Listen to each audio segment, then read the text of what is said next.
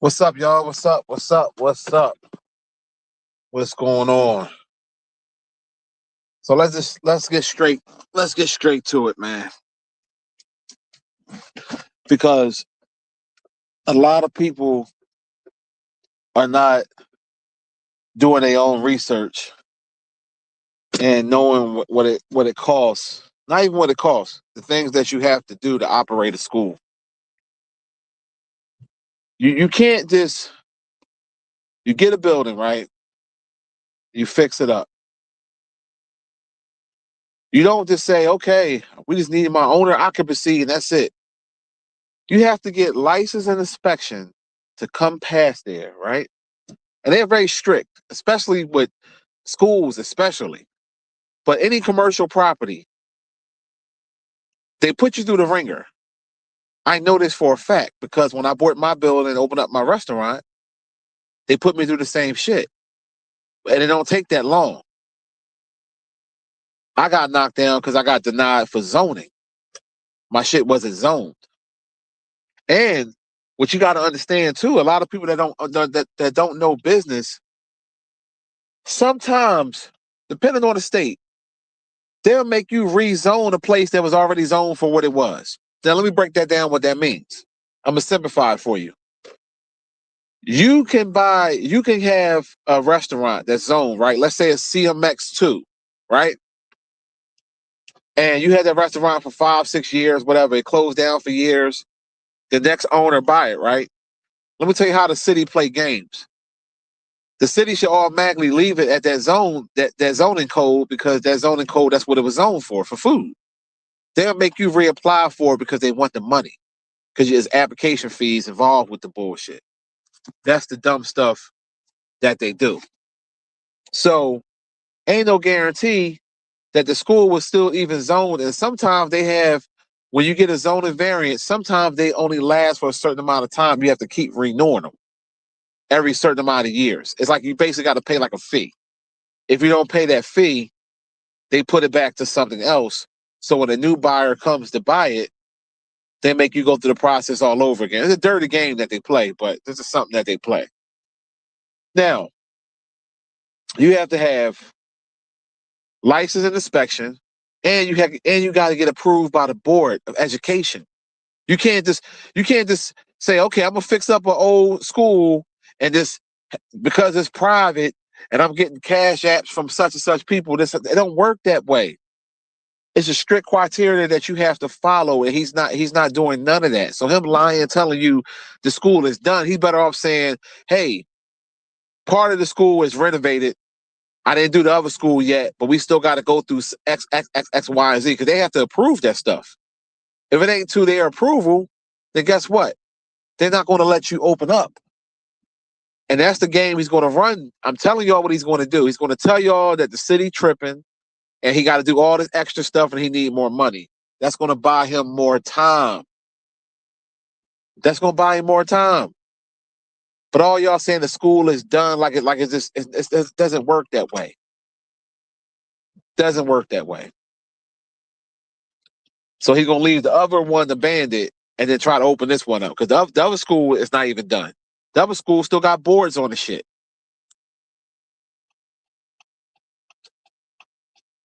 I mean, let's just keep it real. Jay, what's the deal? Info, what's going on? No, I didn't go to church today, bro. I actually stayed home today. Still trying to recover off this cold. So I sat this one out. But yeah, don't let him set y'all up with the setup and flesh out because he knows that most people don't know how it works.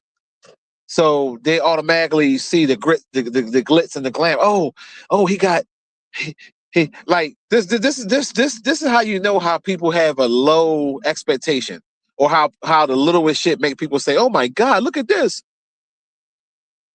They say, "Oh, the sinks work." Ain't they supposed to? So let me get this straight. 7, 8 years to make sinks work, electricity, some wax on the floors, still got boarded up windows, but the school was ready to go without getting without getting any approval from the city of Wilmington. No health inspectors, no other inspectors came out. L&I, none of them people came out, did anything yet, but the school about to open. Right. And then he said, "Oh, I'm just waiting for the owner occupancy people. They got to come." You can look it up for yourself. It do not take that long. Once you're ready for that, you pay that money, they come out. They pay them. You pay the bread, they come out. That's how it works. So he's going to stall and blame it on the city of Delaware. Then they're going to say, "Oh, they trying to hold me back, brothers and sisters. They're trying to hold me back. Now they want me to do this. Now they want." I'm telling you what I know. He's capping y'all up. And remember when Lord Jamar said, "Hey, my father-in-law has schools, and he can, put you in the right direction so you can, get this thing right." And he turned down the help. That right there was a sign. You should have known then. But we ain't got to keep going back into history. I'm telling y'all what's going to happen. You can not believe me. I don't give a fuck. You're going to see. What we in now? We in June? Okay, so how long does it take for them to come out? Wait, first he said they was coming out next week. Remember when he first, he playing games. Next is going to be September, October, and it's going to be the same old shit. It's going to be the same old shit. Then they're going to say, "Oh, they playing with me, brothers and sisters. They playing with me." They're not going to approve that shit. They're not. I mean, I don't think y'all understand. Just do the research for yourself. That's all you got to do. You ain't got to take my word for it. Do the research for yourself. All that you have to do to open up a school in the state of Delaware, just look it up for yourself. Everything that you have to do. And you tell me what you see. This man is playing games with y'all, man, and it's insulting to the people that really believe in him. I've been knew he bullshit, so that's why I'm just sitting back enjoying the show. The shit is comedy to me, because all he gotta do is show you some room with some wax floors. Like he's a con artist, man. Like, and I didn't want to believe that about him. I kept trying to give him the benefit of the doubt, but I gotta call a spade, man. He's a con artist, man, and he good at it. He's a pervert. He's a perverted con artist. Educated pervert con artist. That's what that's what he is. So we just gotta stop fucking playing, man. If y'all believe that school will open up, then pigs can fly.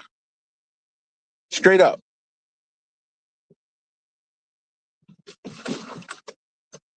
It's not gonna happen. You got a better chance of hitting the Powerball, the Mega Million.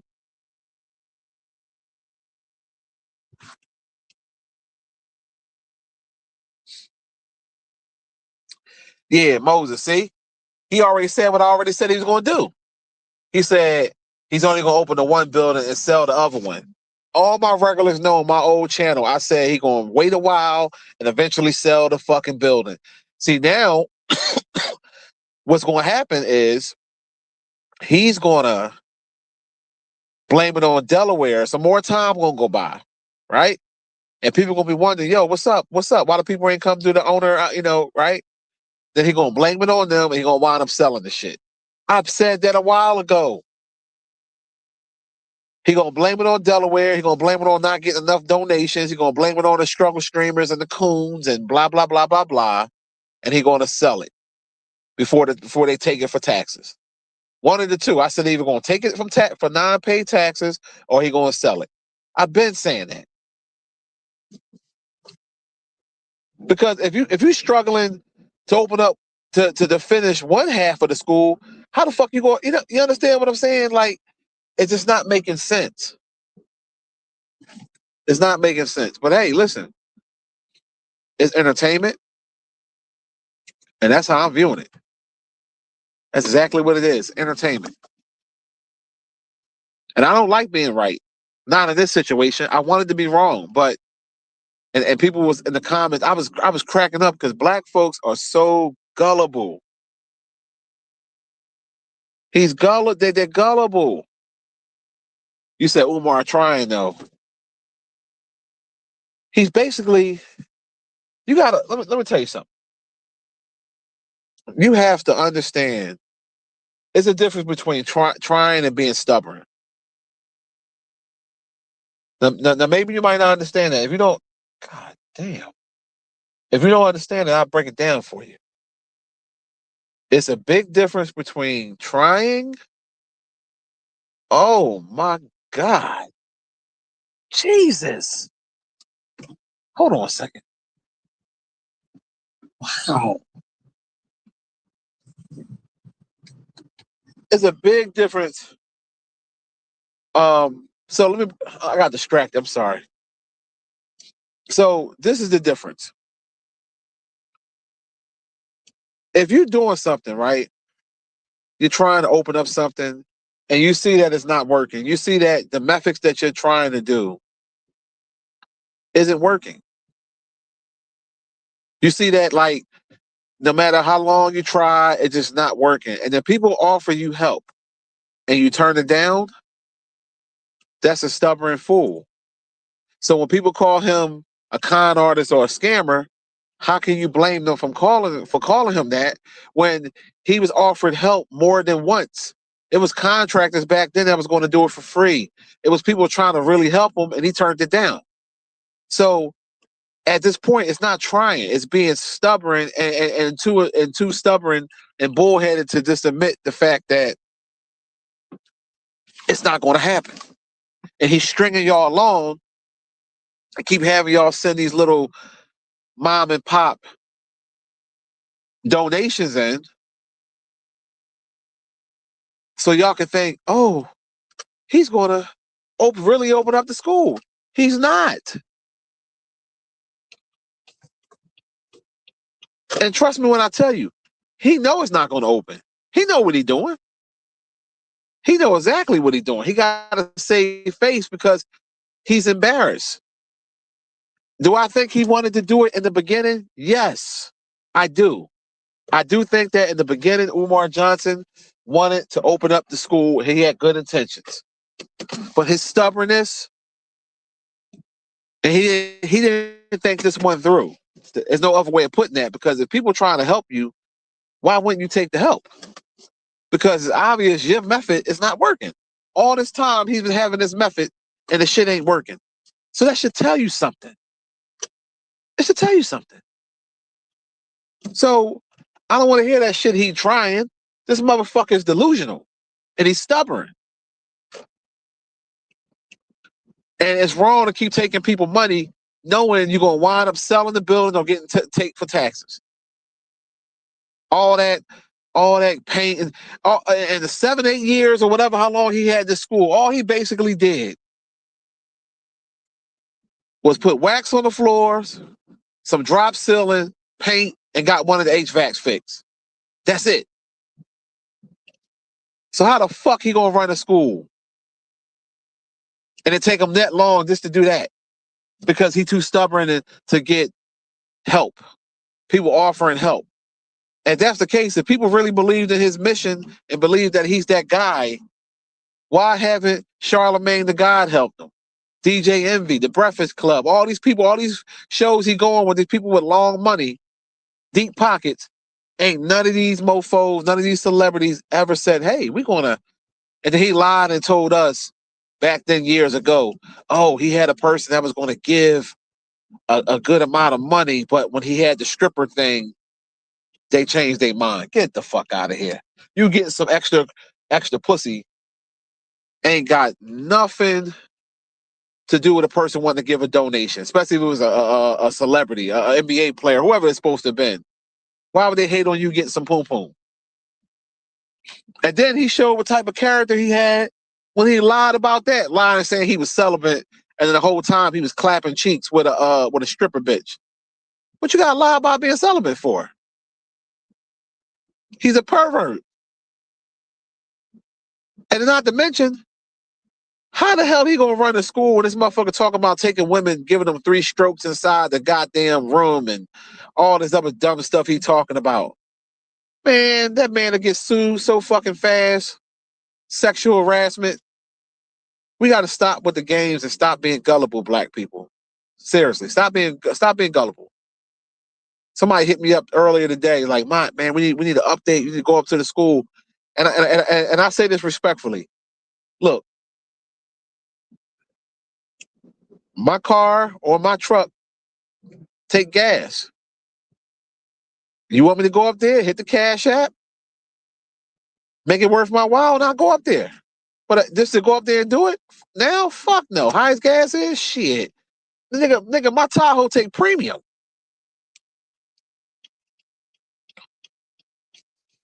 And then for some reason my Lexus keep fucking. It seems like it's burning gas. It's almost like they put water in this motherfucker. I don't know what's going on. Gas ain't lasting. So you want me to take that trip up 95? You know, do what it do. People be cracking me up how they be telling, oh, what they want me to do, but don't want to hit the Cash App. Man, you out your fucking mind. It don't mean that much to me. Money moves me. When I used to go up to the school before, I was getting paid to do it. It made sense. My channel was much bigger. My old channel was much bigger. So I was clocking in a few $1,000s a month just off of his videos alone. So it made sense for me to go up there and do it and report. But if I ain't getting paid to do it, and I just got monetized too, shit, them little ass checks, you out your fucking mind. Fuck that. But back what I was saying, I know what's going on. I know what he's doing, and it's a shame. And then how the fuck you trying to be a principal, talk about disciplining staff by smacking them on their ass inside a paddle room? Like that rhetoric right there should tell you everything you need to know. He's not an educator. He's not a professional. He's a bootleg, goddamn silver tongue talking pro-black. The end. That's why I said on my video earlier I was trolling, but I was serious at the same time. He should do porno. He might as well. And the one sister said, oh, he can't do no porno. I guess she was trying to insinuate he had a little dick or whatever. And I said to her, well, how you know? You know, like, what, you fucked him? Like, they ain't got nothing to do with nothing at the end of the day. These people are so gullible, he can go on OnlyFans and do porno. Hell, if Mama Duck made money off of OnlyFans, Umar Johnson can make some money. If ugly ass Mama Duck that sounded like somebody, like firecrackers exploded in her throat, I'm ground. Remember how she talk? I'm ground. She claims she made all this money on OnlyFans because people, I don't know who the fuck would pay to see that though. That's disgusting. Like that's out of pocket. But Umar got fans, so whether you like him or not, don't hate. The motherfucker got fans. He got motherfuckers that fuck with him. So if he opened up a goddamn OnlyFans and was on there doing pro-black porno, fucking bitches with dashikis on and eating Denny's, he would make money. He might as well. He ain't got no integrity as it is. That bitch Mama Duck said she made 25,000, 30,000. It was some fucking crazy number in a short period of time. And I was like, who the fuck want to see that bitch? That bitch sound like Weezy Jefferson. Imagine her moaning. Like, what the fuck? Man, my man, ain't no way in the fucking world, man. Ain't no way. You can get past a bitch with a fucked up voice if she look good. Like Cynthia G got a fucked up voice, but she's fuckable. You know what I mean? Like she don't look like Mama Duck. Remember Cynthia G voice, like, white supremacy, you made her. You know, Cynthia G, it probably would be fun fucking her because that voice kind of funny and shit. So I'm silly like that. You put that dick, hit that spot real good. You know, that should probably make me laugh and shit. But Mama Duck, oh, that should make me go Limp Biscuit. I'd rather jerk off than to hit Mama Duck. Shit, for real. Straight up. Oh, Jesus Christ. Man, you couldn't pay. Well, it depends on how much. No, I don't. Well, nah. But y'all get the point, man. Y'all get the point. You know, he should do pro-black, goddamn OnlyFans porn. It should be comedy, goddamn gold. I'm telling you. But like I said before, I know for a fact the school's not gonna open. If it open up, it ain't gonna be by him. It's gonna be by a new owner. It ain't gonna be by him. I'll tell you that for a fact. I bet anybody. I bet anybody $1,000 cash money that school ain't gonna open. I guarantee it. I guarantee it. And then another thing, all you mofos gotta do is do your research and look up. Matter of fact, we look up the school's not even fucking registered for. Man, listen, man. This I ain't gonna tell you. Listen, I ain't gonna tell you. I ain't gonna tell you. You're gonna see for yourself. We in June. You let me go. Thank you. You in June. Next thing you know, we're gonna be in September, October. It's gonna be the same old shit. It's gonna be the same old shit.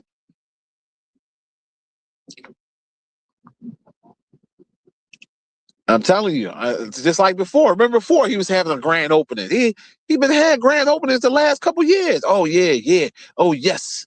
Oh yes, brothers and sisters. The FDMG school is done, brothers and sisters. The FDMG school is done, brothers and sisters. FDMG school is done, sisters. Oh yeah, we about to have a block party. We about to all this. He hype y'all up. Y'all like, oh, congratulations. Like,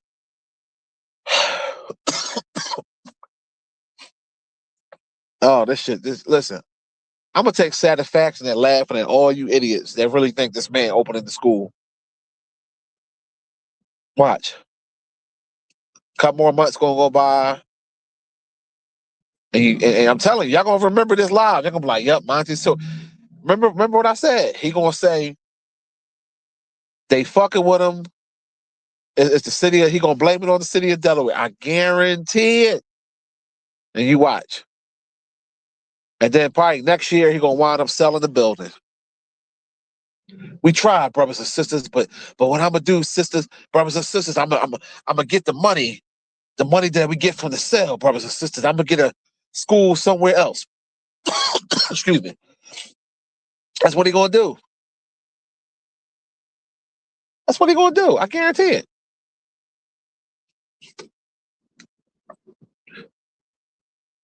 Because I've been did my research already. That's why I'm so confident. That's why. If I didn't do no recent research and I just went by him showing the school and from the outside looking in, like, oh my God, all he waiting for the inspectors just to come and he's ready to open, then I would be like, thinking like y'all. But I did my research already, and that's how I know none of this shit is going to happen. And that's just keeping it 1,000.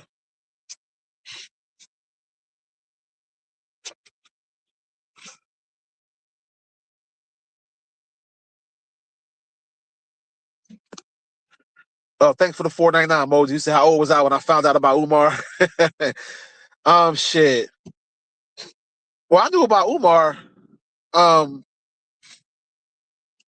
for a minute. Like I said, I used to fuck. Get out the street, bitch. You see, you ain't got the right of way, dummy. Um, I was rocking with Umar in the beginning. I was rocking with him. And then I started seeing the signs. And I said, hold up, something ain't right. I said, something ain't right with the boy. Because why wouldn't I rock with him in the beginning? We both in the same city. Yo, I must have hit a button or something. I can't see the comments and shit. Hold on a second, y'all. This thing acting stupid.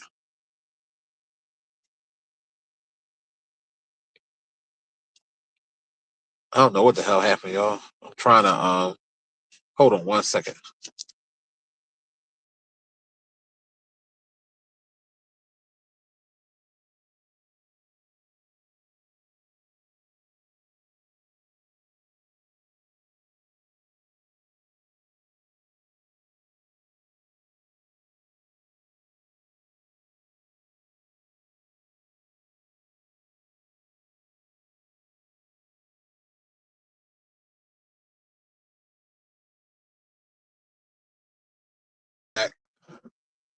Yeah, my thing was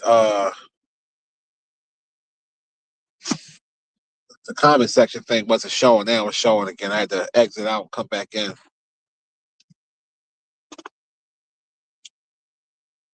Uh Biker, what's the deal? Wilcox, Shay, Info, what's the deal?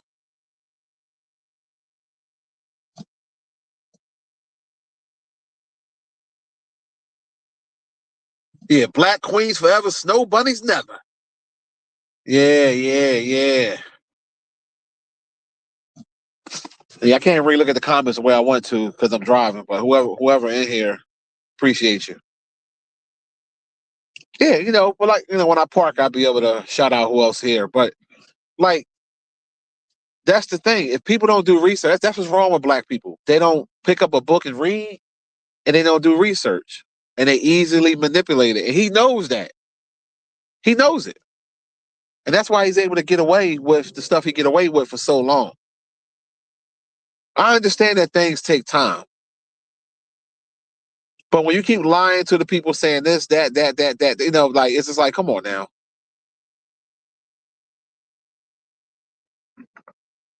Because not to mention, you know, you got to get permits. It's a lot of stuff you got to do to get the HVAC done. You got to hit the city up. It's a lot of stuff. Don't get me wrong. Some stuff we do on the slide. You know what I'm saying? To avoid that cost. I did the same shit. I did the same shit when I put up a little vent. You know what I'm saying? I didn't go through the city and all that because I wasn't trying to pay that extra couple dollars. I was like, fuck that shit. Sometimes you get away with it, sometimes you don't. It just depends. He probably can get away with that part because how would they really know if the HVAC system was really fucked up or not? It could have already been. But the final inspection, and it's a lot of stuff involved. It's not just the inspection you got to worry about. You got to get approved by Delaware to be fit to even have children in there. You can't just fix a school up and say, "Oh yeah, I'm going to open up a school. Come on, y'all, get on your Cash App or all my people." It don't work that way. They have to approve that. It's licenses involved. Um it's so much insurance. It's so much stuff involved with that. Especially too, if you're going to do a private, like you say, you're not getting no city funding. All you gotta do is do the research, people. And most of y'all know he capping, and y'all know that he just stubborn and the shit ain't coming out. But to the ones that really think that we're hating on him, he has nothing for me to hate on. What am I hate on him for? I'm just telling y'all the truth rather than letting y'all keep thinking that this school is going to come out, open up, and it's not.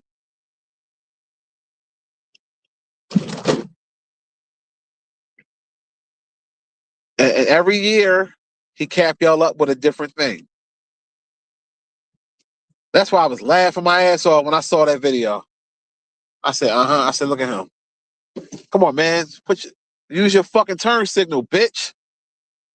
I swear to God, these damn foreigners out here, man. I don't know what the hell. Why they let so many of them come here, man? Why do they let so many of these mofos come into this country, man? Y'all fucking shit up. Y'all can't drive worth shit. Can't speak English.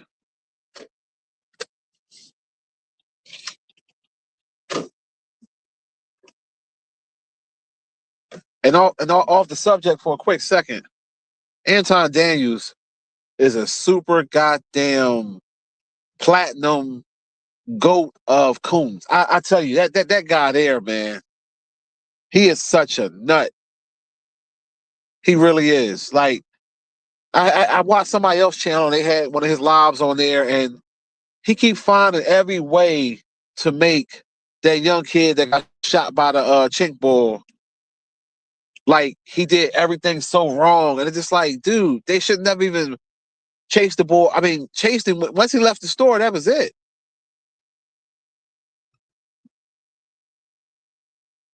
But he trying to appease his white subscribers so much, and the people that's paying him. It's sad. He's lost, man. He one of the ones I wish and hope that he gets a Negro wake up call, and I really hope that like how some of them cops be doing us, they do it to him. Cause he one of those ones that really deserve it. Cause he lost in the sauce. Somebody like that's lost in the sauce, I have no remorse for him.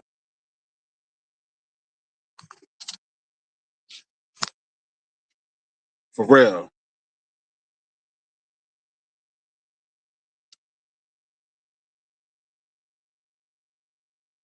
I mean, that dude is a cold sucker.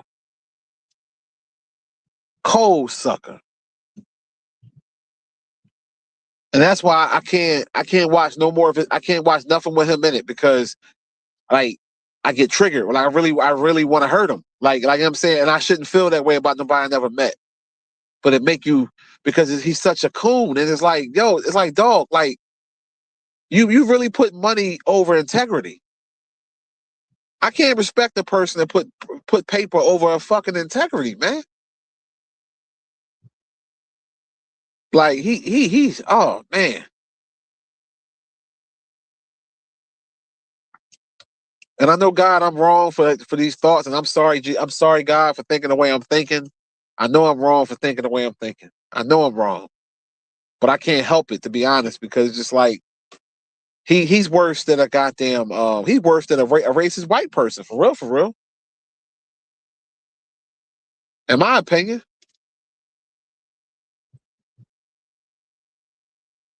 he really is. He always find ways. Because Tommy Sotomayor used to do the same shit. He used to do the same shit. Always find a way to blame it on the black person, white person, somebody else do something. Um, it's like it blows my mind. And then when they asked him about the boy Chud the Builder, I don't want to talk about that. Hold up, you bitch ass. You don't want to talk about Chud the Builder, but as soon as it got something to do with some black folks, you quick to go in because you don't want to piss off your white subscribers and the people that's paying. That's why you ain't really want to go in on Chud the Builder. You hate being black, Anton. You hate being black. Love that white conservative or whatever they call it, that white Republican money they giving you. You love it, and you don't want to mess it up because you're a fuck nigga with no talent.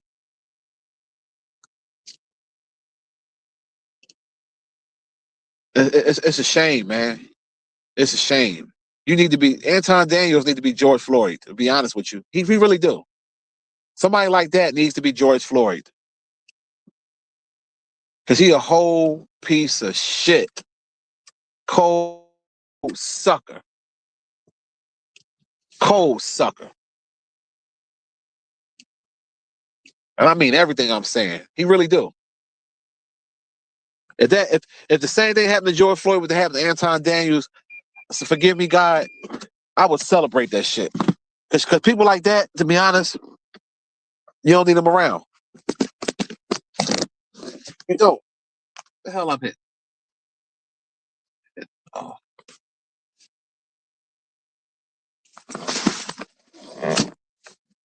You don't need them around.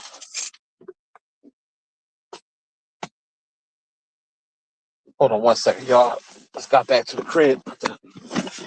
Going through the garage real quick.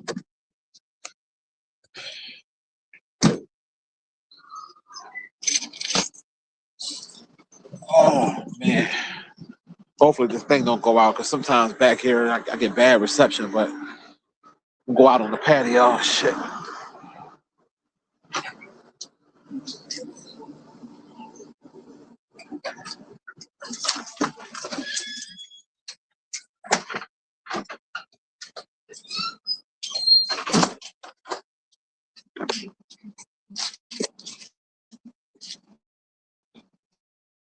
Alright, hold on 1 second.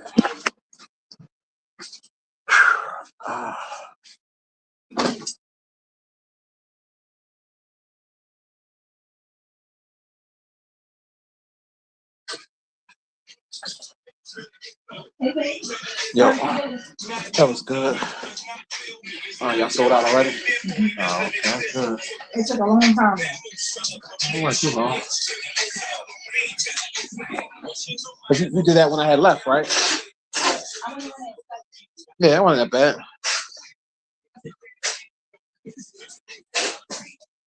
bad. All right, I'm back, y'all. You want to go outside, doggy? Come on.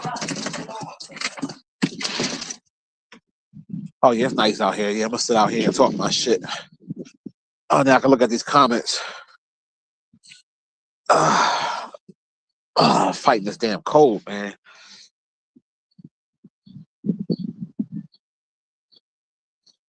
You said Corey Holcomb should have clocked him. Yeah, Corey Holcomb ain't want no lawsuit. That's why Corey didn't do it. He didn't want no lawsuit. Plus, Corey didn't really want to fight. Both of them niggas can't fight. I mean, let's just be honest and keep it real. You know, I'm like, it's cool. You can stay. Go ahead. Go get something real quick. Yeah, Corey ain't no fighter. So it ain't like he really wanted to fight. But I think if Anton would have said it again, Corey wouldn't have had no choice but to go in his mouth.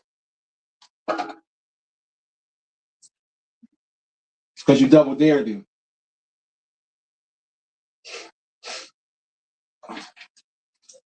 Because at that point,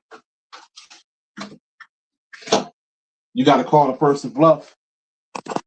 At that point.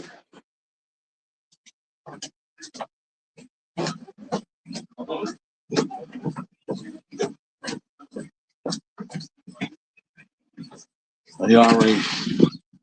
You want to come out? I like being outside. Come on.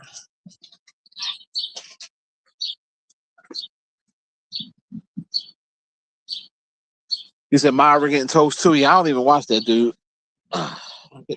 What's up, buddy? Yeah, I don't even watch that dude.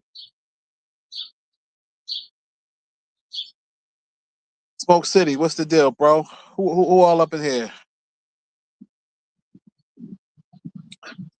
I'll thank for the 199, Moses. Darren said he really works for white supremacy. I wouldn't be surprised.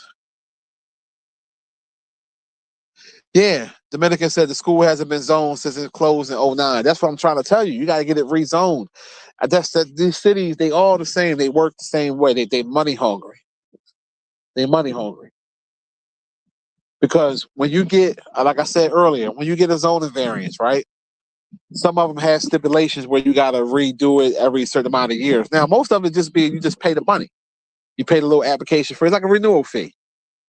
You know what I mean? You pay the little fee, whatever. But if you don't pay the fee, they'll make you go through the process all over again. That happened to my cousin with his ice cream parlor. He didn't pay the fee, or something happened where he forgot, and they told him, "Oh well, we unzoned your place. You got to do it. You got to go through the process all over again." And he was like, "What? I'm not doing all that." So it's probably the same with the school. And like I said, when you do all of that, they want to check that building thoroughly because they want to find something. That's how these money hungry motherfuckers go in the city. They want to find something. So your shit gotta be peaches and cream. They gotta be right to make sure it passes inspection. And then you gotta get approved by the board. It's so much stuff involved with a school because you have the children in there. You respond whether it's private or not. You have the children in there. So if this motherfucker took like 2 years just to get the electric put on, how the fuck he gonna do it? I mean, come on. Remember all that time he had people coming in there touring the school and he couldn't even get the electric on? Y'all remember that? I ain't forget. He had them old people in there with using their cell phone with the light, flashlights and shit, and rats was in there playing spades and roaches is falling out the ceiling, all types of fucking crazy shit. I ain't forget none of that. What's up, Nun? Oh, you sent me a cash app? Oh, thanks, bro. I was driving, so I ain't get a chance to click it. But yeah, appreciate you.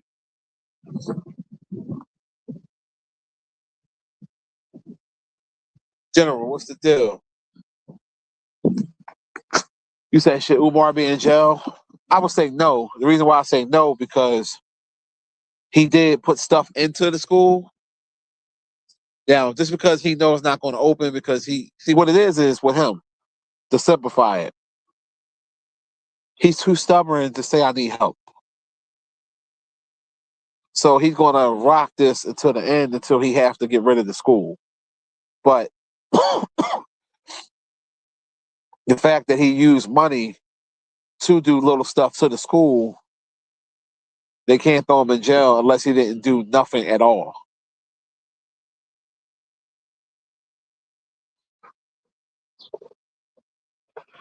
And not to mention too, how you really going to track Cash Apps and PayPal? It's like certain stuff, like, because he could sometimes, nah, shut the fuck up.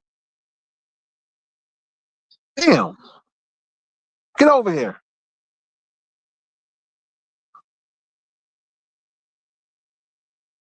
Oh, damn, well, that dog would eat you alive. You sit there barking at like you gonna do something to that big ass dog. The dog like 5 times big as my dog. He sit there going up to the gate, talks, "Arr, arr, arr."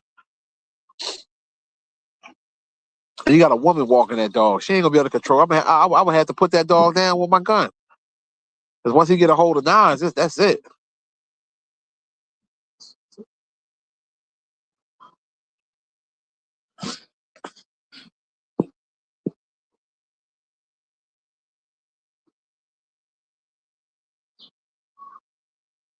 Real talk, KB. KB said, I think he's too stubborn to realize he's not capable of running the school and it's not his calling, it's not God's purpose for him. Absolutely. He's very stubborn. And when a person with a temperament like that, I told y'all this before, I told y'all this years ago. With Umar Johnson's temperament, he cannot run no school or be a principal over no kids.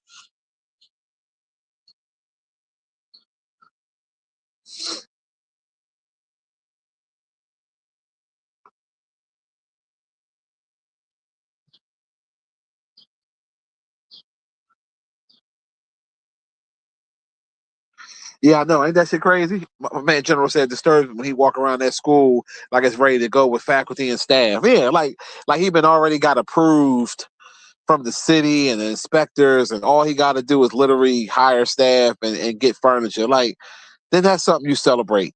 But that shit ain't happening. But he do that because he know, you got to remember, he has a major in psychology. So he know what he doing. He know how to he know how to get inside people's minds. He's good at it. He's very good at it. That boy good. He know what he doing. And he know a lot of black people are gullible. A lot of black people are stupid. There's no way of putting it. I'm not going to sugarcoat it. They are. And he knows it.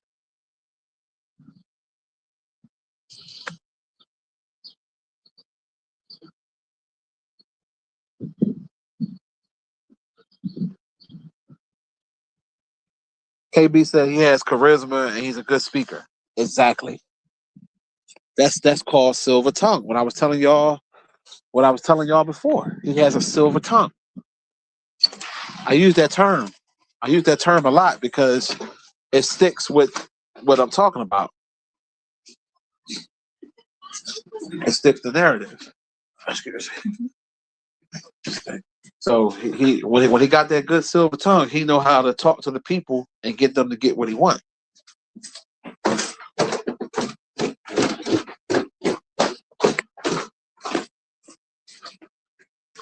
That's why people that are a little bit more educated than the average person can come off way real smart to a person that don't know no better. And that's Umar. No mistaking about it. He's educated. Don't get that fucked up. See, I'm not no hater to sit here and say he's not educated, because he is. You say he's not educated, you being a hater. Cause that's some shit Linda Honor can believe. I can hear Linda Honor now. Oh, thank you for some chat. Yeah, Umar Johnson. Umar Johnson. Leonard ain't never did shit in his life.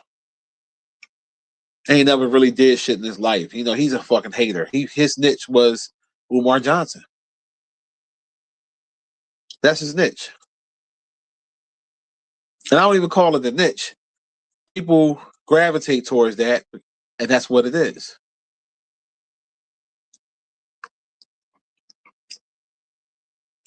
And we already know what time it is with that.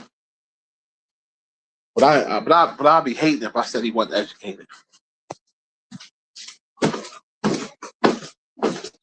He's an educated fool, educated pervert.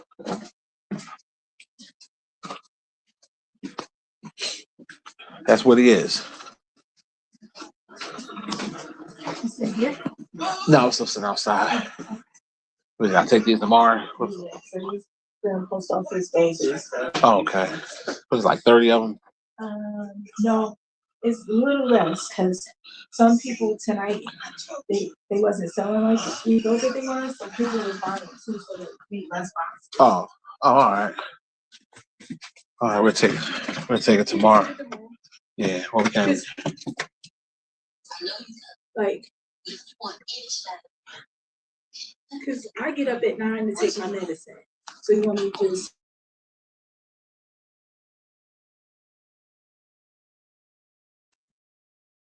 And then like 11 or something like that, yeah. 11 or 11:30, yeah. Yeah, sorry about that, y'all.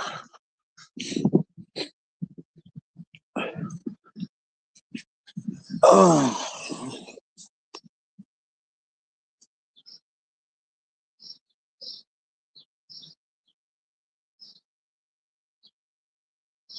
Yeah, so KB said he was a principal at a school and got fired and didn't come up again until Hitting Colors with Tariq Nasheed. Yep. Why did he get fired for being the principal? It probably being inappropriate. I wouldn't be surprised by that.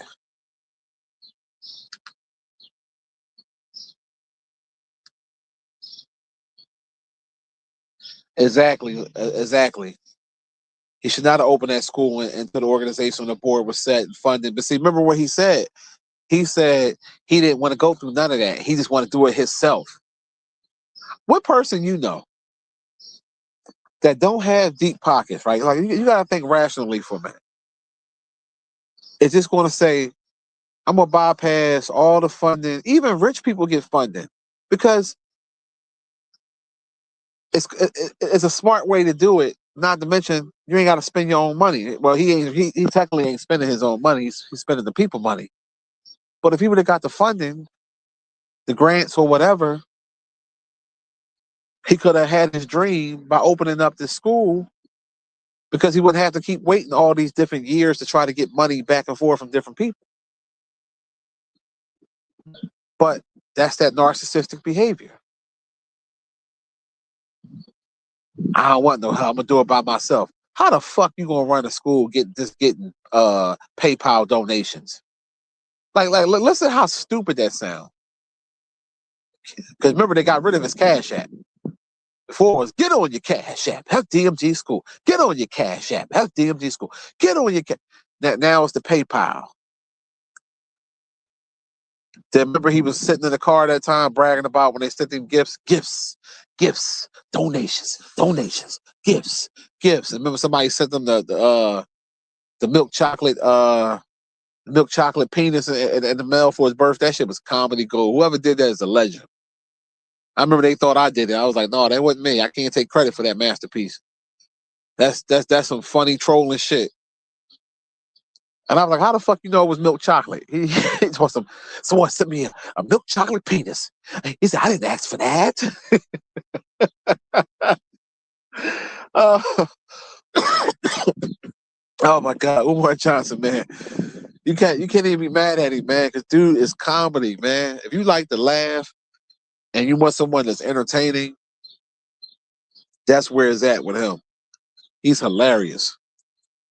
I remember that time he was threatening me back in the day. That shit was comedy gold, man. I was sitting back laughing. He said, Monty Woodgrain, I'm in your ass. He was mad as shit because I was exposed at school. He didn't like that.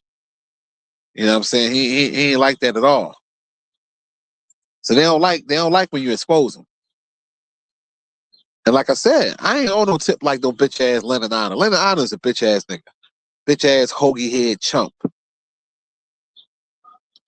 I ain't jealous of Umar. I want the man to succeed, but I know I see the writing on the wall.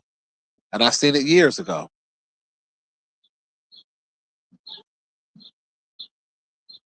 When I knew he wasn't serious was back years and years ago when they offered him help and he turned it down. That's when I knew, okay, he playing to keep playing. This dude playing. Because ain't nobody, sometimes you could be very book smart, but dumb at the same time.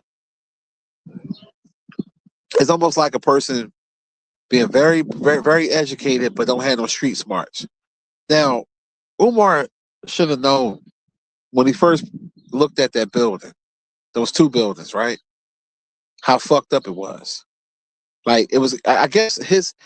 I think I know what it was. In his mind, he felt that he thought he was bigger than what he was.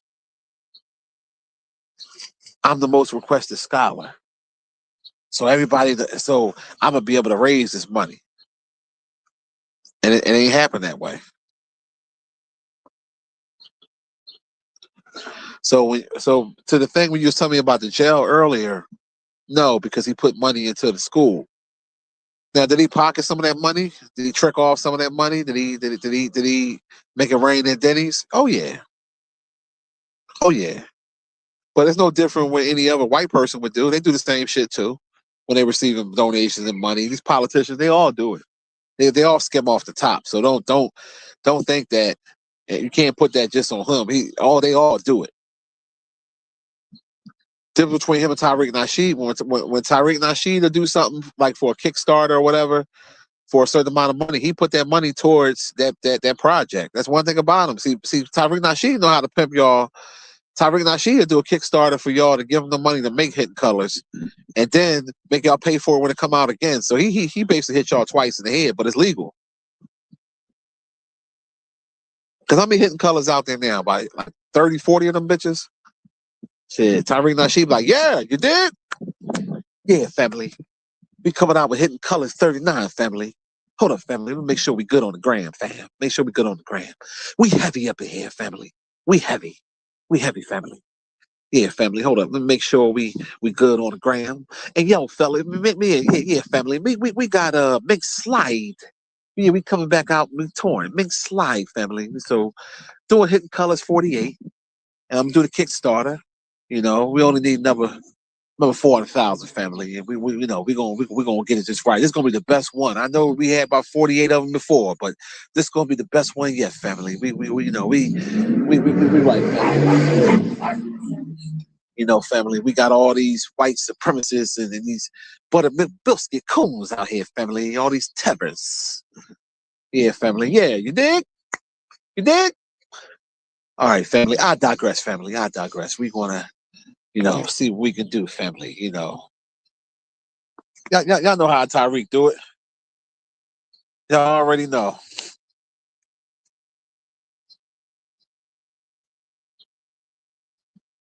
I mean, for real. But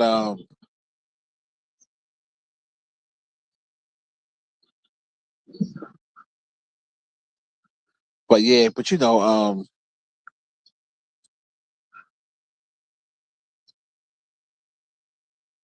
oh yeah, the old goon juice. Yeah, the old goon juice. Yeah. Man, listen, them dudes as characters. Yeah, Tyreek Nasheed, another funny motherfucker. How you crying, laughing. It's certain dudes that just funny just because. Just that just them. There's certain people that just gifted of being funny. I think Tyreek Nasheed is one of them. Umar definitely one of them. Charleston White is one of them. Just gifted to be funny. That they, just that they just got that funny spirit with them.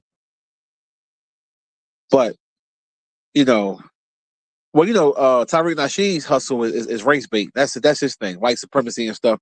And I used to always say, like, he be saying some real shit, but at the same time, I'm like, dog, yeah, you got white supremacy in your family. Like, I mean, if you want to keep it 1,000, like your wife is half white, so your mother-in-law is white. So I mean, you got white supremacy with your children. I mean, 25% of them got that white in them.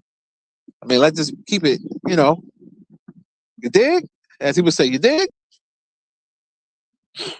But you gotta let people be great. You gotta let people do them, man.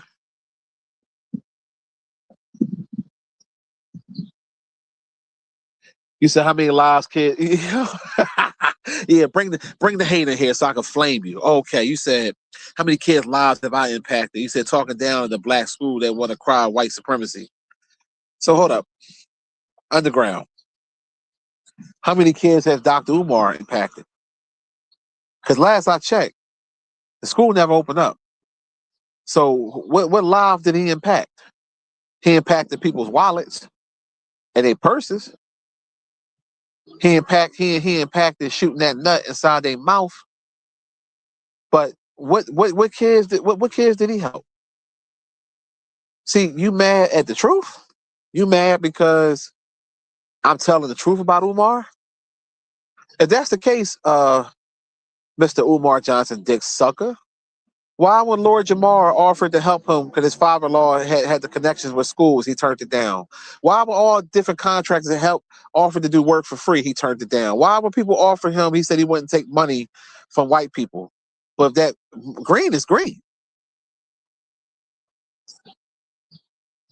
So if that's the case, then how about you raise some money for Umar then so he can open up the school and impact all the youth? Man, get the fuck out of here with that. Cry me a river. Cry me a river.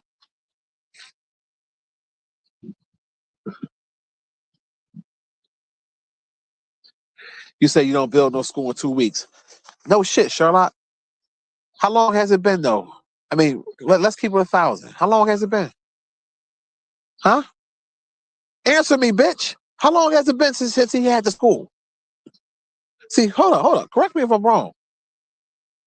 It used to be a school. What was the original name of that school called? More Academy or something like that. It used to be an up and running school. So he had to just come in and he didn't have to build the school from scratch. The buildings was there. He just had to he had to renovate it. But he was too stupid to see that it needed too much work. So how much longer do we need? Because correct me if I'm wrong, he said the school was supposed to open 3 years ago, 4 years ago. He kept lying to the people. Knowing that he never got no inspection, knowing that he never got approved by the state of Delaware, knowing that he never had no licenses, none of that. But he was telling y'all that the school was opening in the summer. So it's either you a lost Negro or you trolling. You're doing one of the two. It's one of the two. You a lost Negro or you're trolling. Which one is it? I hope you're trolling. Because if you really think that Umar Johnson is going to open a school from getting fucking PayPal donations and has been doing the same method, that's another thing. He don't know how to pivot. Because after all these years, he saw this shit wasn't working. Wouldn't you say, let me pivot to something else? He didn't do it. He too busy trying to get his dick wet, giving out his phone number so these desperate ass chicks will keep hitting him up. I know what he be doing. I know women personally that be fucking with him and that he fucked. All he caring about is getting pussy and eating. So if he was so-called so serious, why not have a bunch of fundraisers instead of keep begging for money all the fucking time? Why not offer the people something where they can buy something or do something at the school? Hold raffles, all types of different stuff.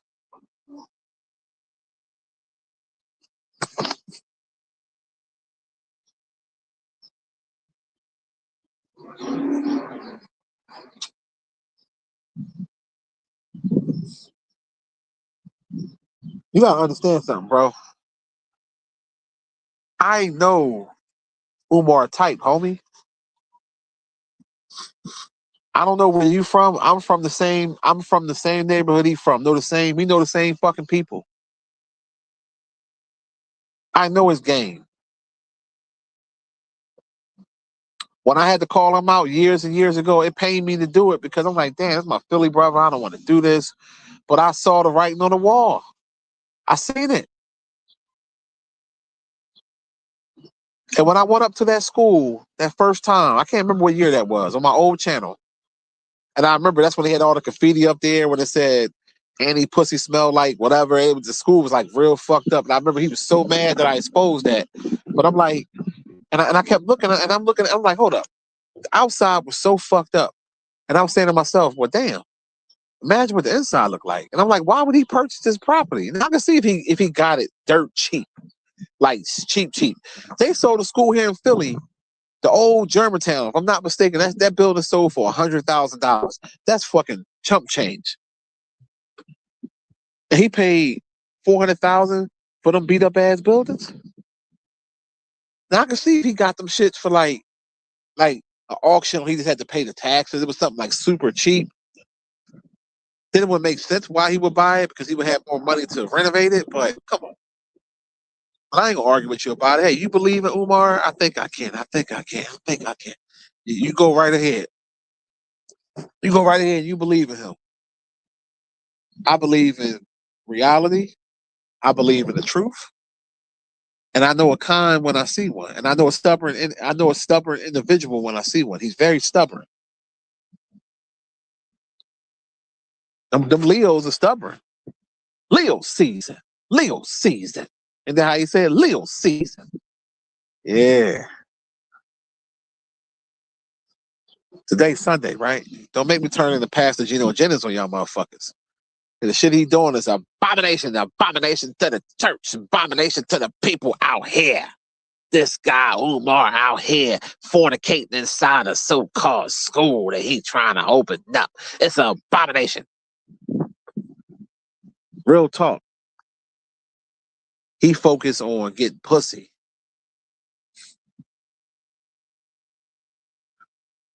I used to work around the corner, info. Yeah, Moore Academy. Okay.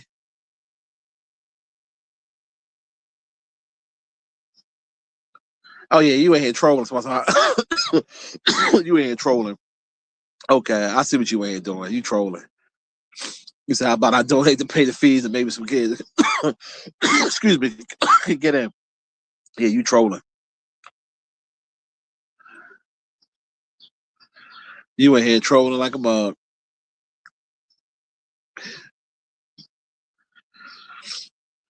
Yeah.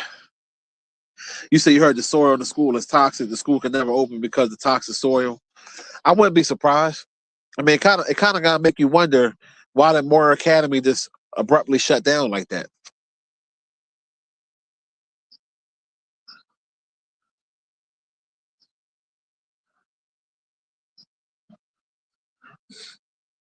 And like I said, Umar Johnson is very intelligent. Like I said, when he cooked the shit out of No Neck Roland Martin and the Mother Four Coons that was on the show that time years ago, I loved every minute of it.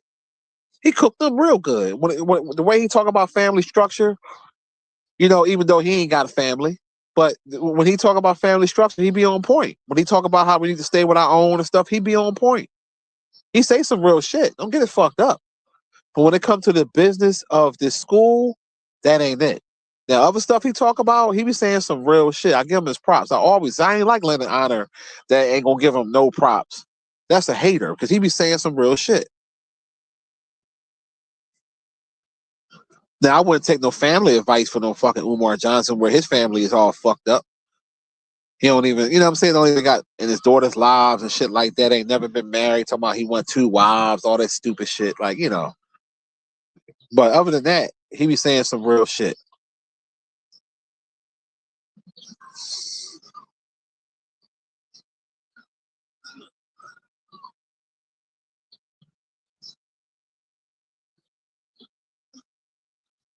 So he got it in 2015 Dominican. Okay.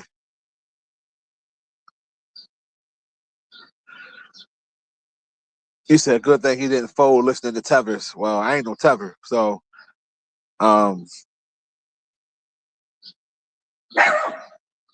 you in here, Nas, Nas, be quiet. Nas, Nas,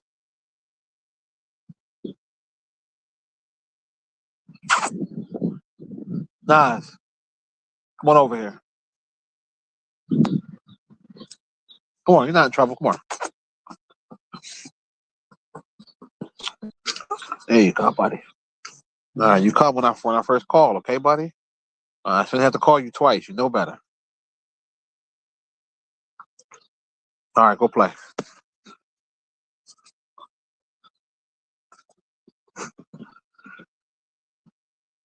You said Taurus season the best?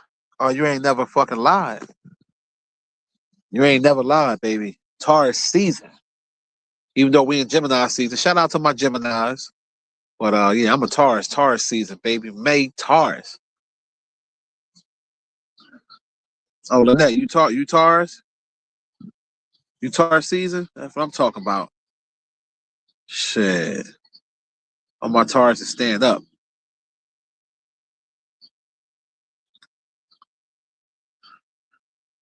Hey, bro, you control here all you want, man. Listen. Have fun, man. I ain't paying you no mind. Because if you was really getting on my nerves, I would have sent you to troll heaven by now. I ain't saying I'm not sending you to troll heaven. I'm letting you talk your shit, man. Like, you want to suck on Umar dick? That's on you, bro. I prefer pussy. Only pussy. You want to suck on swipe? Listen, I ain't. Who am I to judge you? You go right ahead.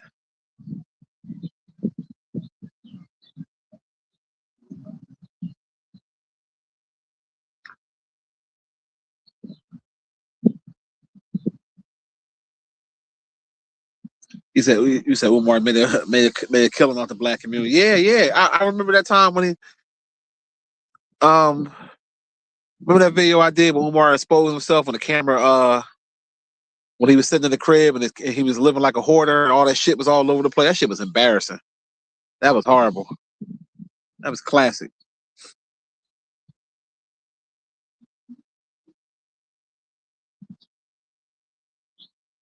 Well, the Democrats and Umar ain't got nothing. That's two different things, bro. Like we you know, we're how you bringing in politics with a nigga that's too stubborn and let a school go? Come on, man. We ain't talking about the politics.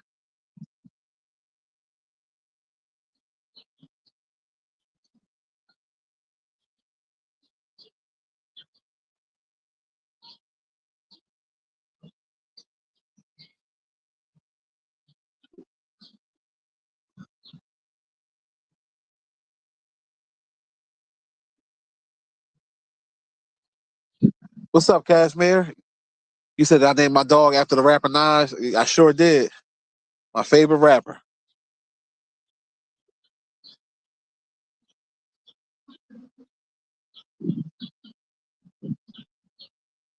Real talk, Jason. He said people think because someone's educated makes them automatically business savvy. It don't. Oh yeah, Taurus season. Damn right.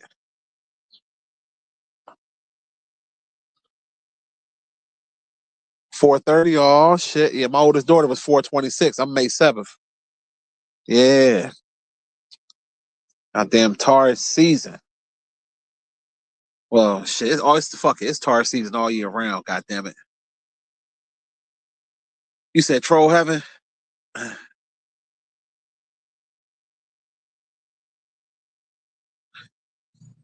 It's crazy. I got a couple homies that's Virgos, but they some stubborn motherfuckers though.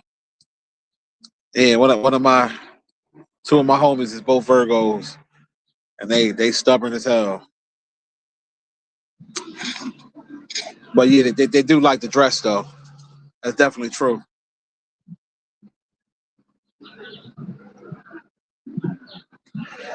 I'm hanging in there, Will Cox, man. I'm getting over this little cold and shit. My youngest daughter gave me a cold. I took it from her, so you know, fighting this shit.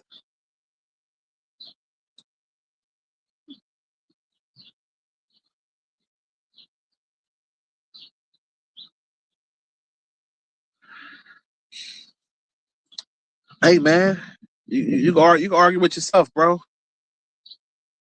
I ain't in here talking about no politics. Get him, Nas. Oh, that's a cat. Oh yeah, get him, get him.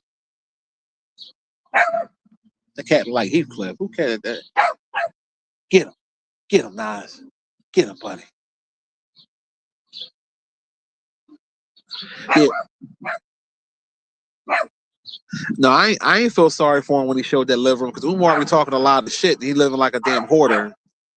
That was out of pocket. That was embarrassing.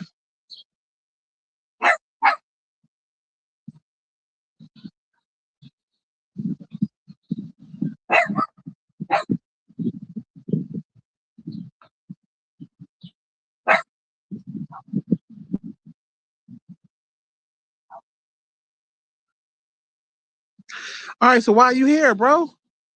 Why are you here? My live ain't impacted. This is for a hobby, bro. I'm sitting on my paid for deck, chilling with my feet up, with my dog. You over here on my dick. My dick for bitches, not niggas. So let me help you out, bro. Let me help you out. Let me go ahead and sing you the troll heaven. So that way you ain't got to worry about being over here. Let me sing the song, pussy. It's so hard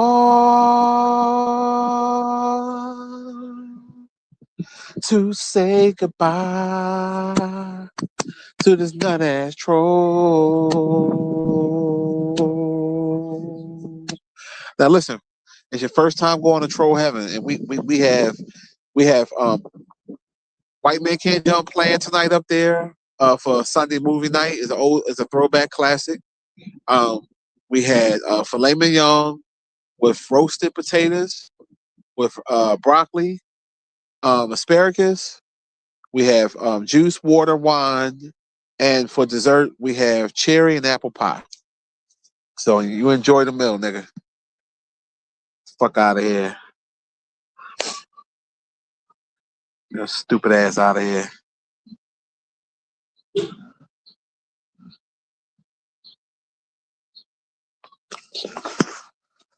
Oh man.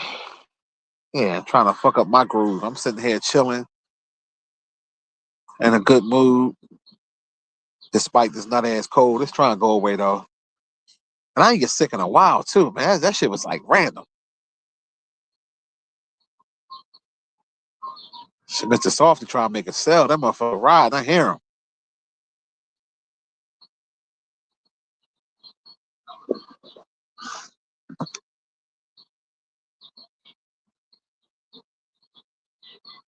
Todd, what's the deal, bro? Oh yeah, we got gambling in Troll Heaven, bro. We got it all up there, man. We listen, man. Troll Heaven, it's like a paradise, man. You know what I mean? We have it all up there. We got Taco Tuesdays. We got shrimp night. Oh yeah, we you know I try to look out for my all my trolls up there.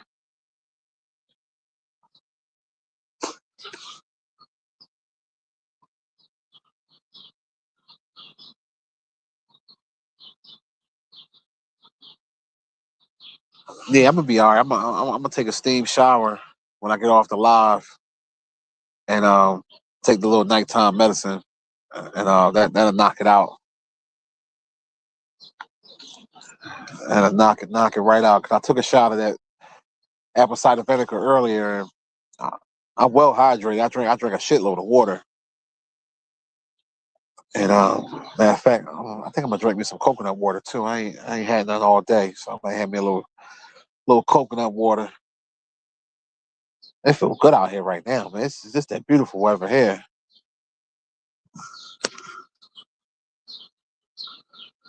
Oh, that cayenne pills. Yeah, I've been hearing about that. Yeah, I definitely was. I took my vitamins today. I take them every day. That's why I was saying I didn't get sick in a minute, man. It's been a while since I really got sick. But yeah, my daughter had a bad cold, and me taking her back and forth to school and shit like that. You know how that shit them high schoolers is. So she got me, but it's cool. I'll take the cold from her, and she good. Now I'd rather take the sickness for a little while, and I'll be all right. Probably by tomorrow morning, Tuesday the latest. Just gotta get rid of this fucking nut ass cough. Oh man, yeah, I remember that Dominican. No, I never tried that, Casimir. I never tried that. Oh, Wilcox, you asked me, are they hoes in troll heaven? Oh, absolutely. Oh yeah, we got it all up there in troll heaven. It's a paradise. Oh yeah, we look out. Yeah, black hoarder. Yeah, that shit crazy as shit. To be a black hoarder.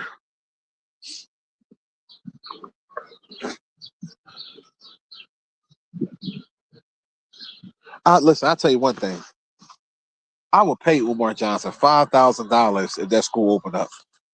I'm dead serious. Like that's how confident I know that shit ain't gonna happen.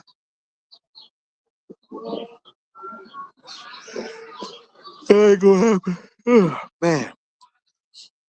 So what y'all think gonna happen with this Carmelo Anthony thing? Real quick before I get to that, yo, it was 4 or 5 black jurors on a fucking trial with the young boy, with the Korean guy that shot him in the back. I just found that out. Yo, we lost, man. We gone. So you mean to tell me you had 4 or 5 black jurors on that fucking jury pool, and y'all voted the Chinaman not guilty from chasing him? Like, yo, that's wow. So now with the Carmelo Anthony trial, it's an all-white jury. And if I'm not mistaken, ain't it out there in Texas, shit like that? Oh my God, it ain't looking good. It ain't looking good at all. I'm really hoping he gets off, but I don't know. It ain't look. I'll be very happy if he do, but ah, I don't know. I don't know because I'm looking at it like this. He stabbed him one time. He didn't mostly stab him. You heard him crying on the tape, telling the cop on the body cam thing that he told him not to touch him. And he was very remorseful after he did it. He didn't really want to do it. He was defending himself. That don't come off as a person that just is some killer. I'm sorry. I just don't see it that way.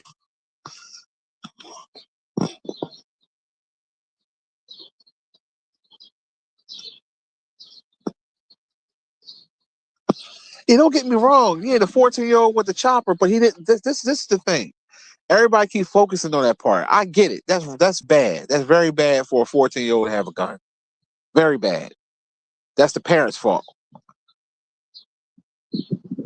But he didn't commit a crime when he was in that store. And there was no need for that Chinaman to chase him. That's the own point. All the other stuff is fucking irrelevant because he should have been found guilty on the strength that he wasn't supposed to chase that boy once that boy got out that store and he didn't have anything. Now, again, like I said earlier, if the boy would have pulled out that blinky while he was in that store, then Ching Chong had every what you call it, every right to blow him away. But you chase somebody over a football field and a half, you wanted to do that. And he had a history. This same Chinaman had a history of shooting at people before. So that's his MO. That's his MO. And maybe he had some type of trauma from black people stealing from him and doing stuff. And I get all that. But you got to control your emotions. If I'm the family of that 14-year-old boy, yes, they failed that 14-year-old boy. Let me start off by saying that the parents failed that boy because there's no way in the world he should be carrying a fucking gun. That's first off. Now a civil thing, okay, you sue, the money ain't gonna bring back your son. It's time for some what? Street justice. But it ain't gonna happen because they fucking cowards. Trayvon Martin family's cowards. Let that man do that to your son and you don't do nothing to him. George Zimmerman wasn't even being remorseful. This motherfucker was out here signing autographs and selling the gun and signing Skittles and disrespectful. And the father, that's why I could never respect his parents. They Christians. Man, fuck that Christianity bullshit. I believe in God and all of that. But you touch one of mine, you better believe I'm gonna go to hell on you.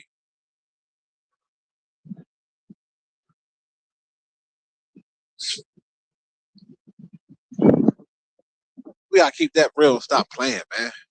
That's why parents, you have to check your kids' room every now and then. I know they teenagers, you want to give them their space. Fuck all that. Check their phone. You got to do all this. I don't have no boys. I only got 2 girls. And shit, my oldest daughter 31 years old, and my youngest daughter 16. So, you know, she ain't about that life. I'm happy. I'm happy as hell. But if I had boys, oh yeah, I'm checking. Ain't gonna be we gonna be having no fucking gun. Hey, what's up, man? Hey, you ain't gonna be having no guns. None of that. And then why did a 14-year-old feel like he had to carry a gun anyway?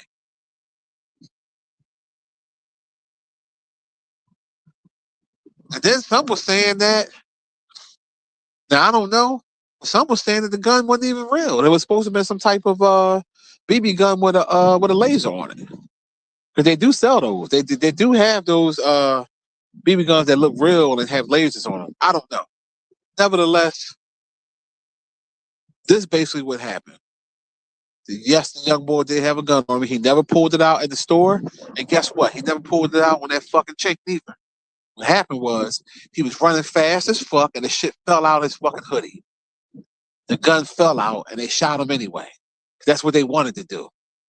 And they used that as an excuse. Oh shit, he had a gun. We could use that and say he pointed it at us. How the fuck he run and turn around and point and still get shot in the back? That don't even make sense, man. Anybody with a brain should know that. But the prosecution, they focused on him with him having a gun. Oh, you see him on the Facebook. He's a thug. And them people in that jury, oh man. And you were black. Some of y'all was black too. Could have been me. I thank God it wasn't me. I'm telling you right now, I'm crashing out, and I'm gonna find a way to do it when I don't even go to jail. Man, look. If that was to happen to me, I guarantee you, I'm gonna get the person that did it and everybody on the jury that voted on him not guilty. I shit you not, I would. Every single one of them would get it.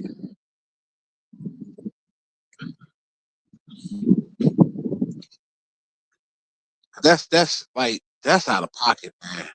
Now Carmelo Anthony about to get fucked in the ass. Stabbed a white boy too.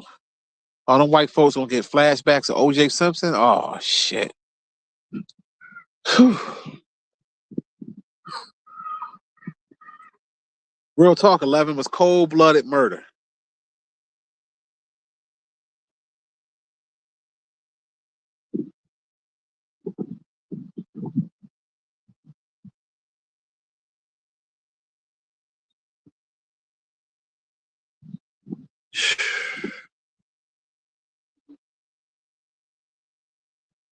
Yeah, no, they ain't that crazy. He said, notice how they say fuck Trayvon Martin, Tamir Rice, and Tamir Arbery, but George Floyd's a hero. Yeah, that's crazy to me. I ain't give a fuck about no George Floyd. Was it messed up how he died? Yes. But he was a criminal. He was a piece of shit.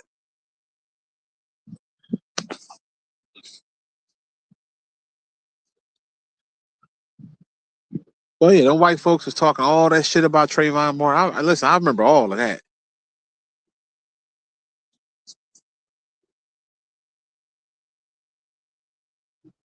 Teron, what's the deal, bro?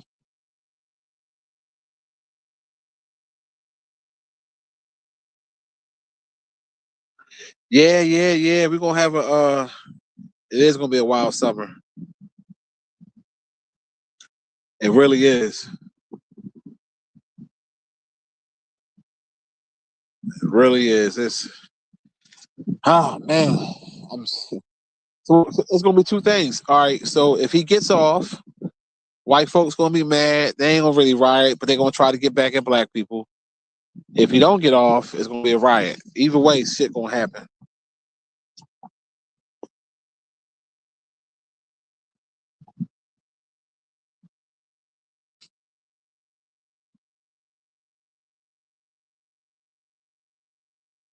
I can't. Ain't no way in the world I'm forgiving the person that take my family life. It's no way in the world. I'm sorry. Shit. God Himself could tell me you have to forgive. I'm saying, God, I'm sorry. I can't. I can't do it. You can't take my somebody in my family life, and I'm going to forgive you. Nah, I pass.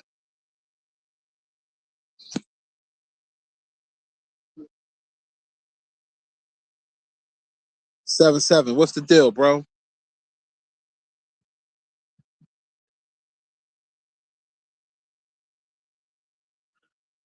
You said drop that joint. It's already pinned in the joint. The Cash App is $ Monty Woodgrain.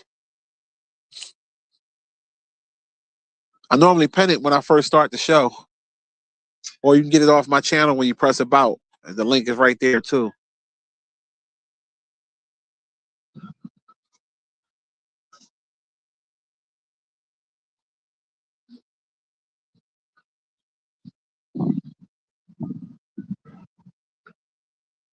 Yeah, you ain't never lied, bro.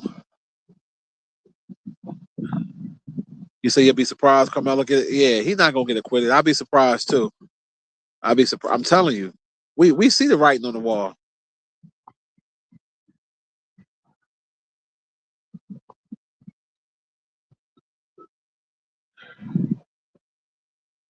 Yeah, I don't know how it is in here. Lene, what city? What city you from?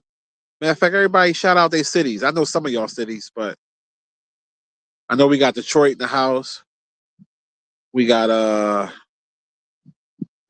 B More.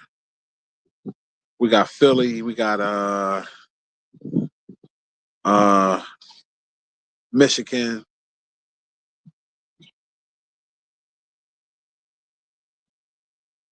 Yeah, Milwaukee, Alabama, Flint, Kansas City. Good old KC. You know what's crazy? They got a bar in Philly that's dedicated just to the Kansas City Chiefs. The guy used to live in Kansas City, and he put and where the bar is at is in South Philly too, like Eagles Land and shit. It's like they call it the KC bar.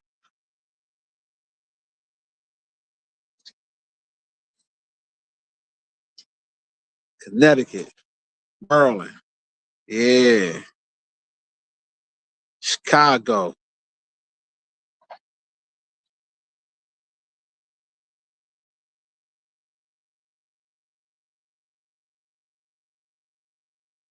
Bowie. That's pronounced Bowie, Maryland, PG County. I heard of that. I heard of that.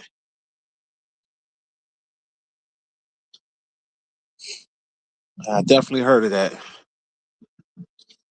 Shit, I gotta get back out to Baltimore. Matter of fact, man, I gotta give me some more. Give me some more of them good ass crab cakes. Is Mo still good out there? Last time I went out there, we went to what's that spot? And they charge. I ain't never going there again. They can suck my dick on Channel 6.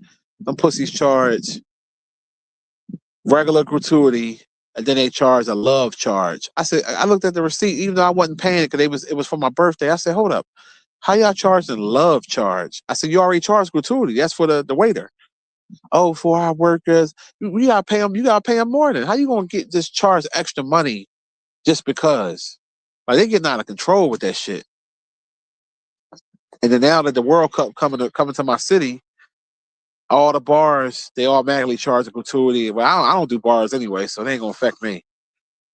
But yeah, they be drawn with that shit. Everything is a tip. I just tell them look both ways when you cross the street. That's your tip. Tip is earned. God damn it! Like yesterday, I went to this spot. I was at Willow Grove, and we went to a spot called the Yard House. And the waiter, some of our food took a long time to come, so the waiter was like, "Look, I'm not going to charge you for this portion of it, whatever." So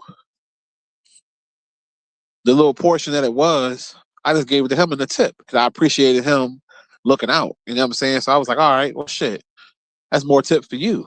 That's a good way. That's a good waiter." Because it wasn't his fault the food didn't come out. You know, they was fucking up. Pedro and them was fucking up in the kitchen. But yeah, but everything is a tip. Even when you got takeout, they got when you use your card, they got a thing for tip. Like tip. And then they charge you when you use your card. Oh, we gotta charge you 2 or 3%, or some charge $1 or and I'm just like, y'all motherfuckers are scamming, man. Like we shouldn't have to pay that charge. They call it out like a convenience fee.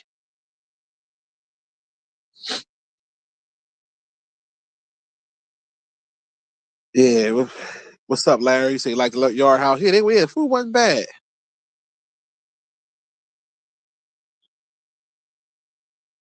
Yeah, the World Cup coming here, man. It sure is. I shit you not. You say you at Moe's right now? Yeah, that shit said love. I'm trying to remember the name of that spot we went to. Seafood spot. Out there in Baltimore. God damn it. I went there for like 2 birthdays ago. Damn. That was on my mind. I gotta think of the name of this shit.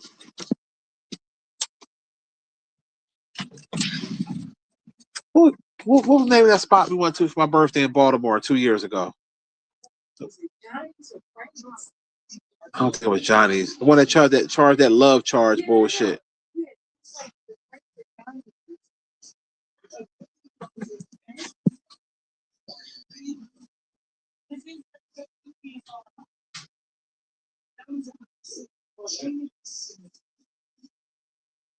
No, it wasn't Philip. I know it when I hear it. But I know it wasn't no Johnny's or Frank's. It was a name. It was definitely a name. Was it Nick's? No, it wasn't Nick's. It's crazy because I can see the sign. I can see the sign. I remember they had like different celebrities that signed the wall and all that. What pictures they had. Jimmy's. Jimmy's, yep. Yeah, Jimmy's. Yeah, Samuels just told me on the comments. Yeah, that's it, Jimmy's. Yeah, it was fucking Jimmy's. I was so mad. I was irked like a mother. I was like, I would never go back there again. And then I found out how to do it. See, we used to always go out Baltimore to go to Moe's. Moe's got that other part. Like you got the part you sit in, and then you got the little market where you just go get the food to take out. So when we at first went, they had charged gratuity for 2 people. I'm like, how you charging gratuity just for 2 people? Like I didn't pay it. I was like, no, I'm not. You're not gonna get me like that. And then I was like, oh, the little market part, you go in there get the food cooked, and you ain't got to worry about all that bullshit. Just take it with you or whatever if you don't want to sit in. But I ain't gonna lie, that all lump crab McCake from Moe's was banging.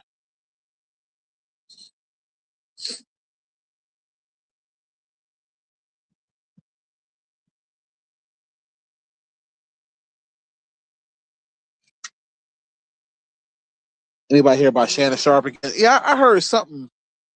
I ain't to be honest with you, I ain't some shit Tasha K put up or whatever. She's so fucking messy, man. I can't really get down with that. But some dude was trying to say that um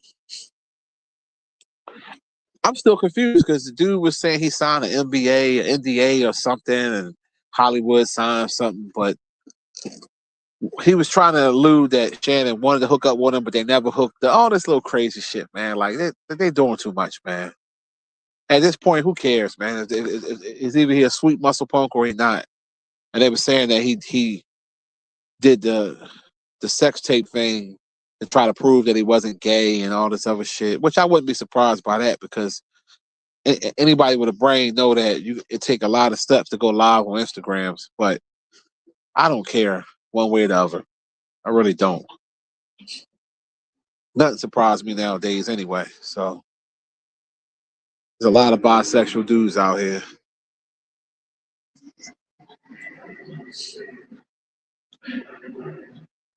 Yeah, and you use your card, they would charge you 3 to 4%. They do.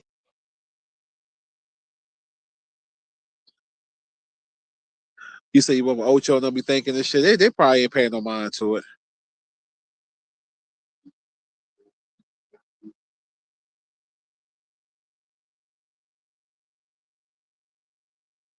Yeah, but Tasha K be doing too much, man. That's a messy ass broad.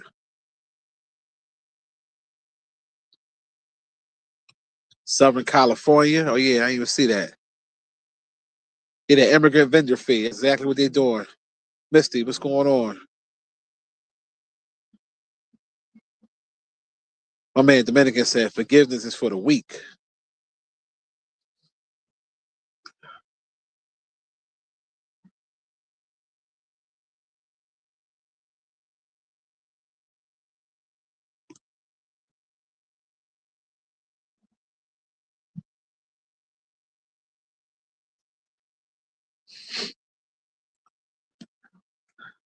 So there's one place did that shit to me, charged me all this money for using my card, like extra, like way more than what they normally do.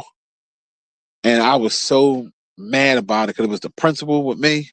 I called my bank, got and disputed that shit, got my money back, got that shit for free. I did that shit right away. I was so hot because I'm like, y'all be doing too much.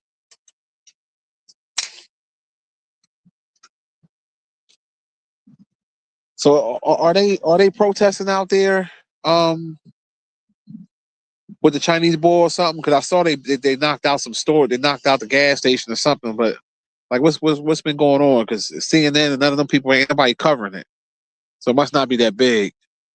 'Cause CNN, they love to jump on that type shit.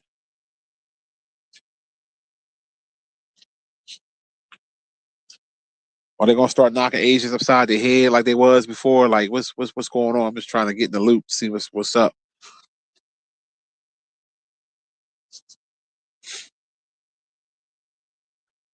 She said Shannon from Savannah. He definitely gay.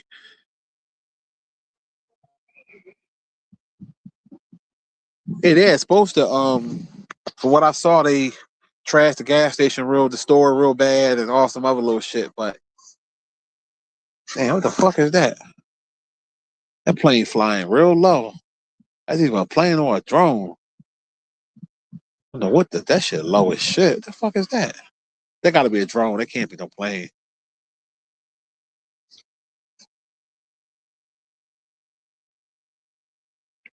That's a big ass drone. That joint hot. All these lights on it. I don't know. That shit might be a motherfucking UFO. The fuck? Yeah, definitely not a plane. Because planes don't stop.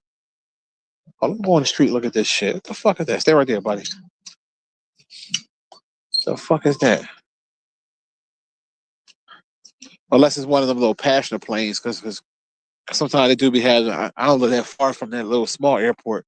They be having little passenger drones. Oh, that's what that is. Okay. I was about to fucking say, what the hell is that?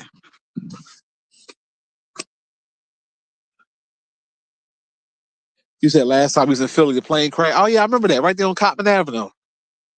Right there. And it was crazy because I was up there. I don't live that far from there. I was up there right before shit, a little bit after it happened. A little bit after it happened, the shit, I was up there. And I saw the shit still on fire. This shit was crazy as hell. That was a shame, man. That was a shame. Yeah, they was coming from the Northeast airport. That was a shame.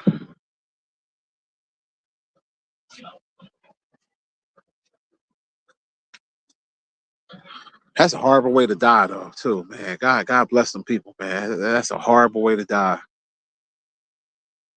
Like whenever I fly, I'm always afraid. I ain't gonna lie to you. I especially when you get that little turbulence, I get quiet in the whole plane get quiet in the motherfucker. I'll be waiting for the stewardess or the captain to say something, to make me feel better and shit.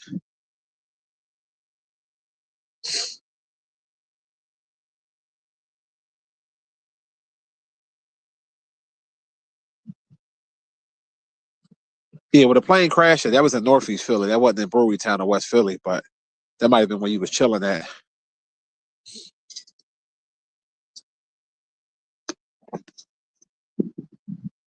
Oh yeah, I forgot the game tonight. No, the game tomorrow. I'm tripping. I don't know why I'm thinking tonight, Monday. I'm bugging.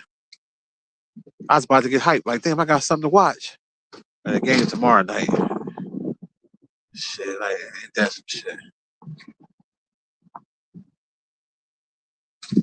You said that takeoff be having you hyped up. Shit, you bugging. That part. I don't like that part. That's what when you on that runway, that joint start going real fast. I don't like that shit. I ain't gonna hold you.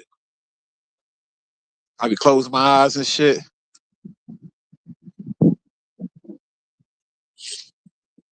Shit. I don't really relax until when that motherfucker about to hit the ground. Really, I be chilling, but when you be. But that's why I always thank the pilot. If I see them up, I go up to the front. I always thank them every time. Thank you for getting us there safe. Like,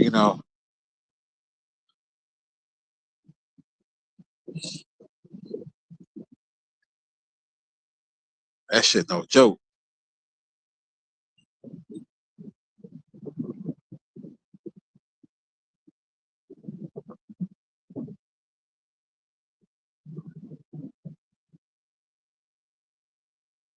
You say you get anxiety when you fly. Yeah, I don't get anxiety, but I be a little nervous. I just try to always download like some old TV shows. I be watching like what's happening, Sanford and Son, Rock, shit like that. Shows I like, and just try to like block it out. And I always let my daughter get the window seat. And you get the window seat. You go right ahead. I don't have to have it. I just sit there and just chill. And the next thing you know, I'll be like, oh. When you got them long flights, them 4 or 5 hour joints or more. See, lately, my flight's only been like an hour and a half, 2 hours tops, if that. When I flew to Atlanta, that shit wasn't long. Myrtle Beach wasn't long. Shit, when you go in the Caribbean or going to Vegas, shit, I'm doing 5 hours. And then my nut ass got on the helicopter. Shit, all my regulars on my old channel. Y'all remember that video when I was on the helicopter? Shit, I would never do that again. I don't know what I was thinking. And that was like right after I think Kobe had died. I think it was the same year. Or a year later. But I can say I did it. I flew a helicopter over Vegas. Never doing that again. I was scared than a motherfucker.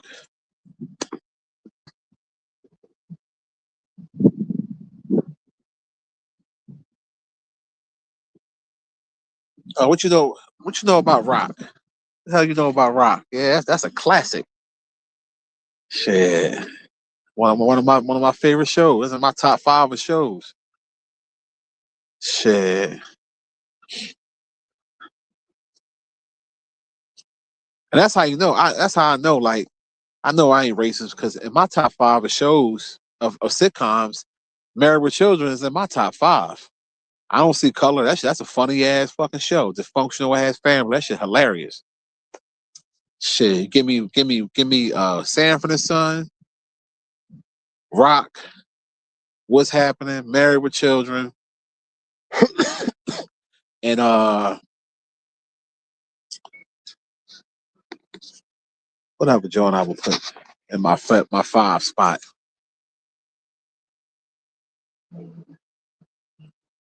Probably the Jeffersons.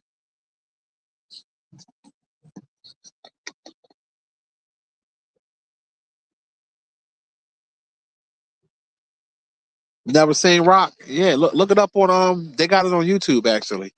This guy, they I think they got a couple of the seasons on it, the full Jones. That shit got me through. That shit got me through hospital duty. Shit, one night when I had to take an inmate to the hospital, John, we had to sit at the hospital all night. I got mandated too. I was mad as shit. Man, I was fucking watching Rock, trying to keep myself the fuck up. Them fucking nurses at the hospital, they're telling on your ass. Oh, the guard was asleep. Hey, bitch. Like the nigga in there on 2 points.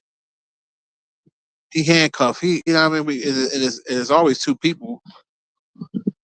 Some motherfuckers, they told on us before.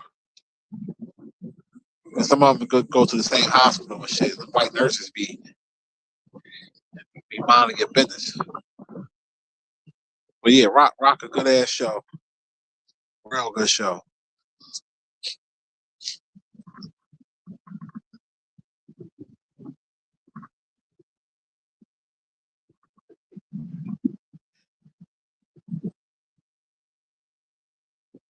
No, I don't. To be honest with you, I don't think black people can be racist. For real. I mean, all the shit we've been put through and still go through today. I don't think we the only race of people that if you cool, we ain't got no problems with you. Whether you come in our establishment, whether you whatever, like that's always been like that. Like on my block is 80% white. The rest is some black, Spanish, As I got a couple Asians on the block. They don't really, they barely even speak. Some motherfuckers don't even speak like that. You know, that's cool. I'm okay with that. I mean, it used to bother me because I'm old school. So when I grew up in the back of the day, everybody on each other block knew each other. We spoke, but other than that, most of the white people on the block they speak. I chop it up with them. You know,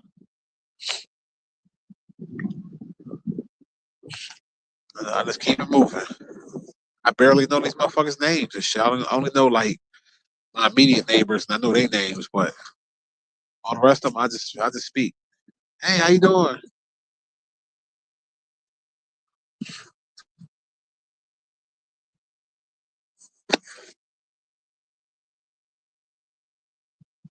Oh yeah, what's up, Scam? Anton is a sellout, bro. I think Rock had how many seasons did Rock have? 2 or 3 seasons. They ain't have that many. It's 2 or 3. I can't remember if it was 3 or not. It might have been. Might have been. But yeah, check. I'm telling you, it's a damn good show. Your boy on there, Pinky. Yeah, Pinky from Friday. Clifton Powell. Clifton Powell's on it. He had a put it this way. He had like a recurring role for a few episodes. He's not like a main character, but he had like I want to say like 3. His name was Andre Thompson on there. He played the drug dealer. But yeah, it's a damn good show.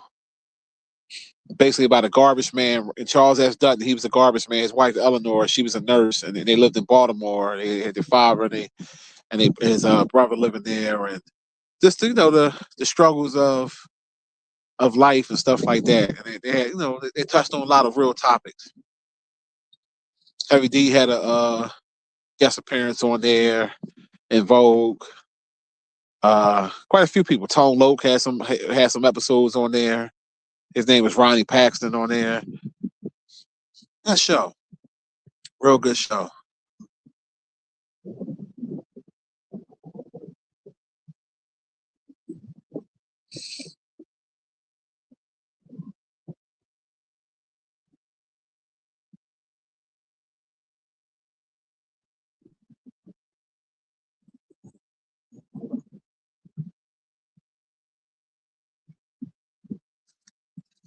Oh, Kim. Oh, yeah,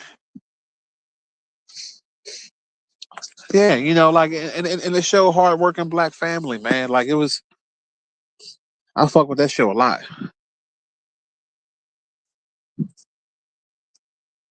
Yeah, but they got like I said, all the good shows, like the black positive shows, they get rid of it. But if I said Rock will always be in my top 5, and the original was happening. I didn't really care for what's happening now. Regular was happening was good. Shit. My Sanford and Son was happening. Shit. Married with Children, Rock, and the Jeffersons. Can't go wrong. And then of course I like Three's Company, all the other Jones, but they're just not in my top 5. But I fuck with them. I fuck with Three's Company and Different Strokes and um, of course I fuck with Martin. You know, I wasn't a big Cosby guy to be honest with you. I watched it here and there, but it wasn't like the show. I'm like, oh, I gotta watch the Cosby's. Like same thing with Good Times. Like Good Times irritate me for some reason. I don't. That Florida, she's irked the fuck out of me. Whenever James want to do a little something to get ahead, she always be bitching. Hold on, James. I ain't gonna lie, the episode when James died though, that was some good acting there, boy. I felt that shit. I got like a little when I first watched that shit, I got like goosebumps the way she dropped that vase. But yeah, that shit was just it was like kind of buffoonery, like how they had JJ the dynamite and how it was just. And then I understand being poor and all that, but how the fuck you just eat oatmeal every day? Like they never had bacon, sausage, no home fries, nothing. Like that stuff still was cheap back in the day. Like fucking oatmeal every damn day.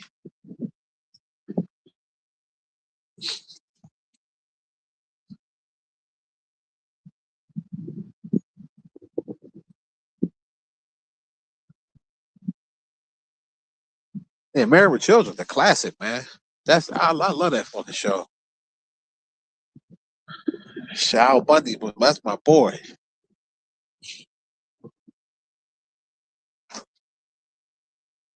Shit, yeah, he has a little token black friend on there with Griff. He had Griff on there, and which one y'all like better?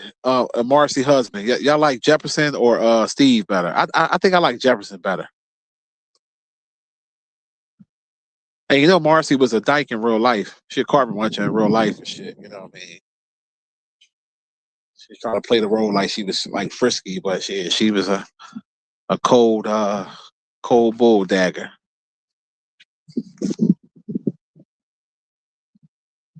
Yeah, cream of wheat when James got paid.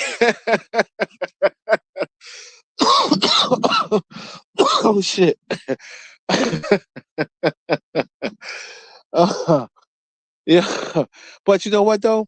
One thing I respect about it is that the fact they were poor, they still loved each other, and it wasn't about no fucking money. See, these hoes nowadays need to know that love is love. It ain't just about finance. That was true love. James was broke as fuck, but he tried and he went out and did what he had to do.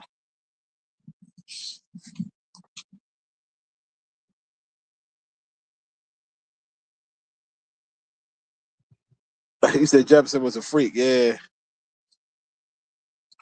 he said Peggy needed an ass and she would be tough.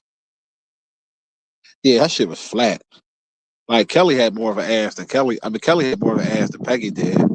Yeah, that shit was stupid. I couldn't hit that. That shit too flat, man. I'm good. I gotta have some cushion back there. I need to see a long butt crack, something.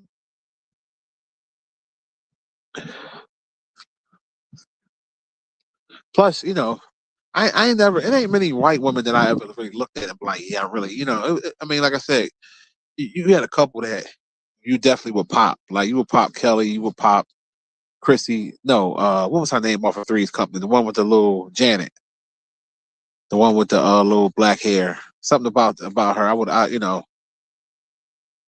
I probably would have popped her.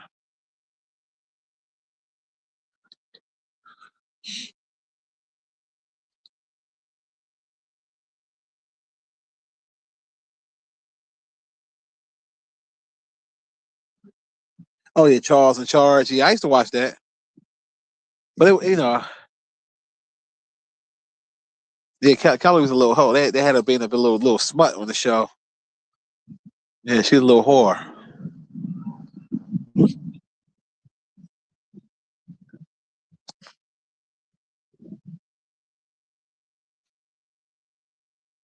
He said she was a great ski.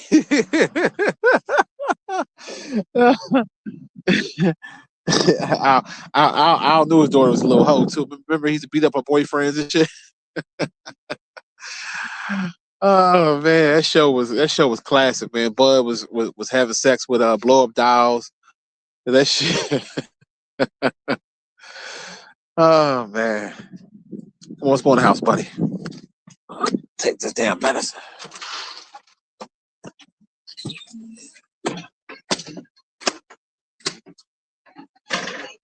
Yeah, that was a real classic.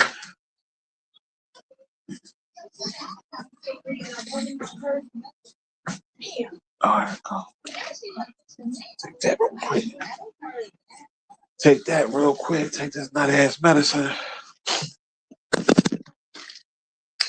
Oh shit. Oh, stupid. Yeah. No, this ain't nothing for you, doggy.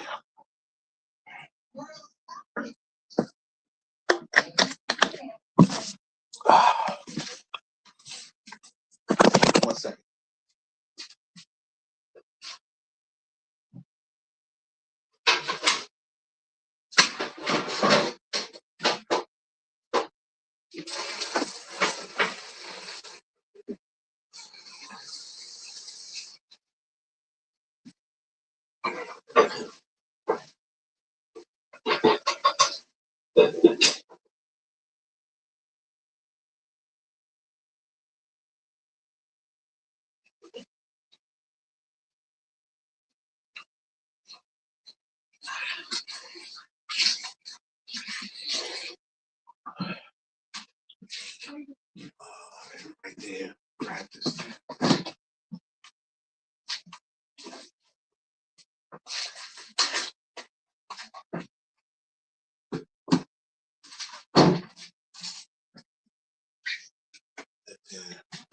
Before you back, that's it.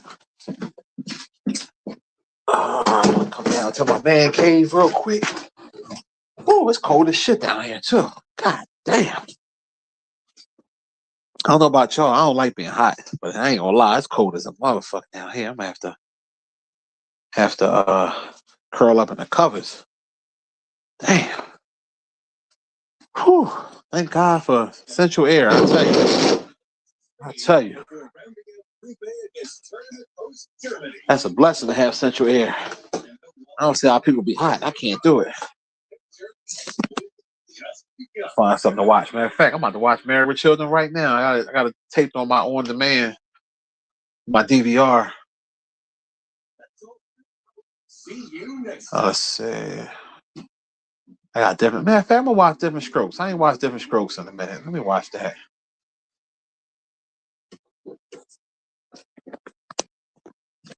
Plug this phone up too. Oh yeah, there's a show called Alf. I used to watch that. Yeah, I used to fuck with Alf. I used to get down with it.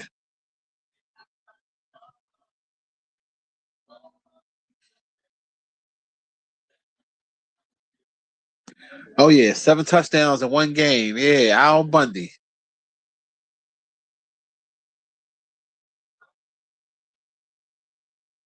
Oh yeah, you said the white chick on Miss Parker had a booty. Yeah, and then when the people started paying attention to her butt, she started losing weight on purpose so it can go down some. Yeah, I know what you're talking about.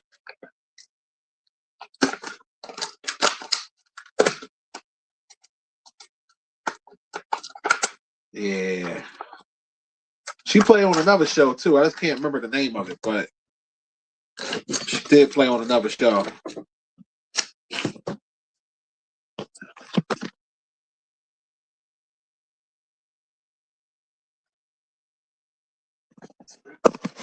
Yeah, which call it was an alright show I used to watch too. What's the name of that joint? When Michael J. Fox in it. Damn, I forgot the name of it. I know. What could you do, baby?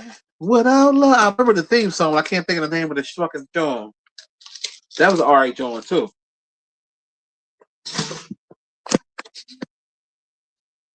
Yeah, she was 6 on Blossom. Family Ties. Thank you. Yeah, yeah, yeah. Good old Family Ties. Yeah, I used to. I watched that here and there,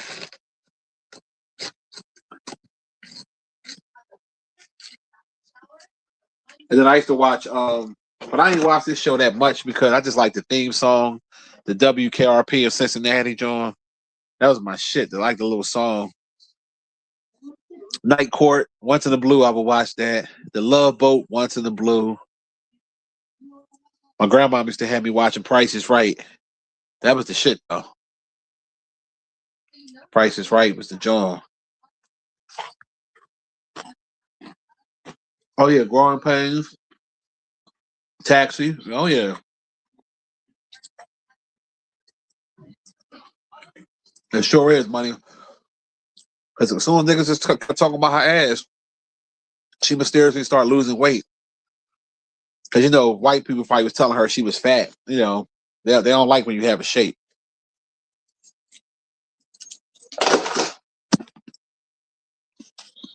They don't like when you have that shape. They start tripping. I couldn't get into MASH. I couldn't really get into it. I remember to come on and shit, but I could never really watch that show. Like another show I couldn't really watch. My pop used to love it. Star Trek.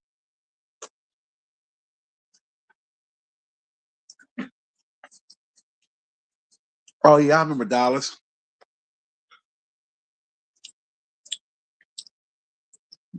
Oh yeah, I remember them black and white TVs. Shit, I remember Betamaxes. All that shit.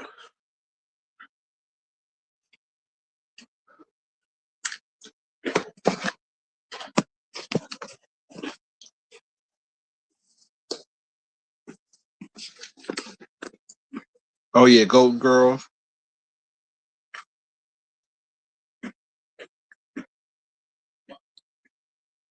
Oh, that was a shit. Cinnamon Toast Crunch. What? Oh, I know about Benson. It's funny you said that. I actually watched that shit earlier today on one of the throwback TV channels I got. Motherfucking Benson.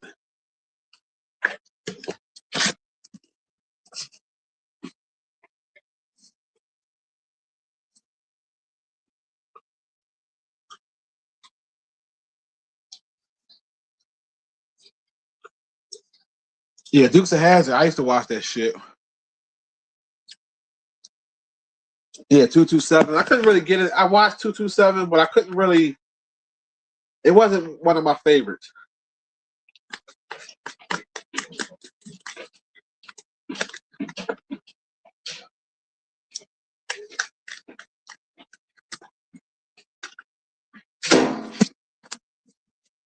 It was just all right.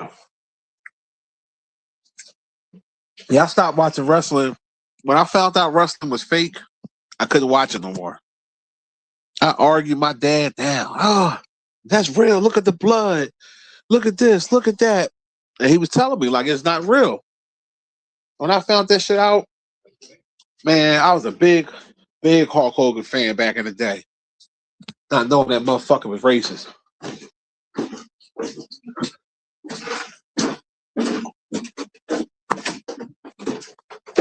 And when he picked up, and all my wrestling fans remember this shit.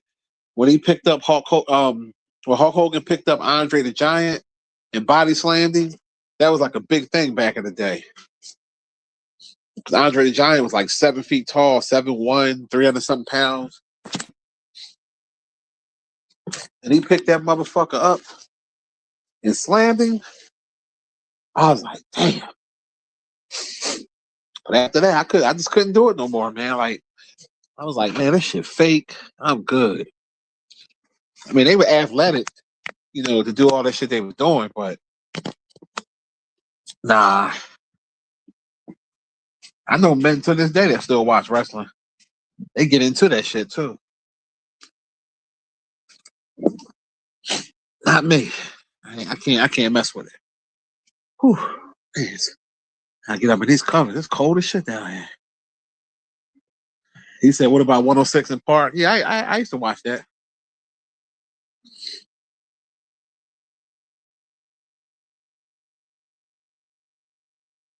Yeah, people be following the story, all that shit, man. But like I said, man, the '80s. Matter of fact, I gotta look. If I'm not mistaken, that shit might be worth some money. I got one of them wrestling action figures. I got to see how good the condition is. Cause that bitch might be worth some paper. It's old as hell. It's from the '80s. Cause I got a box of a whole bunch of old shit. I got a He-Man. Y'all remember He-Man? Shit, I'm taking it back. Yeah, well, start looking online. I might have to try to auction that shit off or something.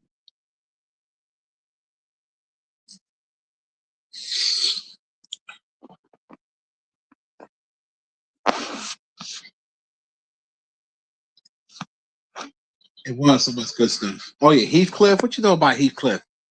That's my shit. I was trying to put my grandson. I was trying to get my grandson to watch Heathcliff.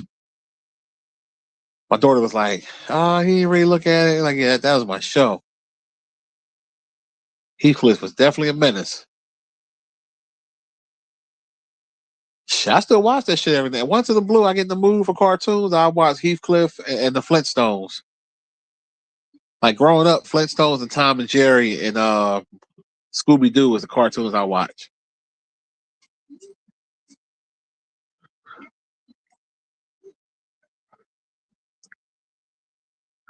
But yeah, I used to get down with Heathcliff. I watched Dennis the Menace here and there, but Heathcliff and what you call was my shot, and the Smurfs. I used to watch the Smurfs too. And when I started getting older, I used to wonder why I was only one female. Like I thought that was weird. I wonder if they was pulling the train on her and shit. You think Papa Smurf was hitting the John? I forgot her name. That gotta be tough. One woman and all the men and shit.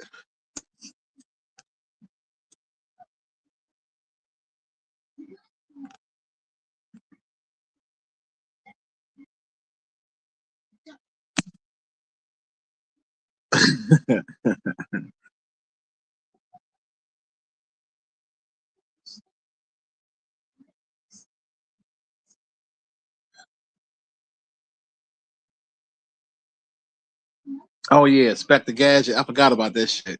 Doom ba doom ba doom. Inspector Gadget. Dude, that was my shit. The Jetsons. I used to watch that too.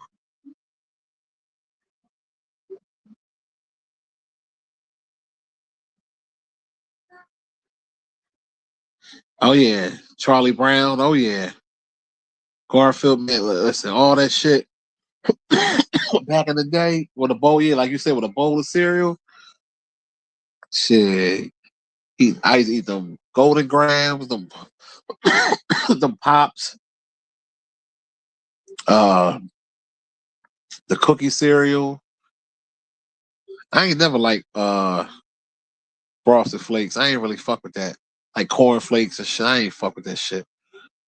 What's the other one with all the marshmallows in it? Lucky Charms.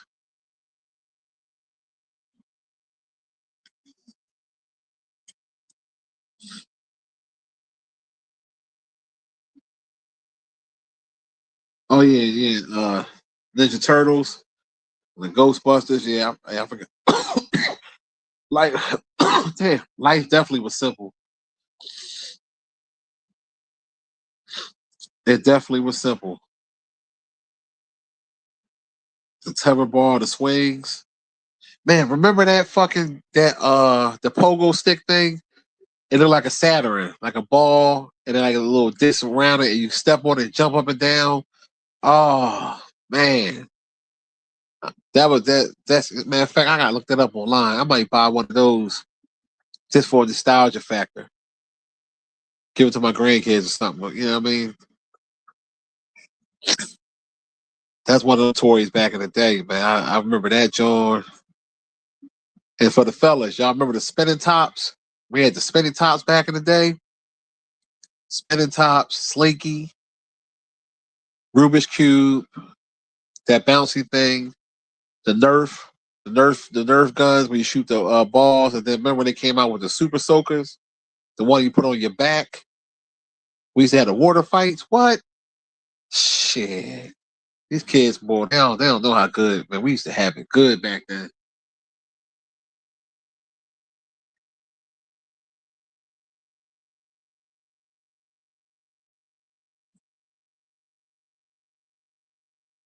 Oh, the pogo ball. Oh, yo, oh, that's the one you just. Oh, yeah, I didn't even see that. Yeah, the poke. That was the shit. Oh, I'm gonna order me one. Fuck that.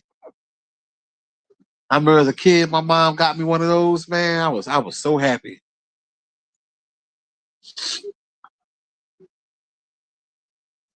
Yeah, Cookie Crisp. Oh yeah, hell yeah. That Cookie Crisp was good.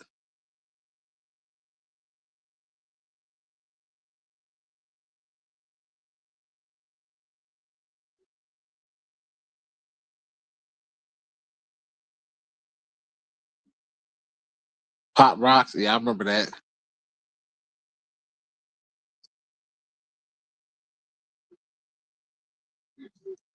Oh yeah, playing hide and go seek, go get it. Oh yeah. Yeah, oh yeah, that was the shit. That was the shit. It was called in Philly. We called it Catch a Girl, Get a Girl. That's what we called it. Yo, we were some wild kids. Catch a girl, get a girl. What kind of shit is? Oh, oh man. Yeah, I remember Manhunt.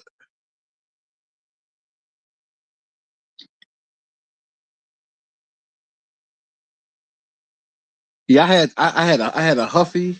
I had a Huffy bike, and I had a the what's that joint? Like I think it's called a mountain climber or some shit like that.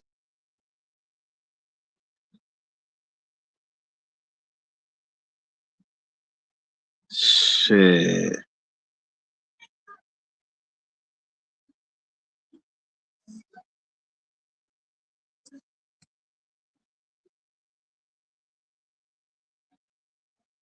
Yeah, I know.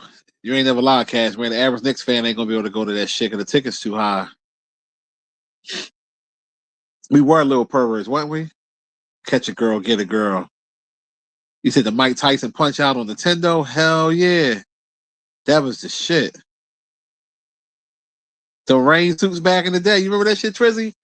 I had a Columbia rain suit, man. What? You couldn't tell me shit. Easter time, niggas used to rock that shit for style.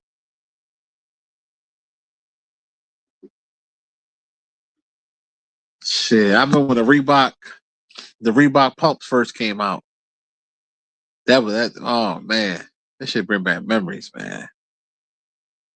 Starter jackets, yeah, they always was tough. They shit, it's still tough now to this day. Starter jackets. I got a pair of Reebok pumps under my bed. Yeah, used jeans. The fucking the jeans with the suede on the front, different colors. Reeboks, I mean the Nikes with the straps hanging down. Shit, man.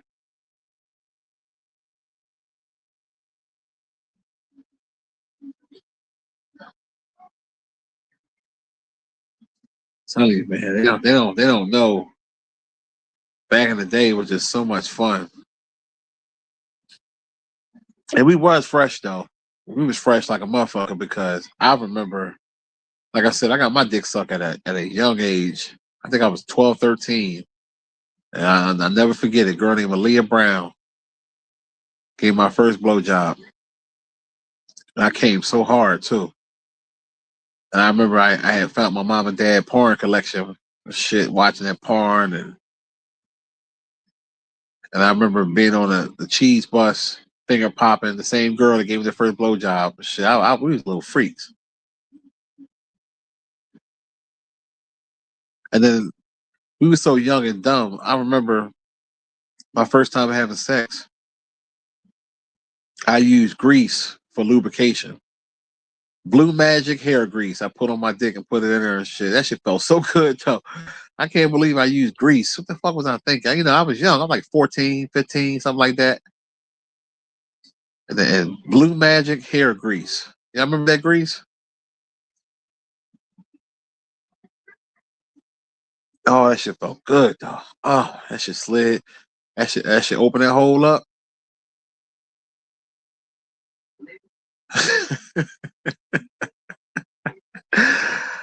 Oh man.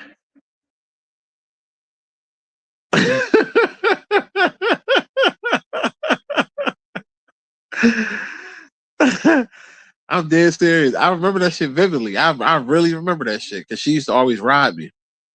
I put the grease on my dick and she would sit on it. And that shit felt so fucking good.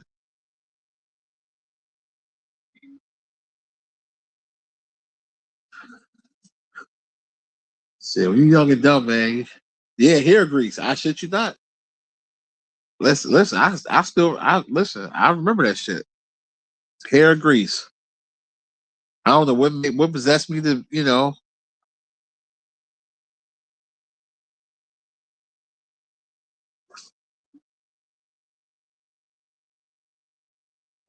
shit, hunching in the closet. Oh yeah. Listen, I used to wear. Yeah, I remember Jalen Rose, NBA player when he played for Michigan. I had his jersey.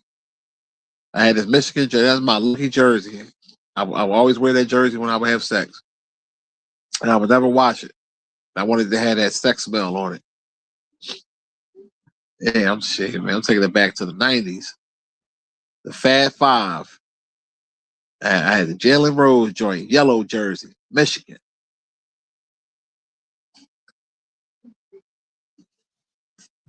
Blue Magic. I can't believe I did that. Blue Magic hair grease. What the fuck?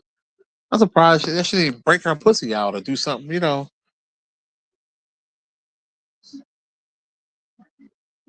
Shit.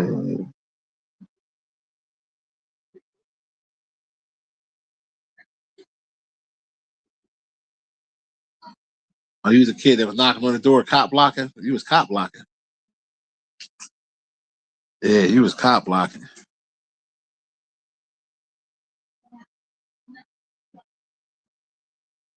Yeah, I heard Donald Trump was gonna be at the game. Yeah, I heard about that. And they're gonna lose too. San Antonio gonna win. Watch. She probably do. She probably do got vaginal problems. I wouldn't be surprised. That's actually my daughter's mom, my oldest daughter's mom. When I had my daughter when I was young. I don't know. I asked her husband and shit. It's like no, but yeah, blue magic.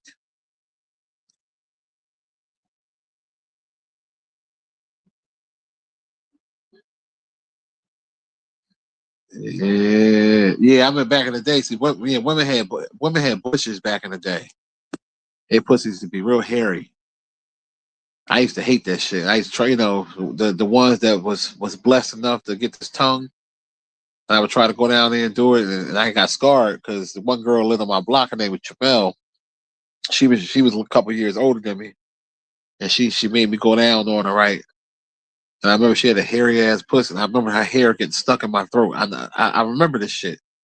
I was like, ah, ah. That shit kind of scarred me.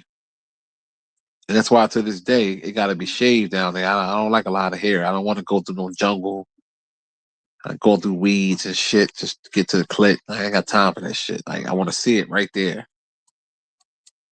That motherfucker, all that damn fucking hair and shit, looking like a damn '70s movie and shit. Superfly, some shit. Like, nah, bitch, cut that shit down. Yeah, for real.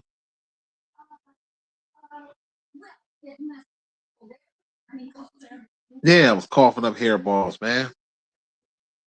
Oh yeah, Sega Genesis. I still got a Sega Genesis. I got one upstairs.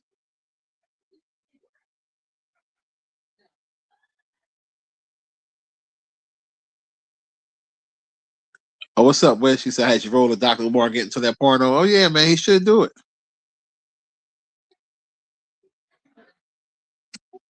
She said, "I'm screaming." Yeah, he must be new over here. Shit, shit. I talk like this all the time. He must be new. But yeah, yeah, yeah, man, that shit. I hated that shit. I was like, what the hell? Had them kookaburras down there. They be peasy. Then the shit had none to be peasy. Like, what the hell? What kind of shit is that? Like, if you're gonna have a lot of hair down there, at least do something. Don't they got coochie like pubic hair like conditioner or something you can put down there if you insist on having hair? They gotta have something.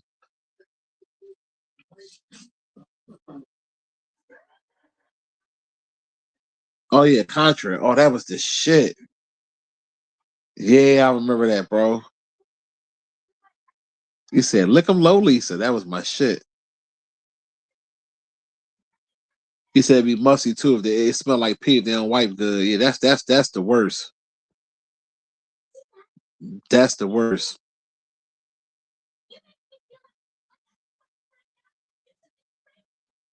So you got a fresh mouth, Monty.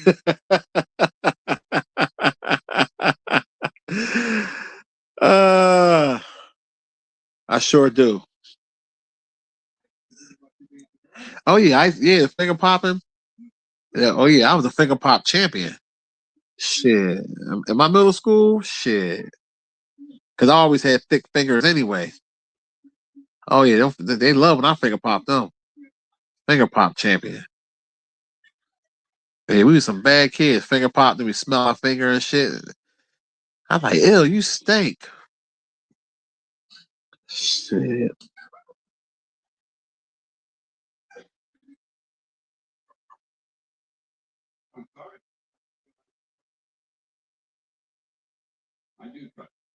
Oh, the airbrush t-shirts. Oh yeah. Yeah, yeah, definitely did that. Definitely did that. That's back in the day when the hugs used to be good, little quarter waters. Shit. Them hugs used to be banging. Now I don't know what they did to them now. And I feel for the kids now that got, try to drink hugs. But when we was coming up, shit, I remember going to the corner store at 87, getting the hug. Them Jones is banging. A little cherry, grape. Shit.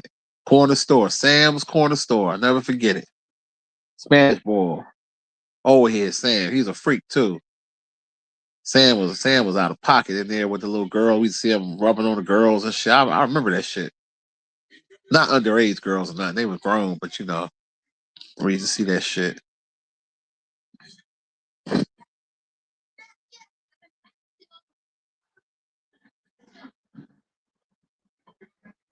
Oh yeah, the car canal. Yeah, I never really rock with that, like, to be honest.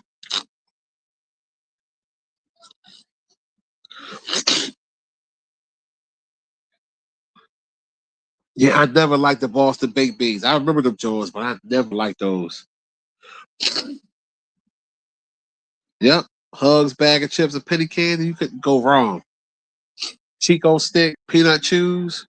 What? I know, stopped up, man. Fucking, man, I hate having the cold. Yeah, that fucking the peanut chews. Oh my god. My favorite candy of all time is a fucking Snickers bar. That shit right there is crack. I don't care. Nobody saying Snickers bar is crack. That's crack.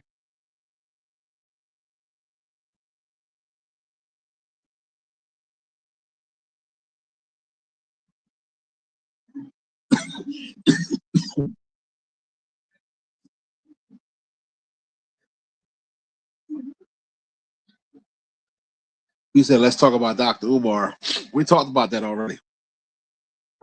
You gotta rewind the show. The first whole hour or some change was about Dr. Umar.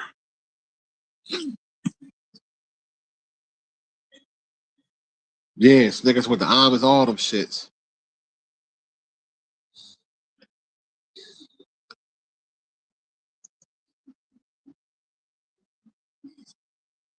The yeah, like I said, yeah, Snickers and a Reese cup in the refrigerator. You gotta put the Reese cup in the refrigerator. Man,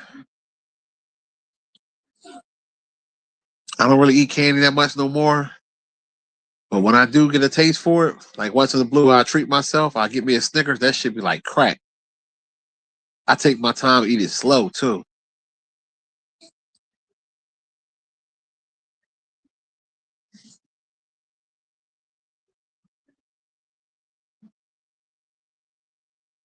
Tony said you wanted to bang Kelly Bunny, huh? Oh, the Hostess pies. I remember those. I remember those.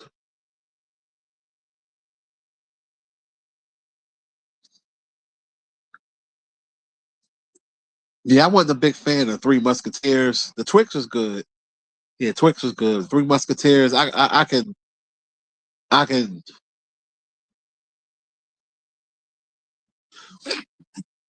Hold on 1 second.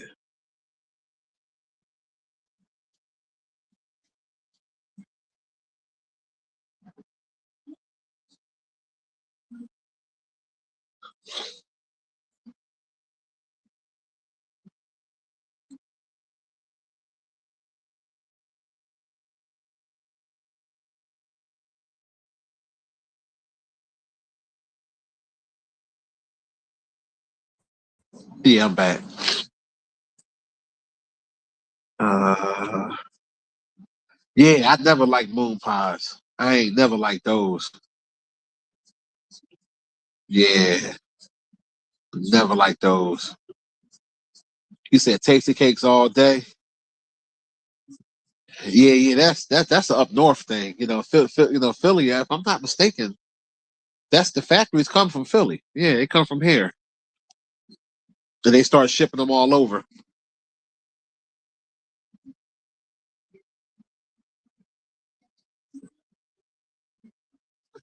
Yeah, yeah. Shout out Tasty Cakes. You know, what's another joint I could eat once in the blue? It wasn't too bad, and what would make me eat it when I used to watch What's Happening? Fucking Twinkies. When rerun and D would talk about Twinkies and shit. I would eat the Twinkies back in the day, but and they still sell them too. Yeah, they still sell them joints.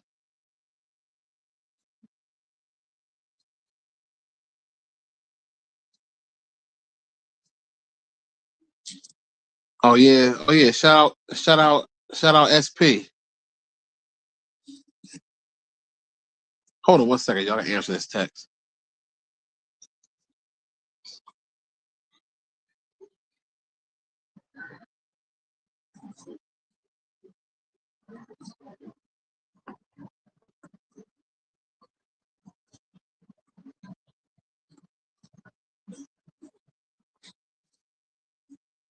Yeah, I'm back.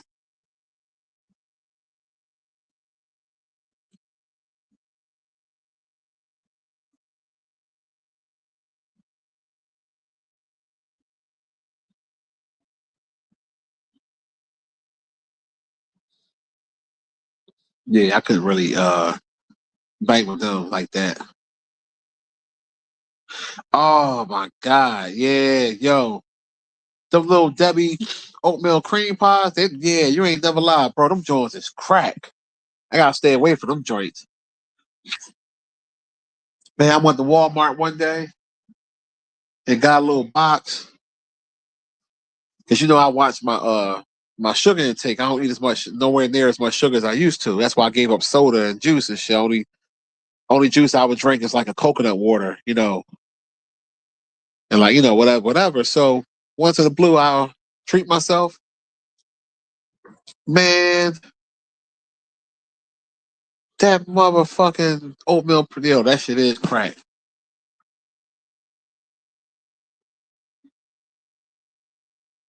Hold on one second.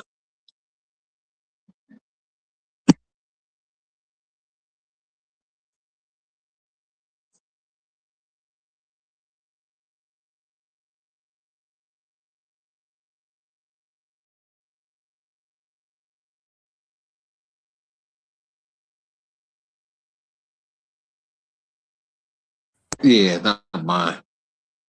Sorry about that. Somebody was texting me.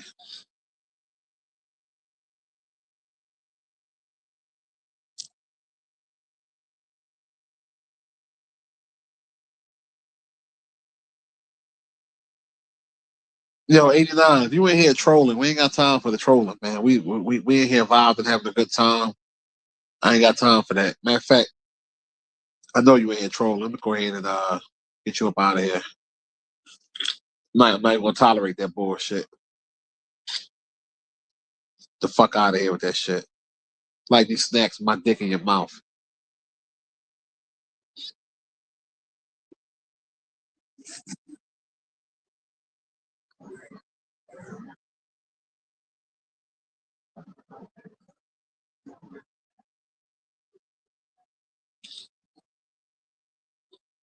You said remember when gas was $1.89 a gallon? I sure do.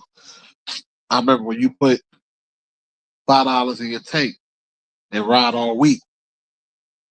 Those were the good old days. Gas was cheap.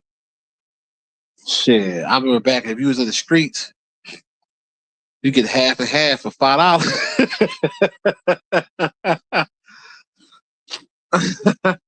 Shit.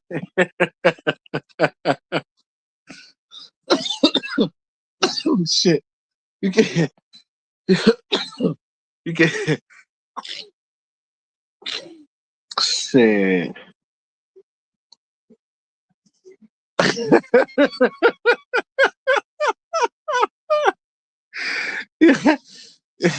my my my niggas my niggas that was in the streets, you know what I'm talking about. Shit, I grew up down North Philly in Hunting Park, nigga. Shit, Erie Ave. Shit, you can have it your way. $5. Half and half, god damn it. Have it your way. Those were the good old days.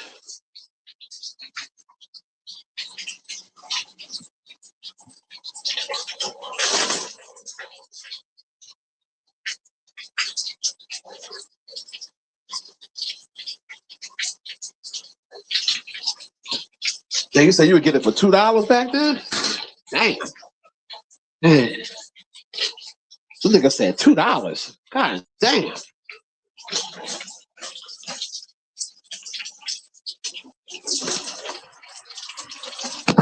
Shit. This motherfucker said $2.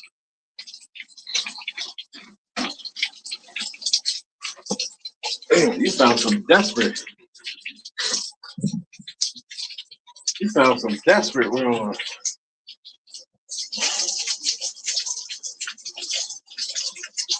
You said the most you spent on something was $360?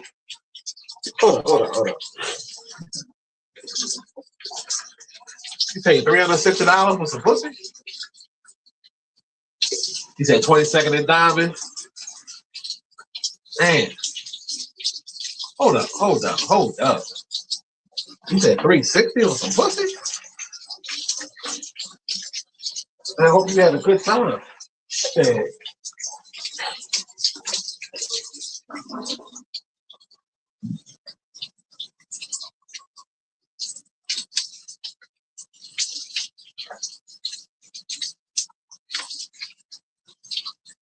Yeah, the Orange Street line. Yeah, I remember all them days. C-Bus. Shit. See, where I lived at, I used to catch the R. The R back in the day get me where I had to go. 47.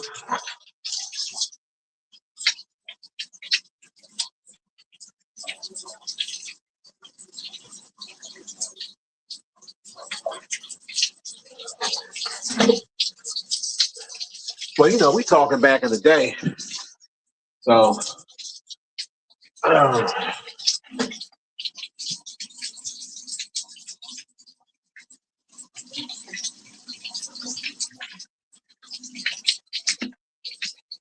they got diseases everywhere, so you can't just say it's a Philly thing. You know what I'm saying? Like, that shit's everywhere. You know what I mean? You just got to protect yourself.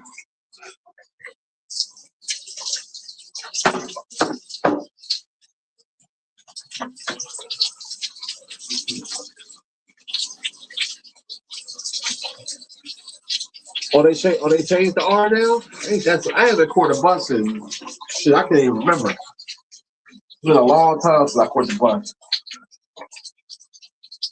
The last time I caught public transportation,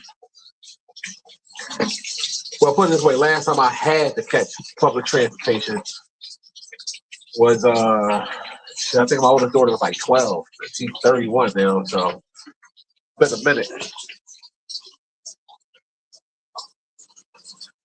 Wilcox said how much is half and half now? I don't know. I'm gonna find out for you because you definitely got a bunch of nuts. Being 31 and being a virgin, yeah, I'm gonna hook you up.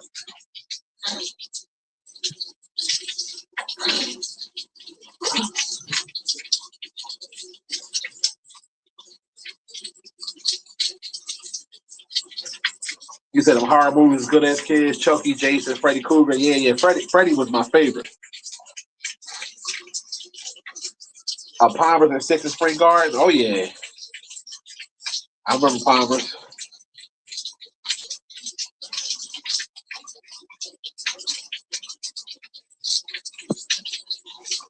She said you heard you get that shit in the hug, you get it in the body too. You tripping.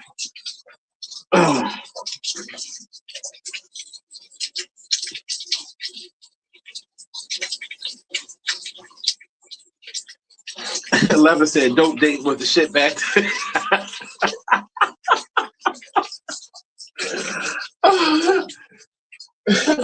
Hey, bro, you gotta understand something. And what some of these women that's listening, they're not going to understand that type of talk from back in the 90s and shit. They're not going to understand that. I understand where you're coming from, but they're not going to. They don't get it. Yeah, that's back then. You know, dudes you grew up with, their moms was on that Ready Rock. That's what we called it in Philly, Ready Rock. So you took advantage of the situation. I'm so happy I never did drugs. I got addicted to none of that shit. I thank God all the time about that. That drug addiction is no joke. Sorry about the noise, y'all. I'll be done in a little bit. I had to turn the steam joint on, man, because trying to open up my what you call it, man. Nose is stopped up. This heat is helping.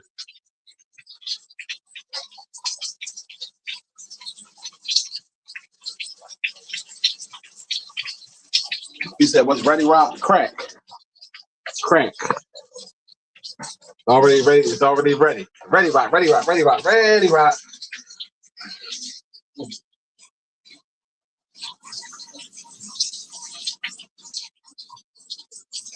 Man, I don't like that word. You say snort some water. I don't know about that. I ain't never snorted nothing in my life. I'm in this steam shower right now. And this shit working. That's why I felt it. If you got a man cave, make sure you got a full bathroom down there, bitch. You ain't gotta go upstairs or nothing. The best investment I ever did. Put a steam shower down here. Oh, this shit go good too. Ooh-wee. Yeah, we call that shit Ready Rock. Back in the day, you know, it was crazy because I told that story when, you know, homie, a young boy I grew up with, you know, his mom was on that Ready Rock. And she was one of the finest ones in the neighborhood. And the fact that niggas could get it for $5 was crazy.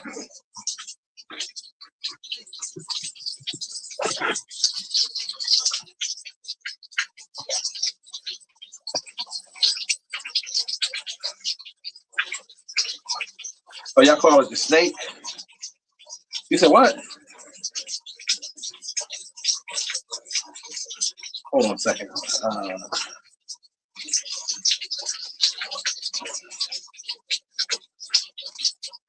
Yeah, I guess everybody called it something different where they from. You know, but yeah, we called it Ready Rock.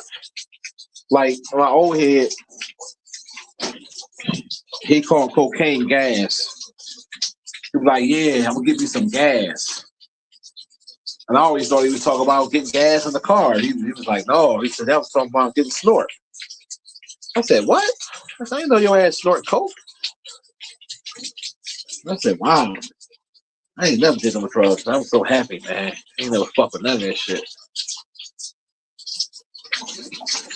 And then motherfuckers be cracking me up, and they try to make it sound better. Oh, I don't do Ready Rock. I snort. Like nigga, it's all damn near the same. No, it ain't. Because you got to cook it down to make it hard, and it's pure. And nigga, you're a drug addict. Like don't try to justify that shit to me. I ain't judging you, but don't try to make it seem like it's so much different. It's all in the same family.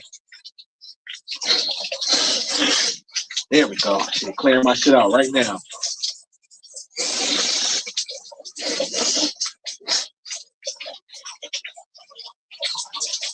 Oh, it's just nice and hot too. Real talk is all dope.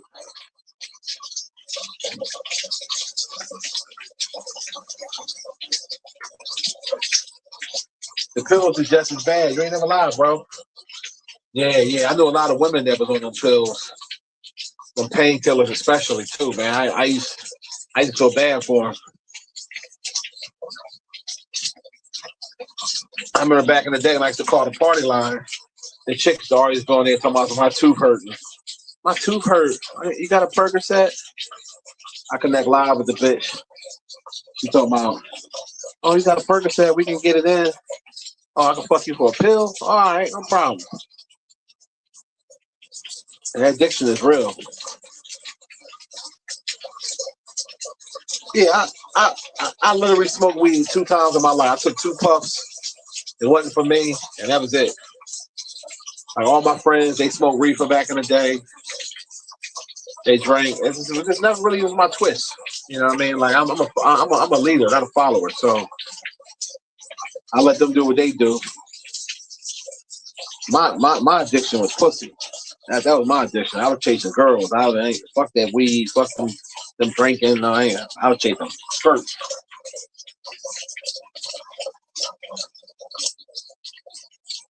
Yeah, I had an associate of mine. He passed away a couple months ago. I just found out he passed away. White boy I knew. He was addicted to them pills. Rest in peace to him, man. He was only 63. And he's a cool white boy, man. School teacher in Philly. I mean, he's a good dude, man. I don't know if he died from the pills. I think he had some other little problems, something to do with his breathing or asthma. But I think them pills, you take them for so long, they can mess with your breathing. But yeah, rest in peace to Dan, man. He was already white boy. Whenever I needed him back in the day, shit. I ain't gonna say too much. Y'all can read between the lines. That motherfucker was profitable. I tell you that.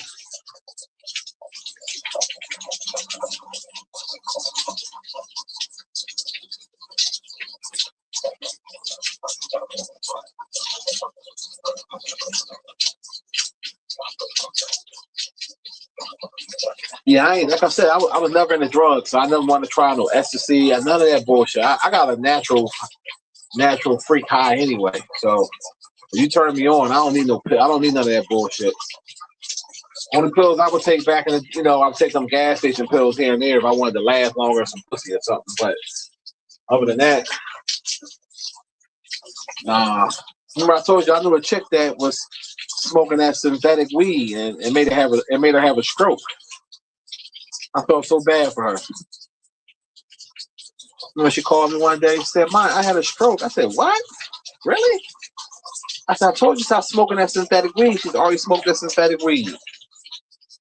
And it's like half of her body, like it was kind of like, weak and droopy a little bit. And I hope she's doing all right.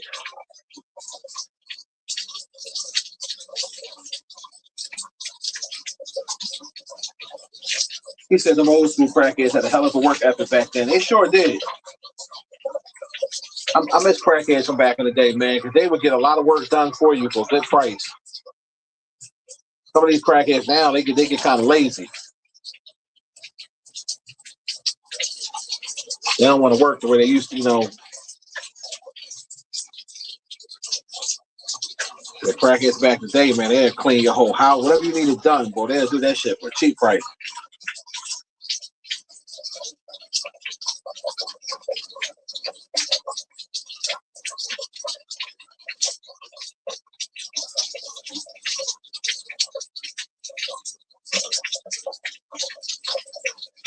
Info said energy in Philly ain't the same. It's not. It's not, bro. It's not. That's why I just do my thing, man. Do my family thing. Go out, family. I do mostly family shit. Like my cousin, he having a cabaret coming up. My older cousin, I'm gonna go to that, chill. I stay out the way, man.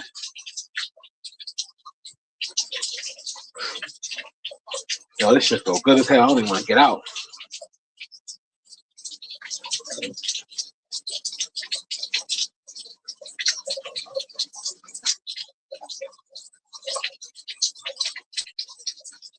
Yeah, somebody, my old head said they calling that too, white lady. What's up, Raven? What's the deal, bro? Yeah, man, listen, you see the crackheads will pump your gas and wash your windshield with $2. Yeah, yo, I remember that shit, man. I remember back in the 90s, late 90s. I want to say like 99. Me and my homie was riding down Susquehanna, down in the hood, and this shorty, I guess she was a crackhead, but we didn't know because, we knew eventually, but she was super thick.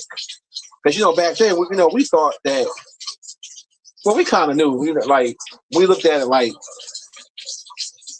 we used to call them big butt smokers.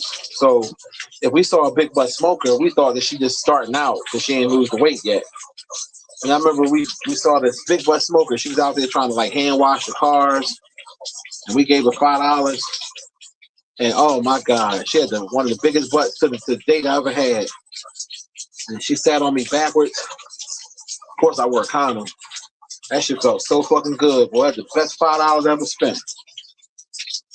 And I said, damn, that's crazy. When I look back on it, I said, damn, that's crazy what drugs do to people, man. degrade themselves because your body shouldn't have a dollar amount.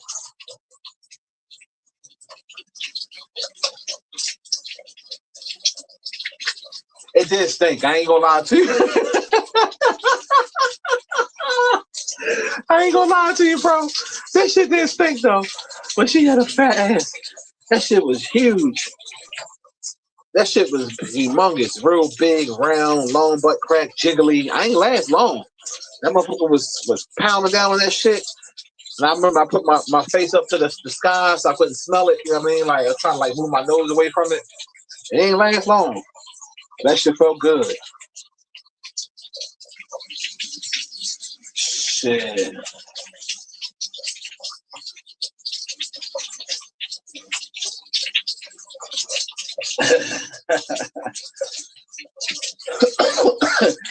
For real.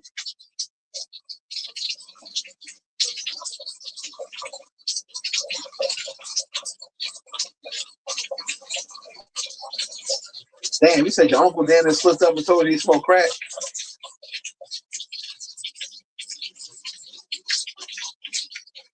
No, she had my car stinking. I never forget that shit. Cause I think I said something to her. I was like, damn, you know, but what the fuck I expect? You out there washing cars all day. It was what it was, but she had a badonkadonk though. I remember that shit. That shit was huge. Nice looking woman too. She was older, you know. When we was young, she was older than us, way older. But she was, if she would have cleaned herself up, got all, you know, she was bad. Wasn't bad looking at all. I remember that shit. We parked in this little side block.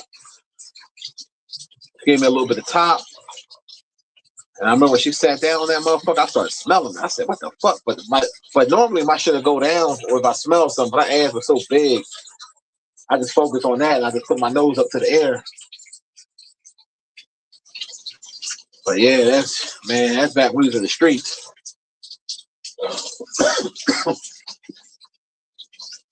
No, she wasn't Shirley. She was I'm trying to picture who she shaped like. But put it to you this way. Add the points or add Cherokee ass plus Beauty du Jour ass all in one. Same shape, but real big and jiggle. Like, it was humongous. Like, and she had a small waist. She was thick, but she wasn't fat at all. It was all ass. Like, it was huge. Her one butt cheek, put it this way, her one butt cheek was the size of Cherokee whole ass. I remember that shit. She had one of them butts that swallow up your dick. She do David Copperfield. She make your dick disappear. And she only went up down on that motherfucker maybe about 20 times. 25 tops. I was done.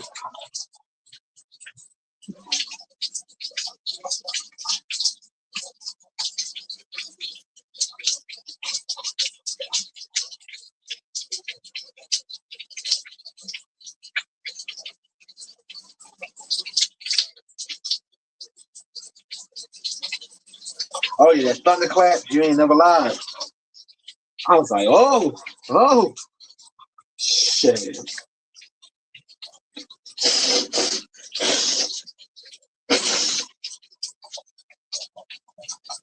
Thunderclap wasn't the word.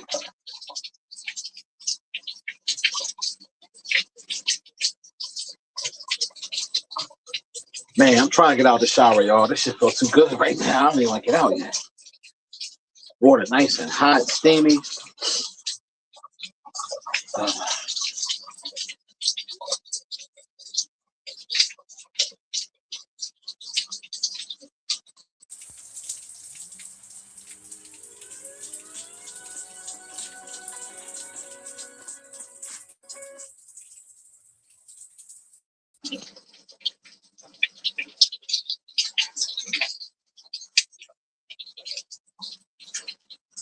Yeah, that happened to me, River. You say you was hitting the chicks at pizza. I told you that story, man. I was so mad. Shorty I used to deal with, and she thought it wasn't no big deal. I thought it was a big deal because how you going To my regulars, y'all probably remember this story. Long story short, we was doing a 69. And I kept, I'm doing it and I felt something on my tongue. I'm like, what the fuck is this? I look at my tongue, it's like a little piece of tissue, but like balled up and shit. So she must have used the bathroom right before we got it in and wiped herself, with the pee. And knowing damn well you're supposed to use a rag or something. I was so mad, man. I was like, you stinking bitch. Well, it's an accident. No, you should know better. Like, if I know I'm about to get busy and you're going to lick these nuts, I'm not going to wipe my shit with no talk. You know what I'm saying? I'm going to make sure I use a rag. I don't want you to have no unpleasant experience at all. That made me so mad. I ain't never go down on her again after that. Never again.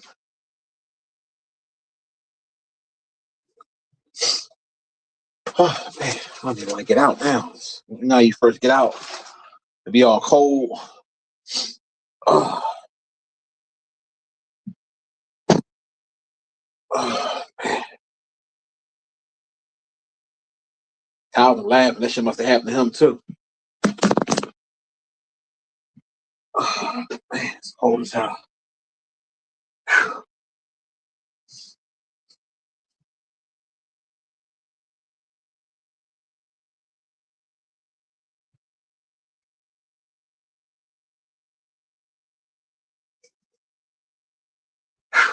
Oh, God.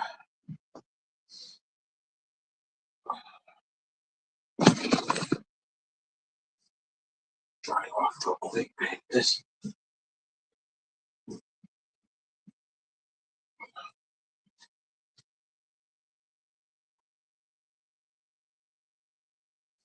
He said, "Yup, yeah." That's messed up.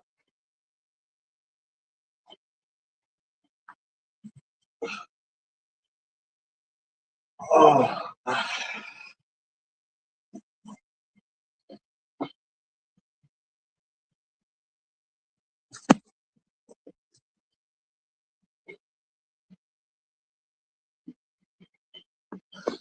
No, I ain't gonna say. I ain't gonna say she wasn't clean. I think what she did, she made a mistake and used the bathroom. She didn't go number two, it was a pee, John, and then she wiped herself, and then it must have still been something in there, and it hit the tissue and balled up and got inside her. You know what? So hold on one second, y'all. Be right back.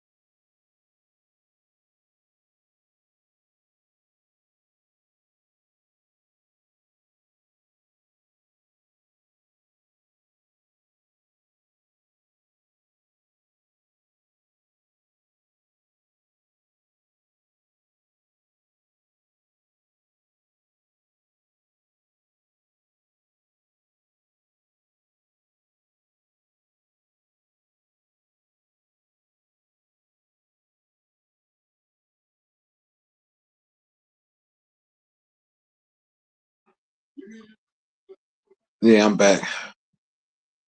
Ah, man.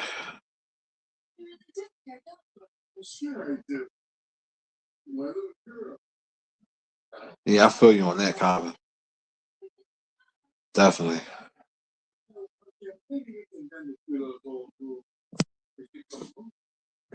Yeah, I'm sitting here watching Married with Children. Whew, that was a good damn shower. That was on point.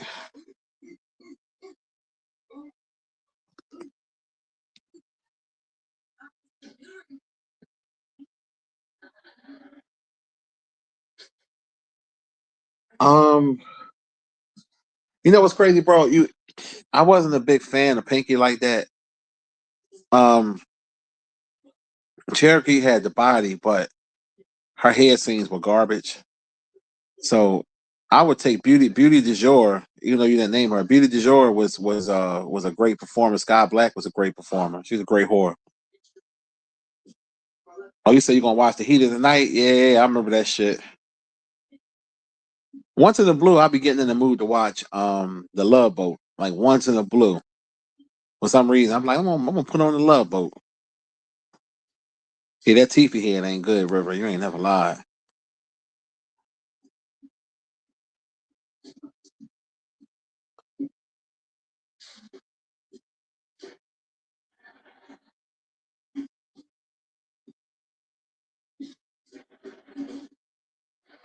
Yeah, that's why, bro.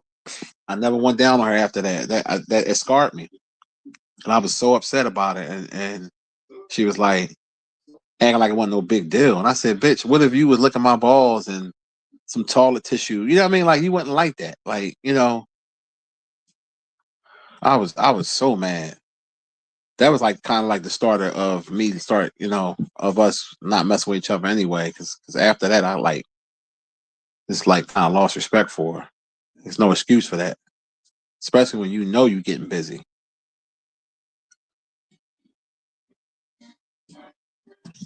And I'm blessing you with the hurricane tongue, and this is how you repay me? No, no, no, no, no. Fuck that.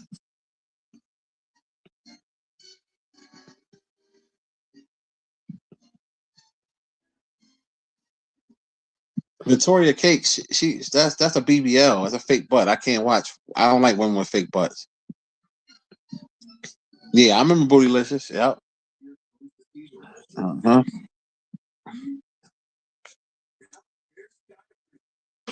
Lene, this your first time on this channel? I don't think I've seen your name before, or have you always watched In the Bushes? Some people watch In the Bushes, they'll never comment.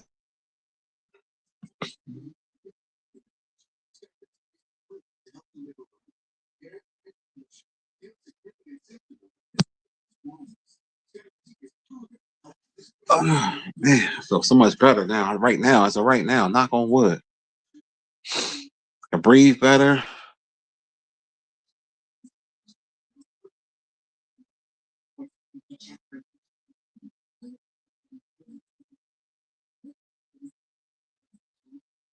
Oh, you been in the bushes? Oh, okay.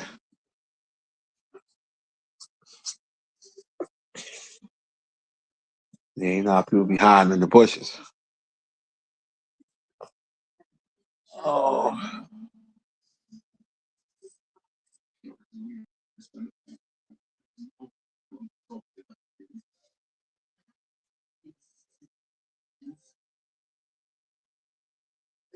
you said you heard about me when you came out, though.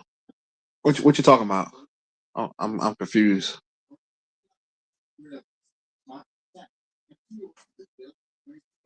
Oh, everybody was trying to link me. Oh, when I outed Umar. Oh yeah, you talking about the old channel then? Yeah, when I outed Umar, that was on my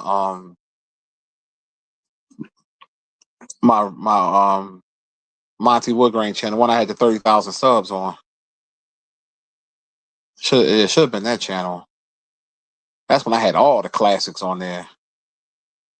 Okay, yeah. So you must have been a part of the Umar crowd.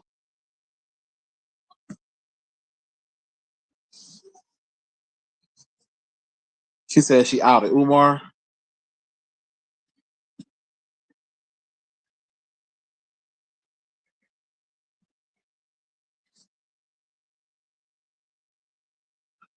Oh, so you do content?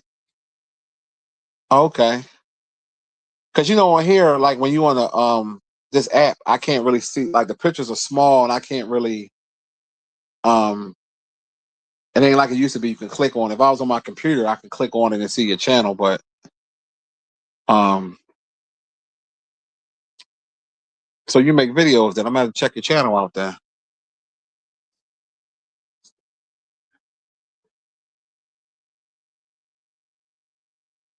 And you out of Umar? What happened? Enlighten me. What happened? Yeah, cause I don't know. Could I stop watching the I guess the quote unquote Umar sector? Because when I first was exposed to Umar back then, that's when Leonard Honor jumped on my dick, and then you had Spengali and all of them. But I ain't really want to fuck with they click like that. I'm a one man wrecking crew.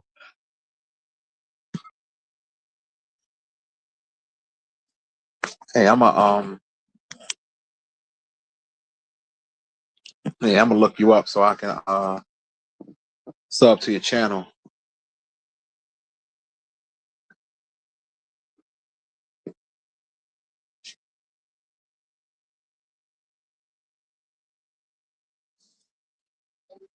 Nigga, a lot of people can't find me no more because I changed the name. You know, I put the Monty unapologetic content.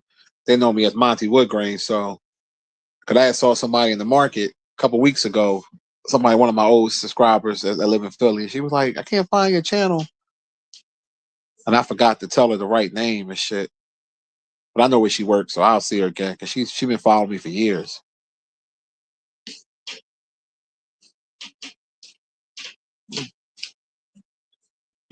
Kingpin, what's the deal, bro?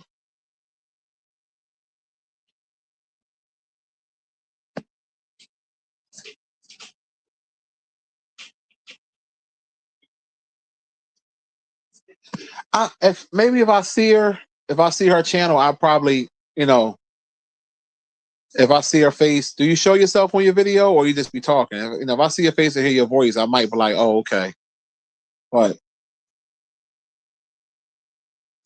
you saw her story went viral. What was the holdup?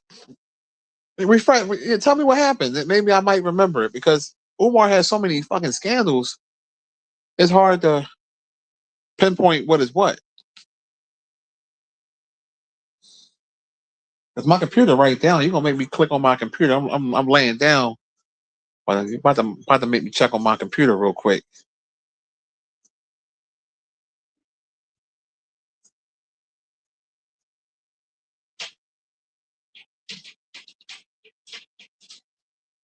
Oh, I know who you are. The one he said gummy bear and shango stick. Hold on. Hold on. Hold up. Hold up. Hold up. Hold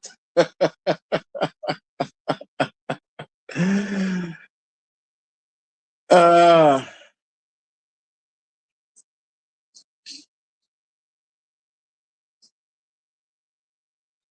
okay, okay. Yeah, I know who you are now. Okay. Okay. I thought it was somebody from a while back or something. Okay. So hold yeah. Uh oh.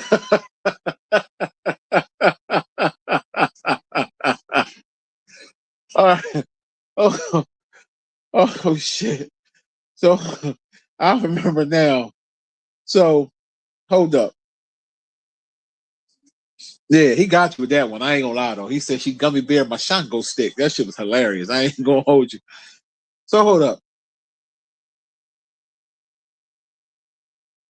Um, yeah, so yeah, you were supposed to take care of his mom, right? And then something happened and he was saying you was trying to be with him or some shit like that. And yeah, he did say your pussy smelled like a fishy aquarium or something like that.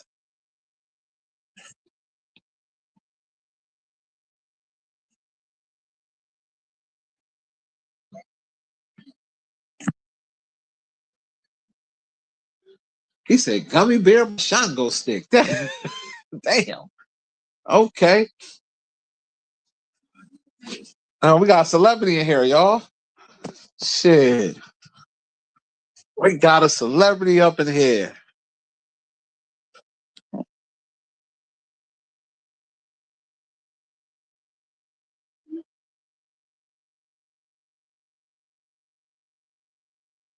Yeah, all this time you were here, right? I did not know. Like I said, I ain't know.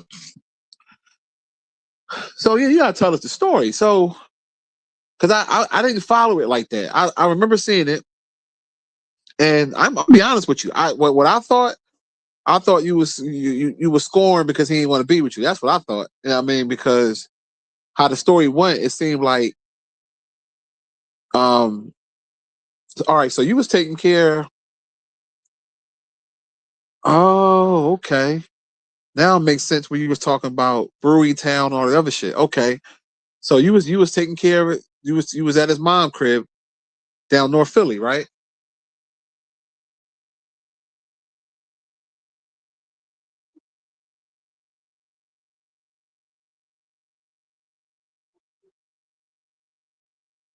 Yeah, you were dating someone else when it came out. I remember that.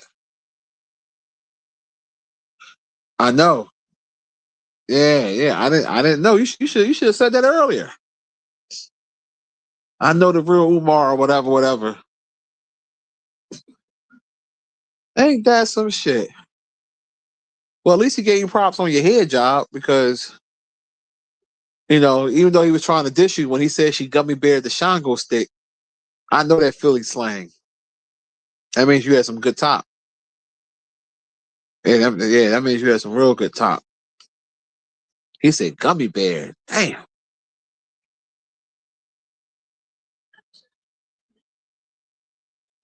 No, I don't. No. I just thought you somebody just popped up in the live. Because sometimes when I do Umar content, I don't do it as much as I used to. Or sometimes when I do Umar content, new people will just pop up randomly. Or it'd be people that I haven't seen in a while and shit like that. But damn, ain't that something? Well, I guess you will be qualified. Well, how long did you spend with Umar? Or it was just only that couple days?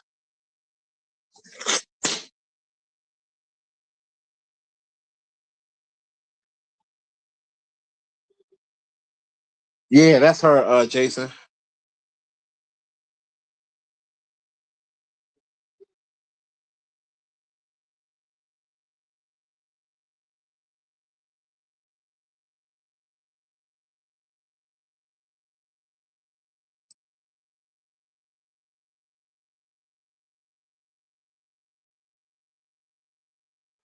Oh, 2 years. Oh, okay. A long distance joint.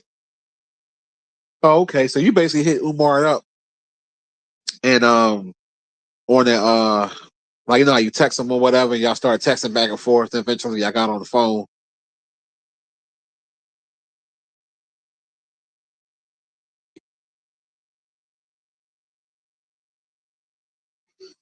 Y'all more friends that went bad. I mean, look, shit happens sometimes. It be like that. Yeah, sometimes it happens like that. Yeah, I remember your video when you were saying that you wasn't really attracted to him, but I ain't gonna lie, I thought that was cap though, because I was like, well, if you wasn't attracted to him, why y'all hook up? You know what I'm saying? Like, because I know for me, it, I got to be attracted to you somewhat for me to have sex with you. Like, got to be something about you. Like, if you got ugly face, you got a big butt. It got to be something that make me want to do it. And then I remember it was either you or him say y'all was supposed to. He was supposed to go to an event the next day or something. He wanted you to leave. You didn't want to leave, and he put you out the hotel. Well, I think you said it. He put you out the hotel and something like that. It was a little while ago. I forgot. You said I did a skit on it. I probably did.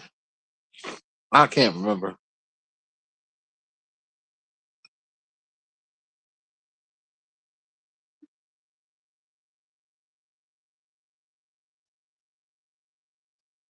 So let me ask you a question, right?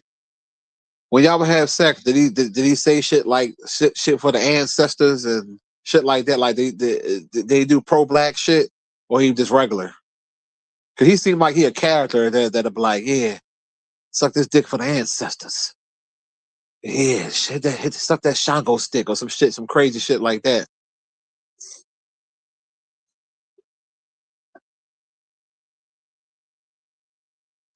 I think I did. I gotta see. Shit, man. I do shit on everything. Cause I've been had a bunch of channels. My channel, I ain't had this channel when I opened up this channel. What's it been 6 months now? Something like it ain't been that long.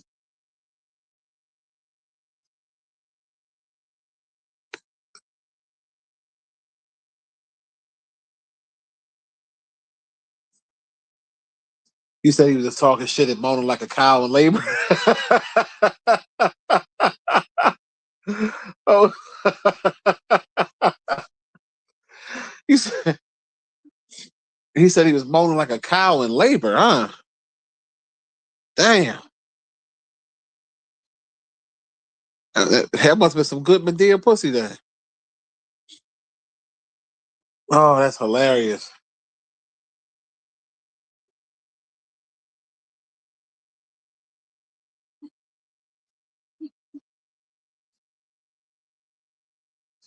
You say you didn't know he was crazy?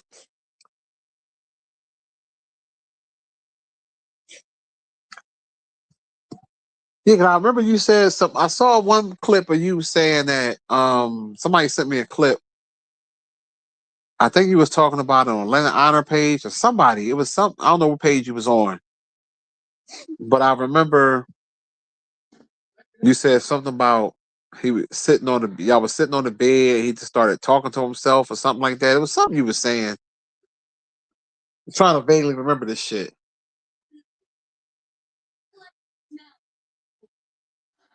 She said she did a tour.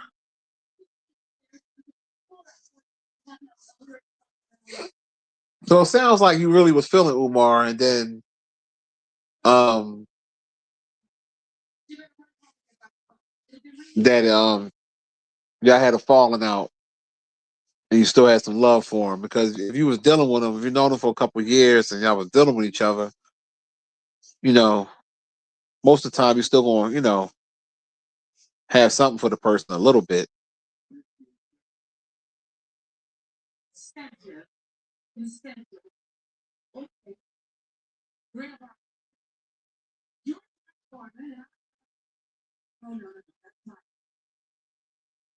So he said your coochie was stinking. Was any truth to that,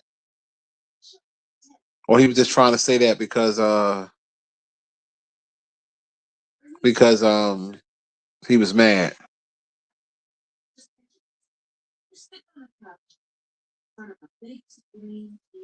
And then when he said gummy bear, like you got missing teeth, or you just real good with the mouth to make. Because some women can make it feel like they don't have no teeth, but they have teeth.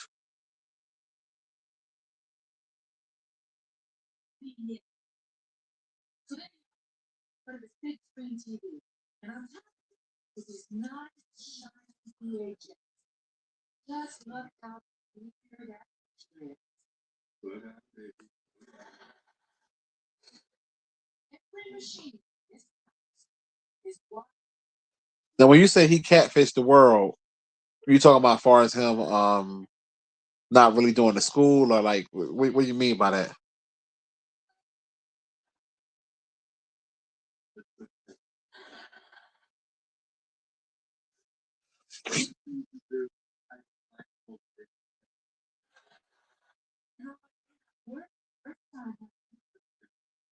So did Umar come in your mouth? Did he shoot that pro black nut in your mouth or you didn't catch it?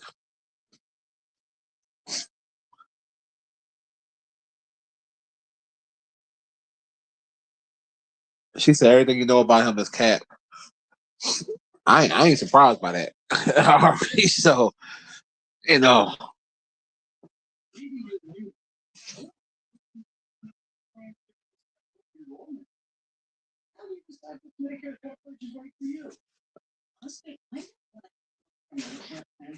You said we was open. Oh, see that? Oh,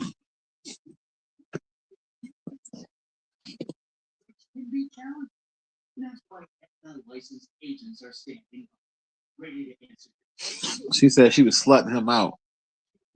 Damn. Well, hey, at least you being honest about it.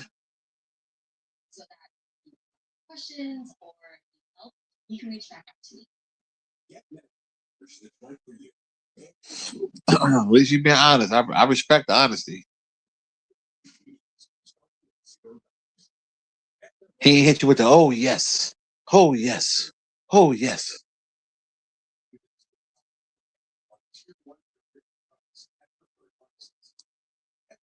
You would sleep with him exclusively.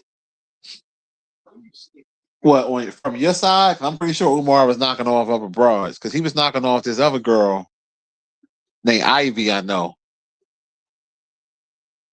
she used to be on my channel. She used to be. I know her personally,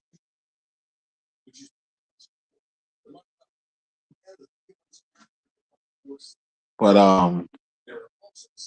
it depends on what year you talk about.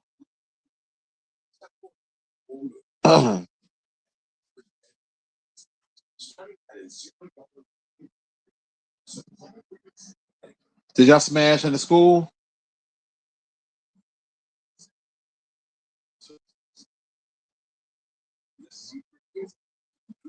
Oh yeah, men ain't gonna tell you that.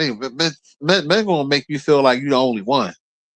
But that's the cap up. Tony said, "Did y'all smash inside the school? Did you ever go to the school? Did he ever take you to the school?"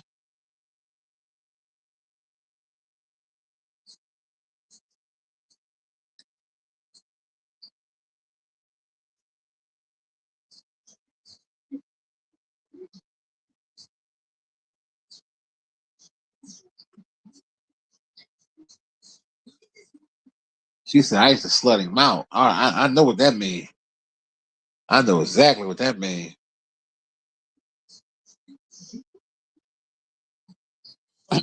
She might have tossed Umar Johnson solid.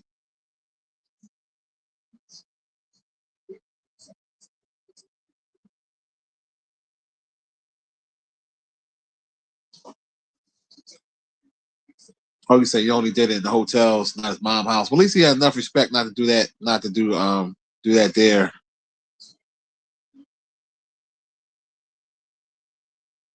Oh, he was sleeping with another chick in the house. Oh, okay. Did y'all use protection, or he was hitting it Frederick Douglass Raw style?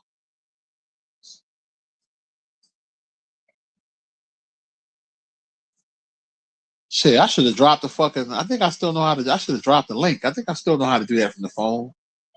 If I'd have known that shit, you should have led with that earlier. If I'd have known that, we could have really had some fun with this shit earlier.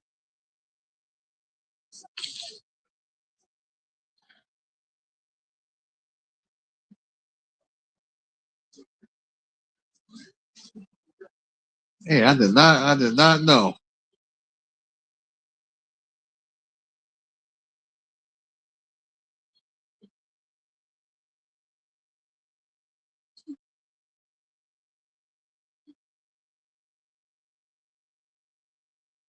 Oh, he was taking it off on the low low. So y'all started off with the condom, and then he would go raw. Well, I ain't gonna fault him for that because if that's somebody y'all been dealing with each other for a little while, you know what I mean. Sometimes that happens. But hold up, you said he wanted you to. Hold up. Oh, duh. Now you got to clarify that. Umar wanted you to toss a salad, or he wanted you to do something else. Because there's two levels. There's two different levels to that shit. Meech, what's the deal, bro?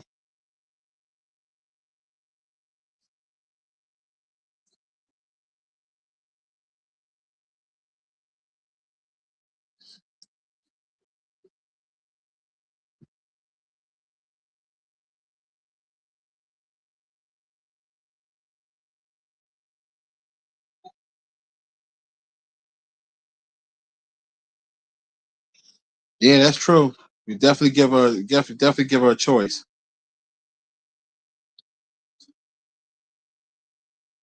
I'm trying to see something.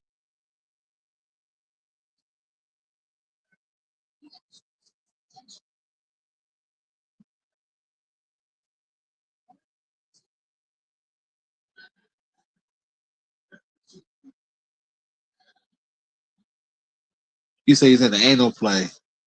Oh wow.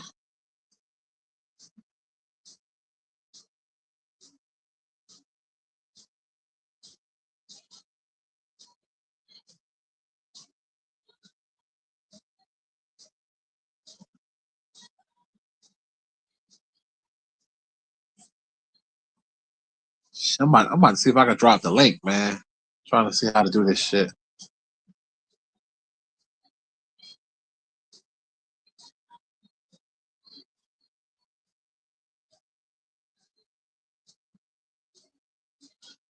Tony said, remember he said Omar supposedly had herpes. The Philly Pride stuff is out of pocket. Yeah, I saw that shit, me. I saw that. So hold on, you trying to say Umar? So you saying Umar Johnson wanted you to put something inside? He wanted to be jammed in his butt. Man, that's that. I just dropped the link. I think I dropped the link. I don't know if I did it right. I'm so used to doing it from the computer. I wish I was on my computer.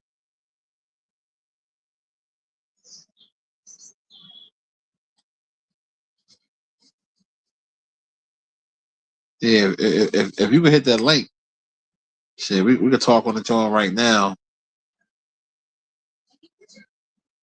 If it work, if it don't work, don't worry about it.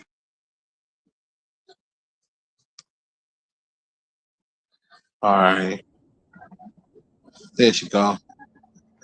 What's up? What's going on? Okay. Yeah. So what do you want to So hold up. This is too much. So you're telling me that Hold on. Umar Johnson wanted you to peg him? No, he likes thing. I wear nails and I wasn't about to mess with his booty or anything like that. He doesn't ask, he just moves your hand down there. And I just wasn't into that. That's not my thing. So you're trying to say that the Prince of Pan African is the E5 Tune Day You wanted you to really pick don't him? know nothing about this. No, I don't. Oh, How would I know? yeah, I How would I know know. anything sexual? I wouldn't know nothing like that. You know what I mean? Well, it's been out there. I mean, it's been out there, so I don't know. I'm always surprised what people didn't hear and what they did hear. Yeah, because I don't go looking for stuff like that. You know what I mean? I I wrote the more feel shit about you. the school. You know what I mean? Like stuff with the Yeah, school and stuff he do, but I honestly didn't know. Like I heard of you. Like I heard when he talked about you having a good head, but yeah. Everybody remember that. oh yeah, he said gummy bear. So you have missing teeth? No, no. I have all my. I got better teeth than him. Yeah, no, I don't have any missing teeth. No, I wasn't trying to be smart. I just asked No, that I because know. I he no. said I gummy don't know bear, and I where was like, damn. gummy comes from. I don't know what. I don't know what he's talking about with gummy. I've never heard that expression No, before. It's funny though. It's a Philly term we use. You know what I mean? But no, so it means two Gummy? things. It means well, it definitely mean the head was good, but it could mean the head was good with teeth, and sometimes women don't have teeth, and you say she gummy bear. So Well, knowing him, he's probably messed with some chicks that don't have teeth, and he just brought the expression over. oh, okay. I have all my teeth though; they're all real, they're mine. But So no, when I don't know what that was about. so when Umar said that your cootie cat stink, where did he get that from? My favorite rant. Yeah, the same way ends. What did that door say? Ends. Um, Ussy smells like fish. Whoever put that on the back door, he's just a Oh crash. yeah, I mean, he's a crash out. You gonna say that towards the end? Stop messing with me. Don't mess with me. If that's the case, I would never mess with nobody that smelled. That's crazy. Well, you got a point there. But it's designed to embarrass. If you understand who he is it was supposed to embarrass me, but it didn't because I'm a nut. I ain't got no damn sense either. I don't have no sense either. So he met the right one. So keep it a buck. Did you love? Was you in love with Umar? I've been trying to explain it, and it's just something some people can't conceptualize. When I went in under, I thought it was the truth. You know what I'm saying? I had a limited amount of knowledge. I didn't have the knowledge everyone else has, and then they just out here still infatuated with him. I I had a lot of stuff going on. I didn't know that much about him. I knew that he wasn't going to get next to my son when I met him, and then I don't know if it was ever love. I think that we had a really good respect for each other. Like I feel like I understood him, and I think he understood me. I think he put me closer because he knew in his heart of all hearts that it was. I don't want to be married. I've never wanted to be married. That's something that most people that know me know that about me.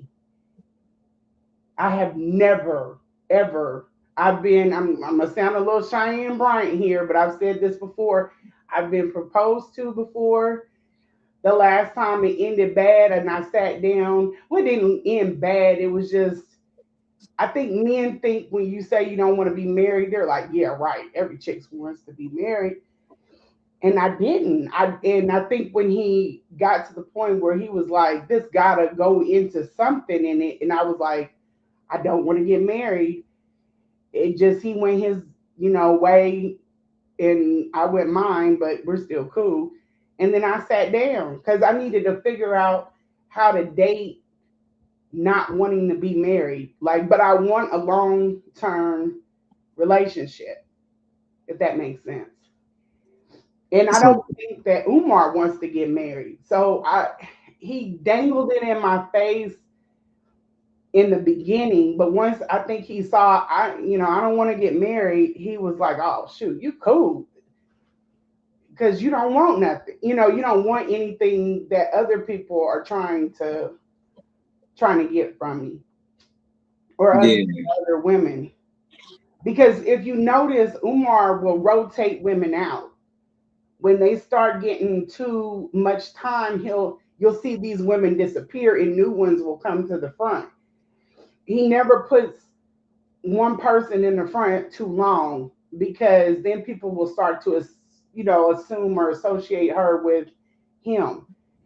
And I think just that's the way he is because he doesn't want to be married. There's another girl that brought her friend to him, and they was like, "What's up? We good. We ready to get married." And she been rocking with him longer years than I had. And he told her, he was like, "I appreciate it. You cool for this, but I don't want to be married." Umar doesn't want to be married. so when he was hooking up with you, did he ever like wear a dashiki when he would fuck you or a kufi or something? No, he not. He doesn't wear it. No, he not. He don't wear that stuff. Are you being funny? You being funny No, or I'm dead serious? serious. No, no, it wasn't no role play type shit. No, it was just what it was. Oh, so he would get butt ass naked with you and shit, titties flopping and all.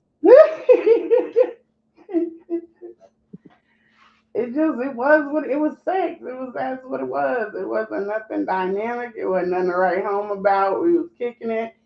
He was cool because he was out of town.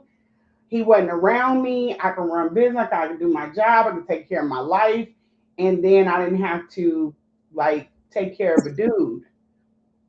And then when I want to release stress, I fly to Philly, link up. It was cool. It was a wonderful setup until the mirror shattered and it wasn't cool no more because I only saw him like in the room. So I never seen him in his environment. And when I came into the environment, I was like, God, this is fucked up. I had to figure out, but then by that time, I had a rapport with them, and you know how we are, Tauruses, we loyal. Yeah. So we like, I'm rocking with it. What you need done? But he didn't want anything. There's nothing you can do to help. It's like he is very comfortable in his hamster nest. So you alluding to you're talking about his house being junky. Just his life, yeah, his whole life is in shambles. And we're fixers. It's so dope to have another tourist because we're fixers. We don't do mess, we don't do stank, we don't do none of that stuff. And when I come in to perfect and to straighten it out. He didn't want that. He never wanted anything. He didn't want none of that. I'm a minimalist. So I was like, you could be a high earner and then just minimize this stuff on out. He didn't want to let go of the junk. I was like, oh, okay. But he told me to get me out there. He was like, I need your help. The house is all messed up. He told me that the agency that was taking care of his mom did the house like that. And when I got out there, I knew immediately because I'm a woman, I know how to keep house. I said, yeah, this ain't an agency. This is you, or this is just how you live. I didn't see the back, what everybody else saw when, he had the phone flip situation. I never saw any of that. Oh no. So you didn't know that he was a hoarder. I didn't know none of that. I didn't know any of it. I never knew about the college stripper. I didn't know about the chick. Who is the chick that came out that had a stroke and she said he made me go down Oh on yeah, I remember him that. Yeah, that was and then hilarious like when she talk said about that. how Yeah. do people keep this man up after all of this stuff? I wouldn't have never found him. So when I came out, I was like, this will never happen to another chick. I bet you we don't. And I went on my tour. But that So is so how long? All right. So when you was at the crib, so you would live there with his mom or no. I would fly out there. Let me tell you, he put me in a hotel room. And then he was like, first I was supposed to come from the airport straight to his house. But he was like, no, no, I need to clean up. I'm going to put you up for the night. And I was like, well, what time do your flight leave tomorrow? Because I need to see what you're doing so I can mimic it. He was like, oh, you'll be fine. You'll be fine. I was really like not okay with that. I said, okay. So I went to the hotel room and then he had me picked up. He was like, I'll be over there later on. So he came over later on. That went down. Left. He went back over to his house, I guess.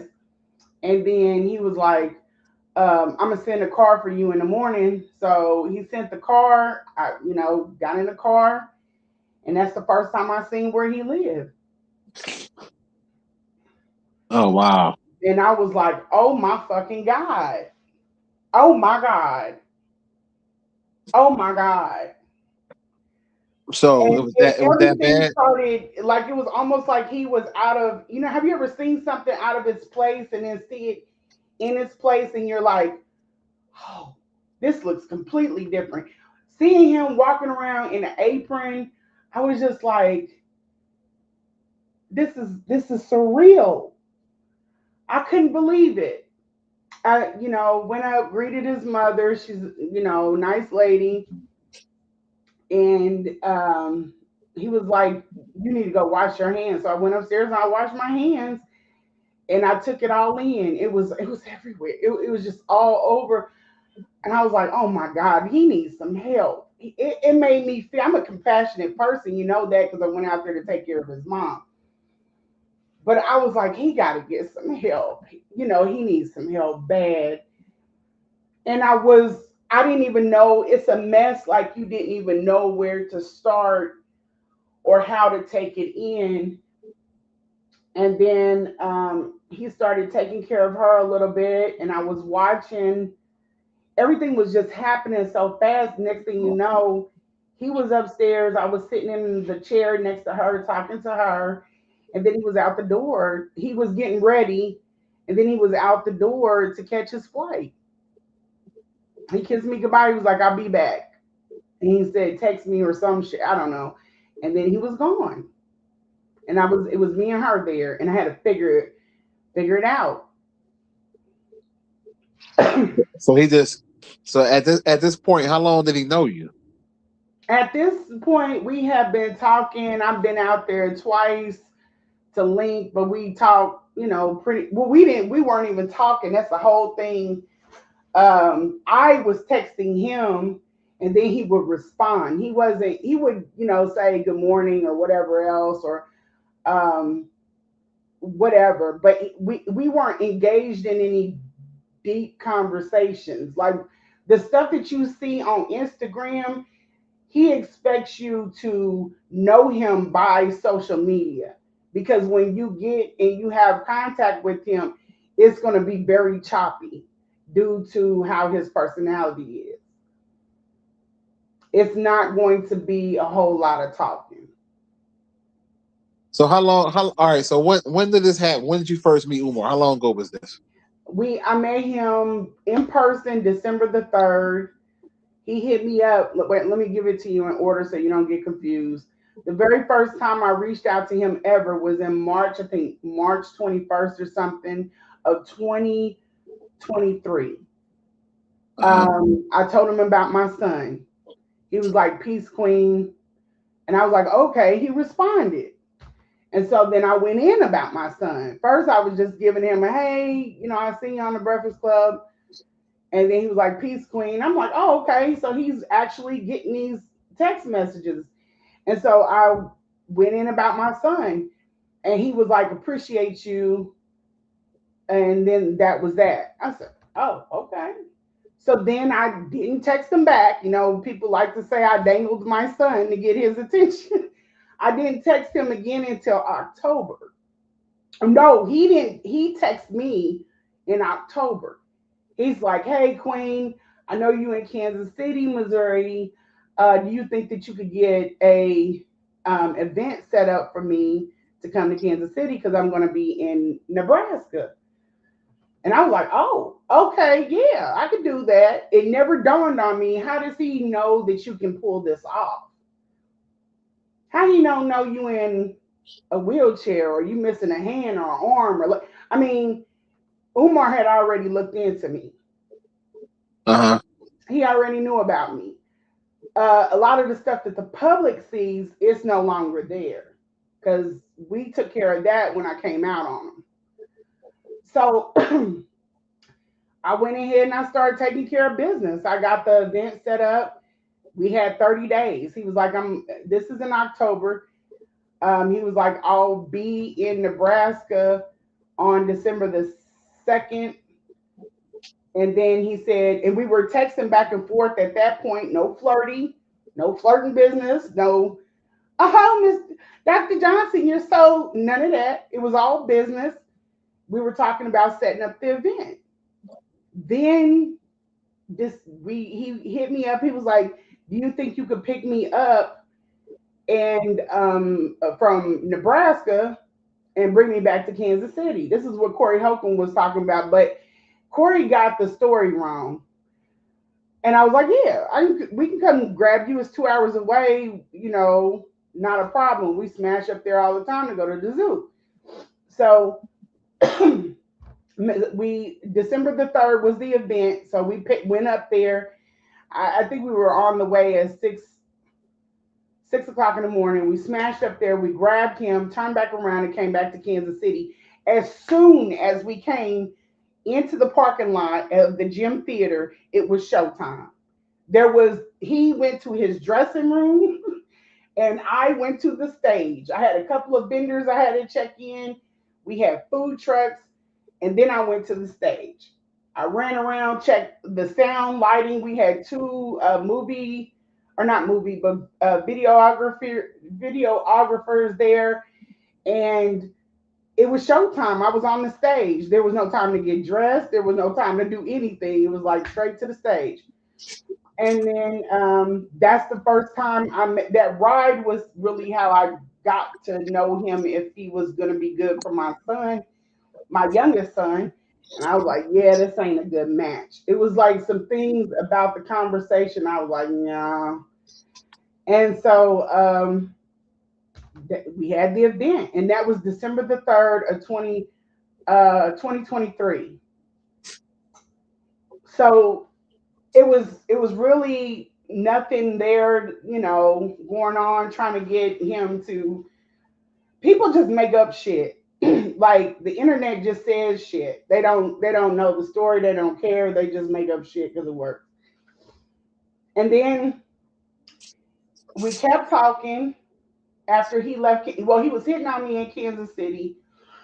Dang, I'm coming down. He was hitting out. He was hitting on me in Kansas City. He wanted me to come to his room that night, and I was like, no, that's not gonna happen. I need to be able to talk to you more and see what type of person. So the next day we went out to eat. We went to the steakhouse before we took him to drive around a little bit of Kansas City and then take him to the airport. And we was in front of my son. This is how I know he's not. Well, one of the things that tells me he's not fit to be in a school with kids.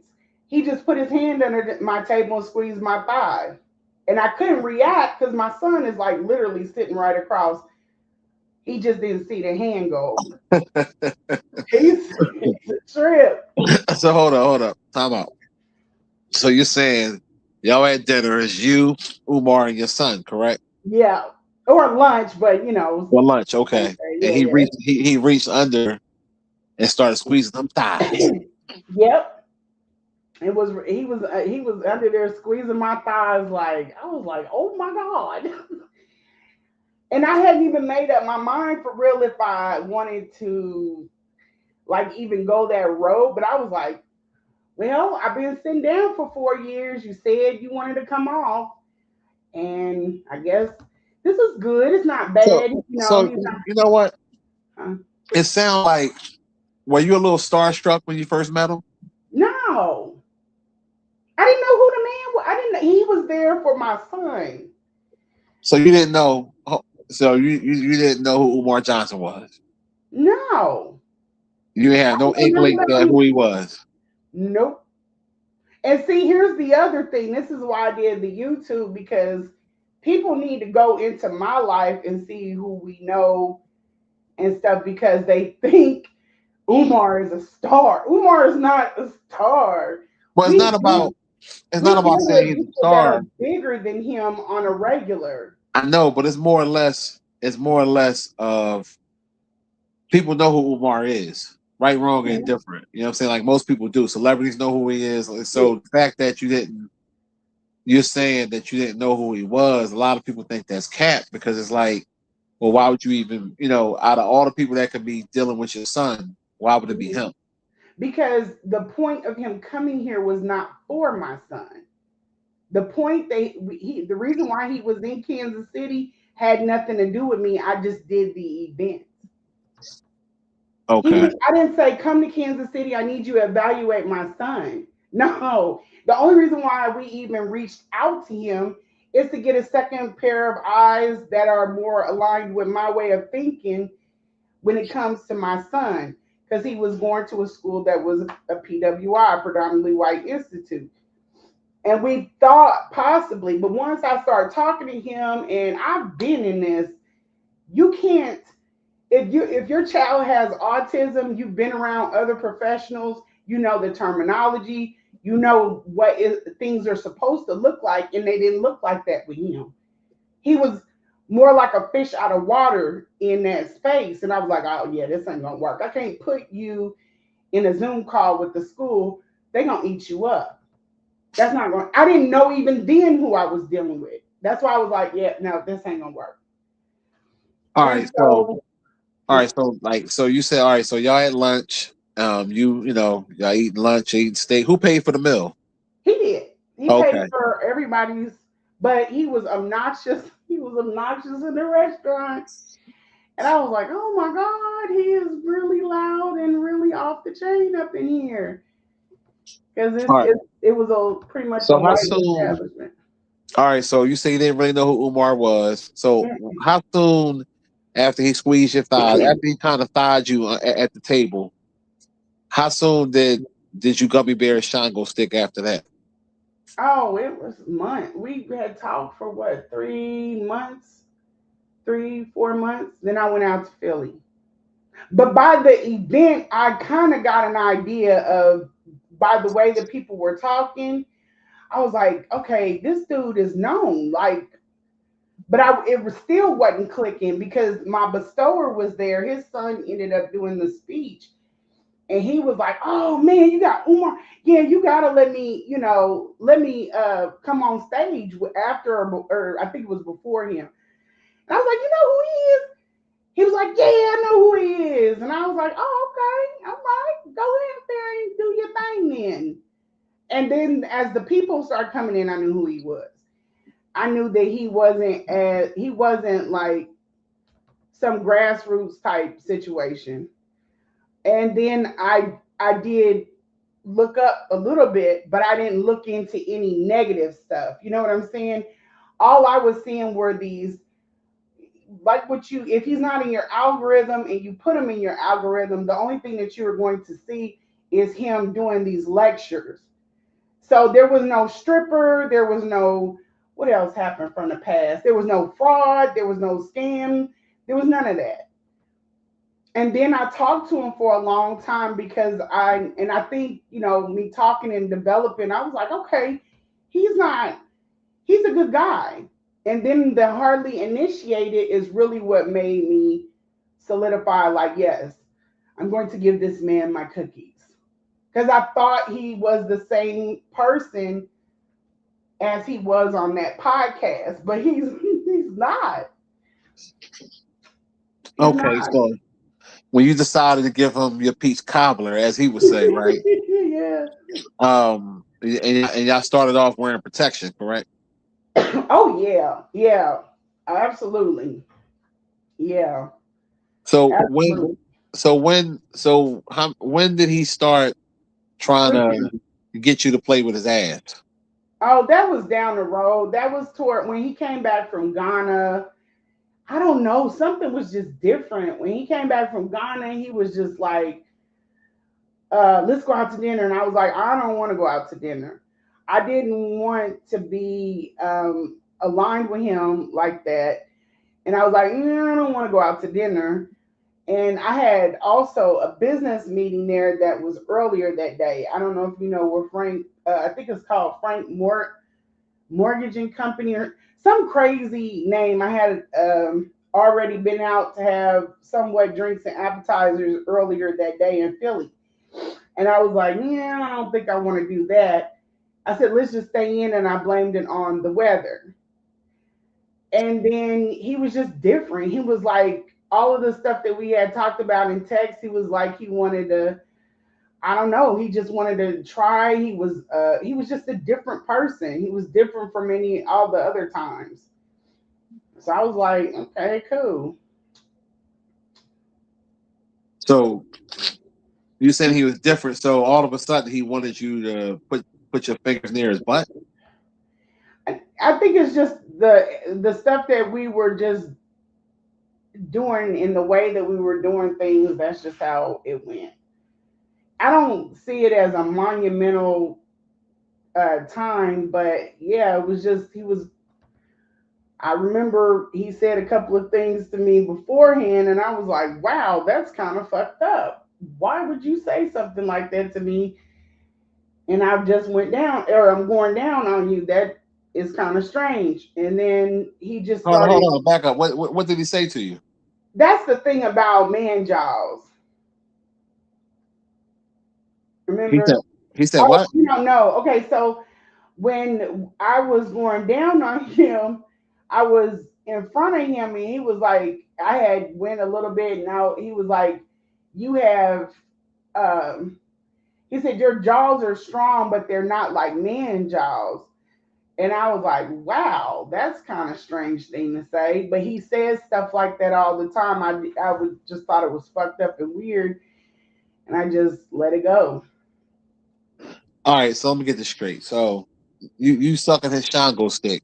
Uh, You gummy bear the Shango, and while you're gummy bear the Shango, he said, "Oh, sister, you got strong jaws, but they're not as strong as a man." yeah. So did he say it 3 times? You know how No, you talk three he times? never, and none of that stuff he did off. None of that stuff he does offline. And you got to understand too, I had to check a lot of my experience because as soon as I came out, all of the women that don't come out publicly, they came to my inbox. I think they needed the closure they're not going to get from him. So I've asked them. We get along great, all of us.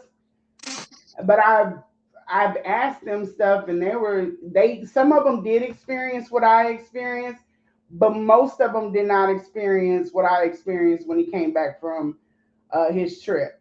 I don't know if he was just like trying to do anything to get me in a space where, like, oh, he's loosening up, he's trying to get closer because the conversation was more open, the sex was more open. It was just a lot more that was open. And So then are you saying that you think Dr. Umar Johnson is bisexual? I don't know. I don't know. I don't know. I don't know. And he may not even go that way, but he just likes certain things in the bedroom. All I right, can't, so I can't tell you that much from a man. no, because it's like it's either you know what I mean because you can't really play with that. Like it's either you on that level or you're not. So That's what, you said that. So all right. So for the record, you never put your fingers inside his piece. no, his ass would have been tore up. I have long nails and I wasn't about to do that shit. All right. So what did he do to make you think that he's possibly bisexual? Because if you know, I never said he was possibly bisexual. I just am telling you guys what that's how shit went. because you said like he was putting your fingers down, he was guiding your fingers down near his anal cavity. That's what you were saying earlier. Yeah, he pulls your hand. I need y'all to spell it out. You know when you're getting head.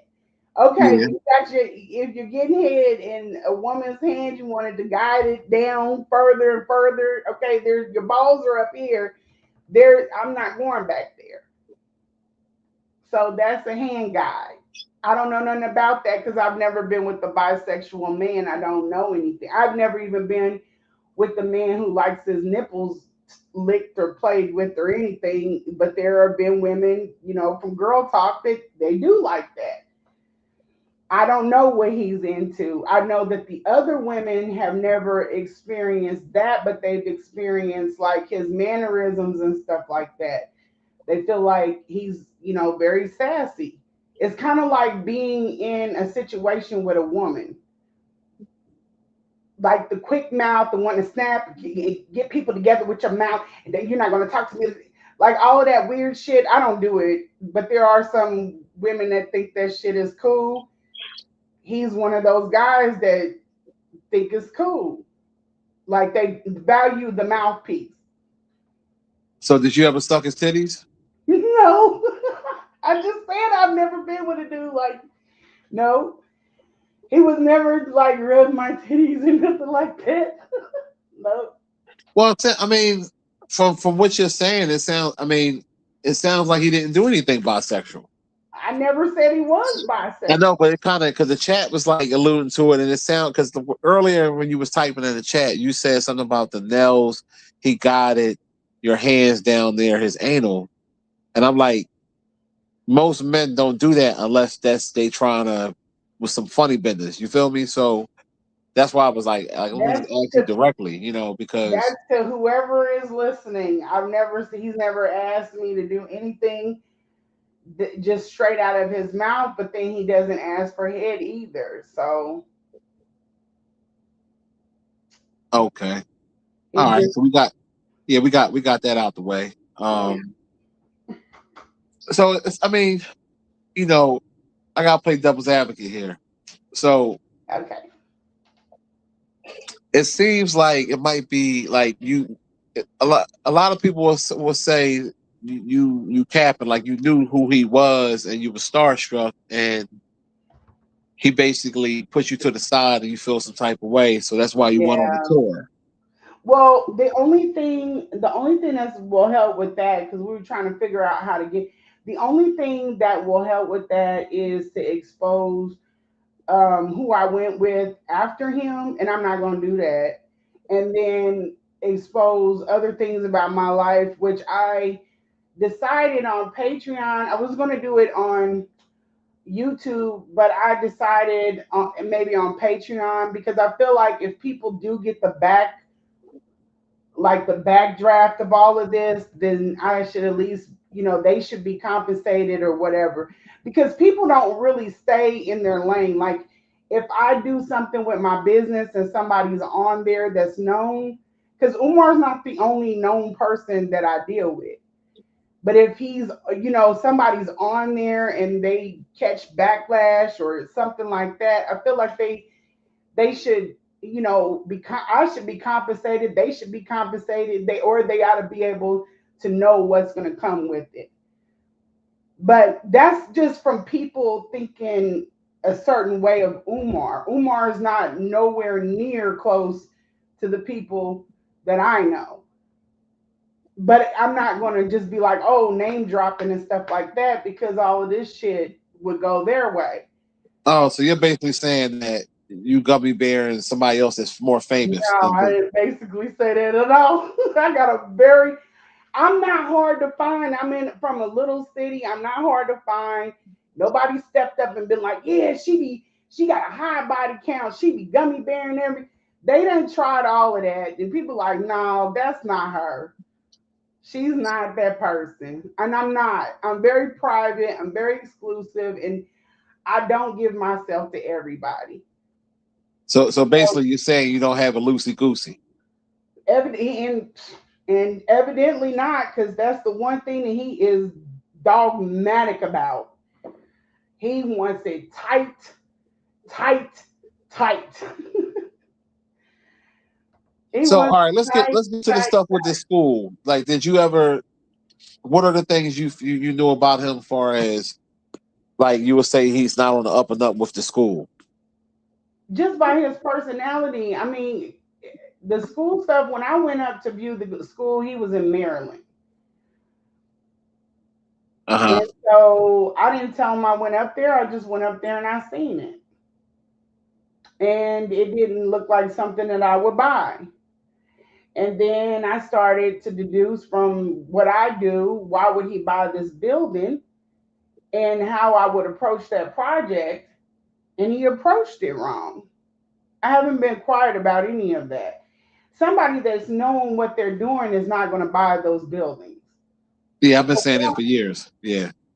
Well, for one, at the amount that he paid for the buildings, property doesn't decline in value like that. It doesn't. The vacant, they've been sitting vacant. There's like all kinds, and then people are like, oh, they got mold. That's the least of it. And then people are, I think Lennon was dogmatic on the fact that the site, what was that, Brownsfield site, that has nothing to do with those parcels. The building was a school before. The entire area is a brownfield site, but not every parcel on that brownfield site is contaminated. There are some that have underground tanks, some above ground tanks. If you don't know anything about commercial real estate or anything like that, then it's probably just best to get somebody. You should be able to look at those buildings and tell that they're not ready for inspection. And I'm not talking about even about the way that they look. There are certain things that a building is going to have when it's ready for inspection, and it doesn't. It doesn't have it. Yeah.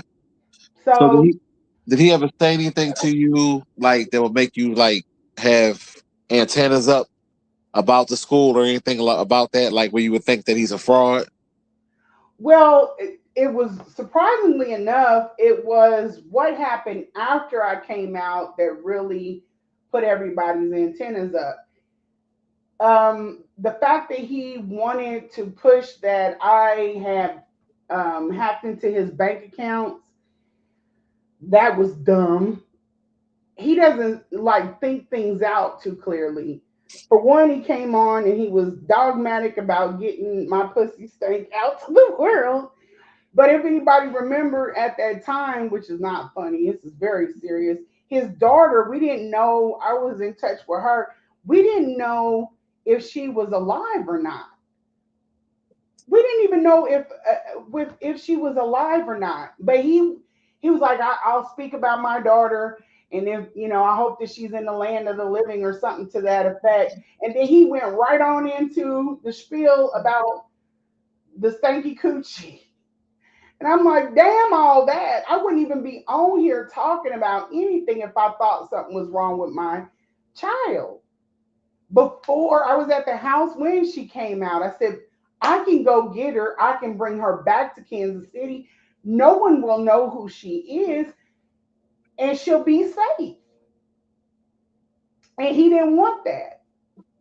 He wanted her up in North Philly. And then no one noticed that, oh, I thought I was going to have some of my Kansas City queens jump her. Ain't nobody going to jump me here. If you know me, you know that's not going to happen. It's not. I don't never go nowhere by myself. And I'm talking about even when I'm alone, I'm not by myself. So I was like, if I bring her back here, I can help her get herself on track. And he knew I could do that because he sent other women my way in order to help them. So why wouldn't you allow me to get your daughter? You'll let me get your mom, but you won't let me get your daughter? So that was another thing. Then the thing with the bank accounts. I think he was trying to signal my job at the time. I was working for a division at the IRS. I think he was trying to signal that.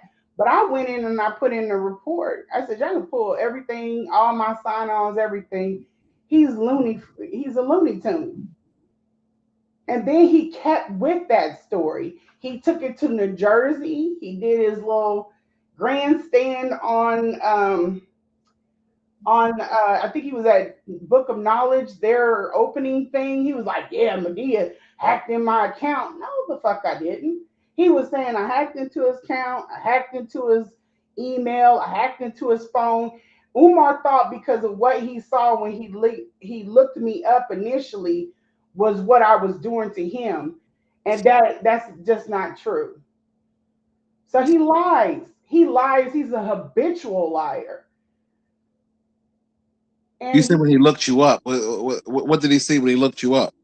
There were some things on the internet. They've been removed. I'm not gonna bring them up too much, but he thought he knew who I was and he didn't. This is why he made it a point to say Lene Stacks and Siobhan Stone. Lene Stacks has been retired. I'm done with that name. Siobhan Stone, what is it?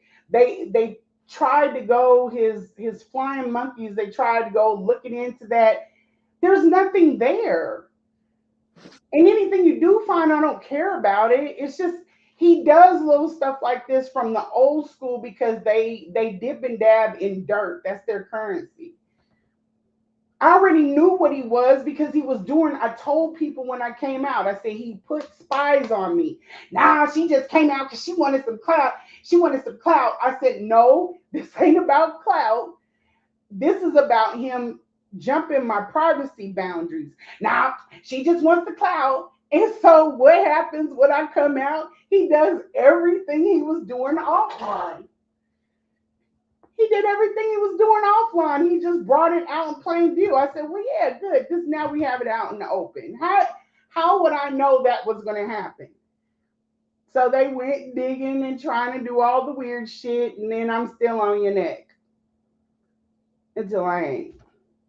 He spun the narrative.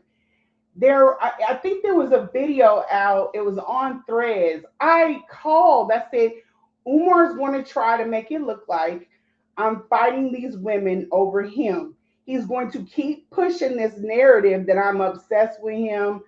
I'm no, he said obsessed, scorn, or bitter.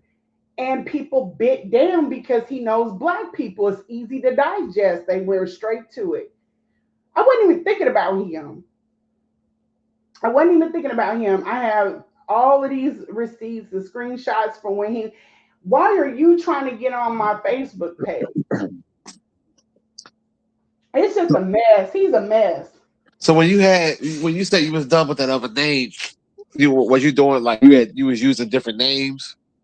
No, no. I had a name that I was using as a Facebook name and a social media name, but I've been off of social media. They looked up and we flipped it. It was private. We turned it public. They took a private page, Lene Stacks, and we flipped it to public.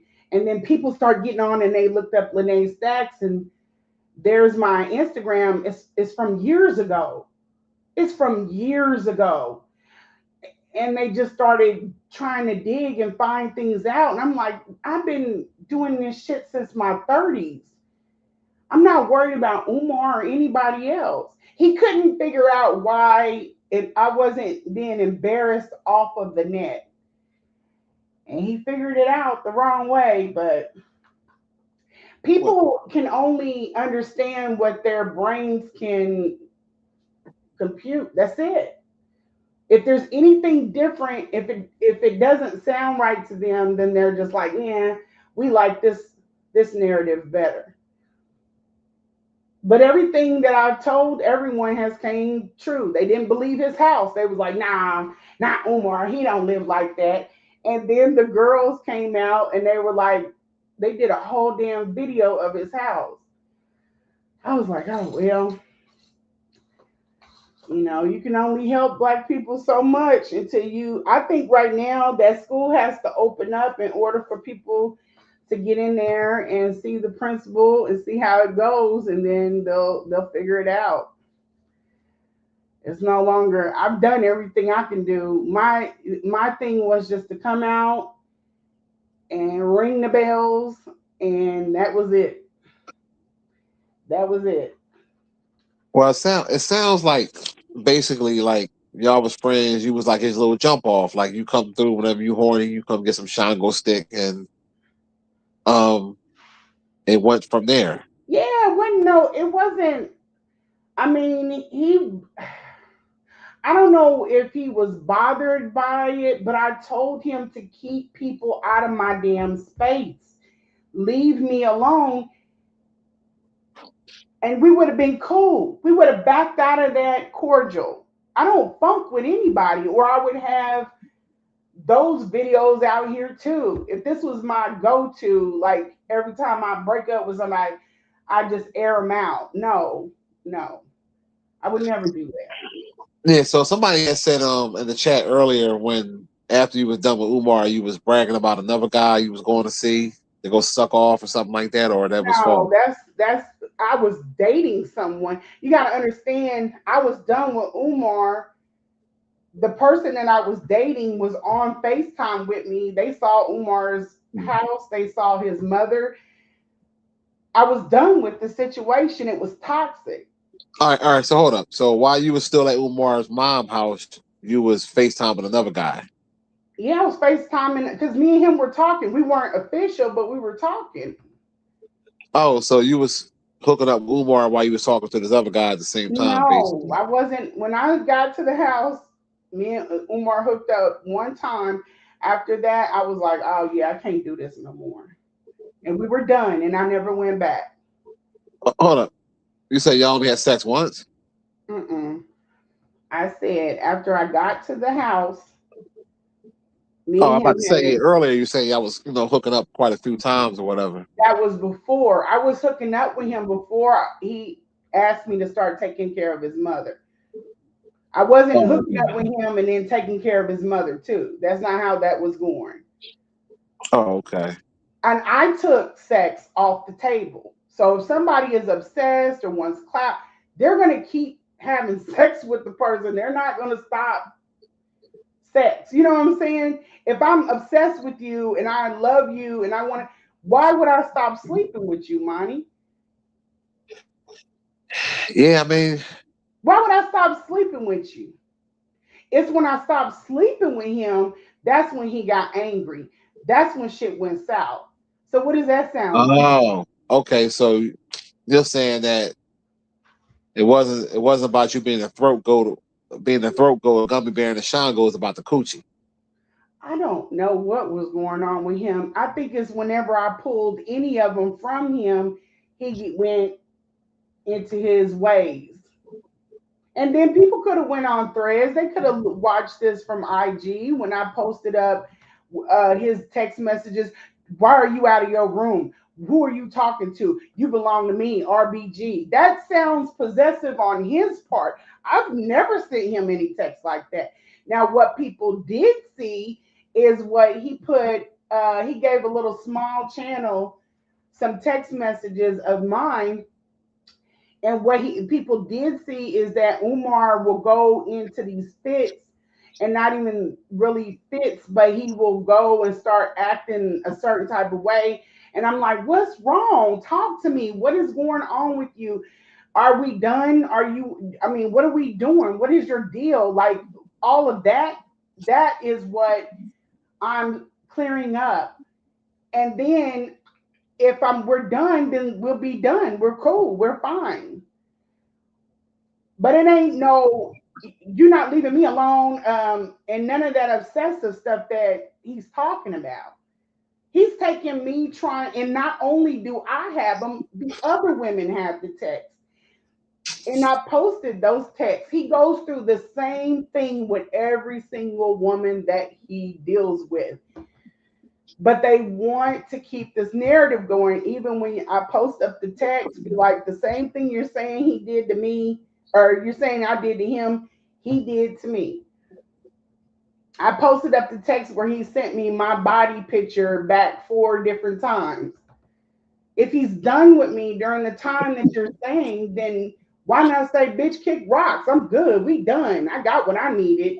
You was a jump off. Get out of here. He can't give any text messages like that.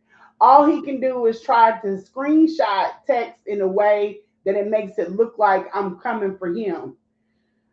And this is my thing too, Monty. My whole opinion on that situation, I give it to anybody. They can take with it and do whatever they want. I'm where I want to be. I'm happy where I am. But it doesn't negate, it doesn't take away from who he is. Nobody's interested about his mother. Nobody's interested about that. They just want to talk about the sexual stuff. I mean, well, he put you on the map with that throat goat. He said that Yes, you he was did. Yes, he did. Let because me tell you when the he said it, I thought comment. about it. I said, damn, I wonder how good that head is, because the way he said it with conviction. He said throat goat, Yeah, gummy bear, mashango. yep, he was in love with it. Yeah, he loved it. Every So, bit of it, and he will never find another. And so I know you made him sound like Lexington Still. He was screaming. I don't know. I know he is just a weird ass dude. He's just weird. He's just weird. He is weird. He shouldn't have never, ever, ever, ever, ever, ever said anything. He says stuff, and I'll be like, "Are you like serious? Are you? Do you really want to say that?" And I have a comeback because I try not to say anything bad because it'll look like I'm bitter or I'm scorned or something like that. But bro, forget about me, like, and move on. I don't envy any woman going into that space. Any woman going to that space. I was curious. I figured it out. I got it. Well, we good.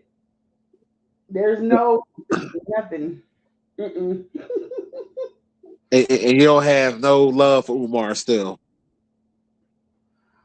I have love for his family and I have love for his mother. I pity Umar. I mean, I have a lot of pity for him because I think he should have got in to see a doctor early in life. And then he's out here with people that they just want to extract, the orating and all of this other stuff. But I don't think people are really looking at him for that man he's going through something and it's turmoil. I couldn't even imagine living how he lives. I'm not even talking about the house. I'm just, you know, I pity any woman going into that space and taking it on. Um, but can you imagine living like that and then hearing somebody say, "Oh, she want me, she miss me," and like, bro, you have no self awareness or even awareness about his life. Nobody thinks it's odd that both of the baby moms took off and they have not looked back. They don't even care to come out and correct him. So let me ask you a question, Throat Goat. So Not throw go. when he when you said all of that, how he was living, but you were still dealing with him sexually, like what's that say about you? That's what people keep. I was not having sex with him after I saw the house. All of the sexual stuff was before the house. Once I went over there and I started taking care of his mom, I think we had sex one day, but it wasn't in the house, it was at the hotel, and that was the last day. I was like, yeah, I'm good on this. And then I was still coming back as a good friend and helping him with his mother. I was never having sex with this man after seeing the house. So why would you still go back to? I get that you were trying to help his mom, but if the house was so dirty and messed up, why put yourself in that predicament? Because maybe the You would roaches or anything could have got on you. And that's where you have to have these interviews and conversations and spaces, not saying anything against you, but you would have to have those conversations in spaces where sex is not the main point. You see what I'm saying? Like certain people I did interviews with, I knew, what that audience could understand. When you start talking about why did you go out there and take care of his mother, that's going to be a different type of audience, because I saw a friend at the time in need, and that's what kind of person I am. I just told you that I have helped other women. This is just how I am. I've always been like, it didn't just start with Umar, and Umar didn't switch up how I do things. He needed help. I felt like there was value in that space to help his mother. And after I had already started taking care of her, I was fond of her. I was. I felt bad for the situation. I felt that I could help. But once I figured out he didn't want help, he just wanted me to run his program. I was like, yeah, no, I can't be a part of this. Even Well, for starters, we can understand a little bit of everything over here. This is yeah, I'm not no, this I is entertainment, yeah, for yeah, me. yeah. But To be I'm saying honest. as far as all of the and I didn't, like I said, I didn't mean anything by it. I just mean that, some people have friends like that. They have friends that they can call. Girl, I gotta go to work. My kid, I don't have nobody to keep my kid. Can you look out for me? Hell yeah. You know what I'm saying? Or I don't, I need to move out of state. Can you help me? Hell yeah. I'm that type of person. I don't ever want to stop helping people. I just, in this instance, I helped the wrong person. I'm thinking when I go into this space, Monty, that this man is bogged down with these shows. He's running all over the world. He's trying to fix the school. He's trying to take care of his mother. With a good heart and compassion, who wouldn't want to help him? But the story is not what you think it is. His life is a clusterfuck because he likes it that way. And he doesn't want you to come in, and he doesn't want you to change. He doesn't want you to clean up that fridge. He doesn't want you to move his stuff. And I'm cool with even that. I said, okay, you don't want to do the box and put a box out. Let's start minimizing this stuff down, getting this stuff out of the house. But when I was doing it and it was quiet, he didn't want it done. He took a team of females out to Philly to clean up his mother's house. Now it was okay. I said, okay, all right, no problem. So they saying in the chat that the text message hit different. So what do they mean by that? What text message hit I, different? I guess they're alluding to some text messages that Umar must have showed from you. Yeah, yeah. That's all me.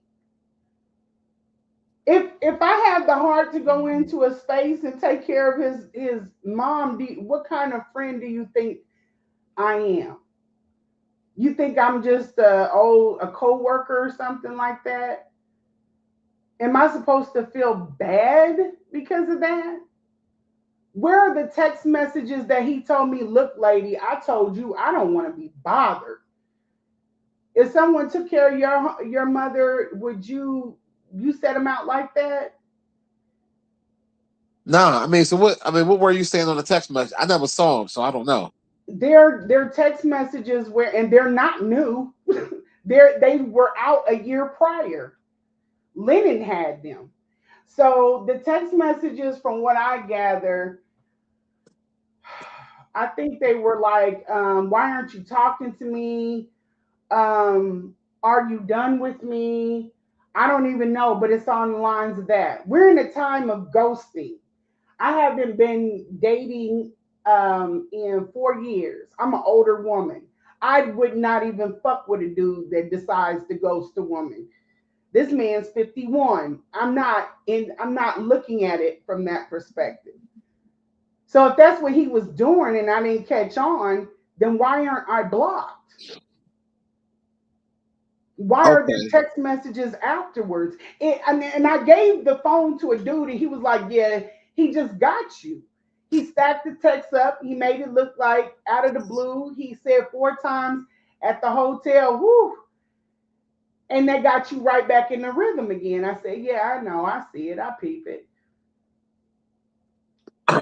So basically, he hit you with the setup and flesh out. Is that what it? Yeah. Okay. So from the text messages, I mean, from what you're telling me, Good for Umar. so basically, it would look like one sided, like you're sweating Yep. him. Okay. Yeah. Good for him. That's one up. All's fair in war. You got one. But you didn't get me. Well, I mean,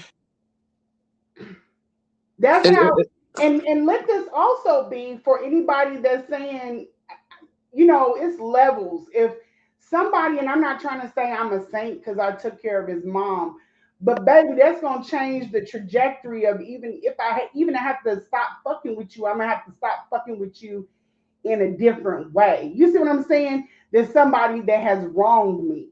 Nobody wronged him, and that's the energy that you had.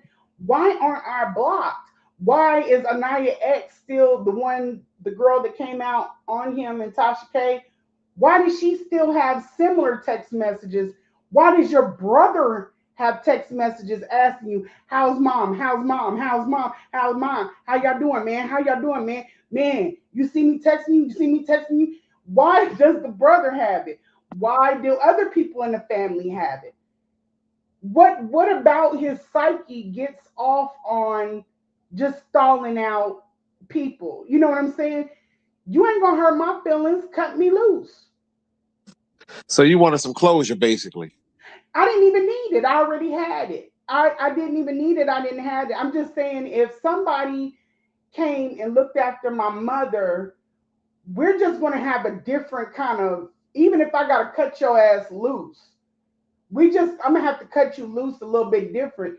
I'm trying to get people to see that you're not seeing one up, you're seeing somebody who does not give a fuck what you do for them.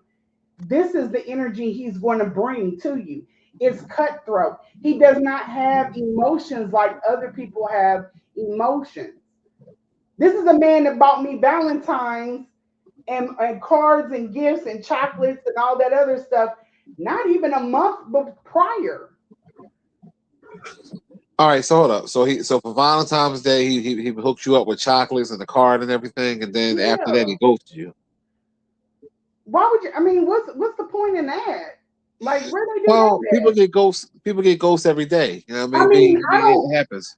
For one thing, the way that it was explained to me is when you ghost somebody, you're done fucking with them. It's done. You don't send after the text that they showed. After you scroll up, and I showed that on my thing, and if you scroll up, then it says, where are my sync stoppers?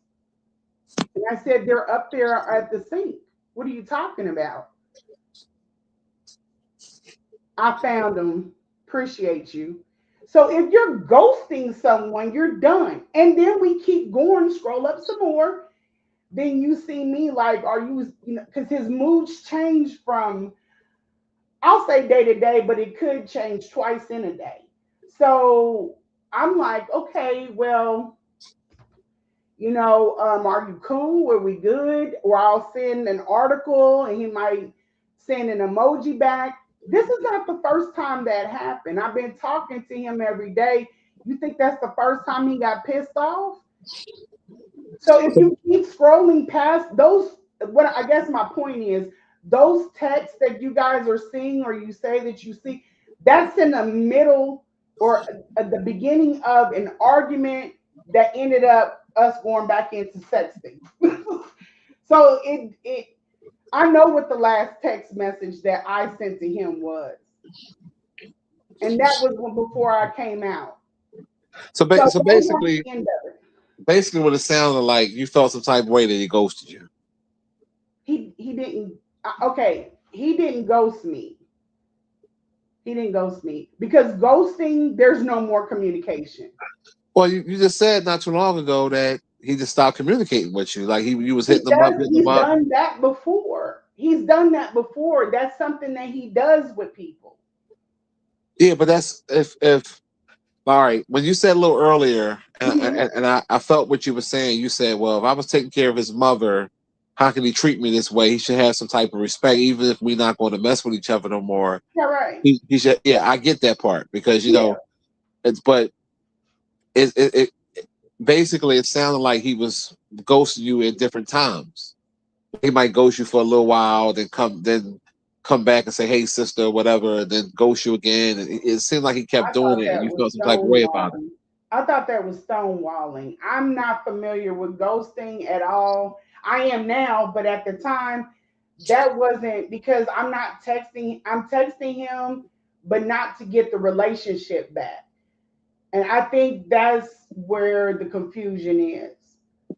This is why it's so much easier when you're a psychologist and you're 51 just to say, hey, I'm done dealing. Because if Yeah, but you're see, done, everybody do things differently. I understand what you're saying, but everybody do things differently because it's almost like that saying, "No fun with a rabbit got the gun." mhm, Women do right, that to right, men all the time, and then I right. guess when it's happening to you, you feel like, hold up, motherfucker, I've been took care of your mama. I was the throat goat, and this is what you do to me. No, no, I'm saying at that time I didn't. I'm saying if that was the case, but at that time when I was texting, that was far from my brain. I didn't even know what ghosting was. I Yeah, didn't know but what that you was. still wanted him to respond back, correct? If you kept sending him text I was, messages I and he was, wasn't responding, you felt some type of way. but this is a very different thing than okay. So if Monty, if your way of dealing with things is you're an avoidance, you don't want to deal with it. If he was doing this shit to me when I was at the house with his mother. So I mean, he won't ghost me when I'm there with your mom too. That's not what ghosting is, and maybe that's where I'm getting confused. No, If that is a form of ghosting. It's just that you don't agree with it, but that's ghosting. I mean, the logic. I wouldn't want to ghost a person that's there taking care of my elderly mother. Yes, I get that 1,000%. But if his way of thinking is different than the average person, which that's what we're learning. what the hell? Okay, so Um, why? How is that in that? How is somebody going to understand that if they don't? well, you got to understand this is the same man that it really I wanted a think that's relationship with his daughter. stonewalling, and the way that the way that it was put to me is that there's stonewalling, and then there's ghosting. So stonewalling is different. That means that he's in a mood. He already know that Umar Star's attention. Well, he shuts down when he gets pissed off via text. Okay, then he'll pop back out of it. Okay, great. How are you supposed to know if it's this is the point that you're ghosting or the point that you're stonewalling. I don't even deal with motherfuckers that ghost because it's just weird. And if that's how he wanted to handle things and he never texts back, then that's just how it was. I didn't need any closure or anything. Long as it's you cool when we see each other, then that's cool. But you're not gonna know somebody has ghosted you if they're stonewalling you throughout the conversation. Does that make any sense? Yeah, so I guess, but do you think he stopped talking to you maybe because he said it stank down there, and that was his way of trying to distance himself from you? He didn't need to do that. No, I'm just trying to figure out why would he, you know what I mean? Because normally when we ghost a woman, Mm-hmm. whatever you want to call it, ghosting or stonewall, it's all the same shit.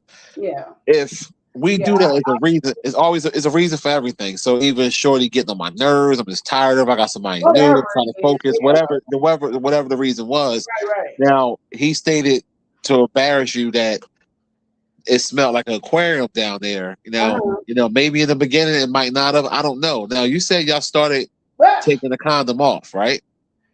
yeah. So maybe that could have knocked off the pH balance or something. I don't know. Did he Mhm. ejaculate inside you?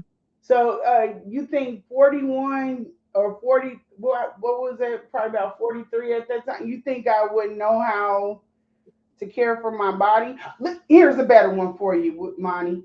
Would you let a female that smell take care of your mother?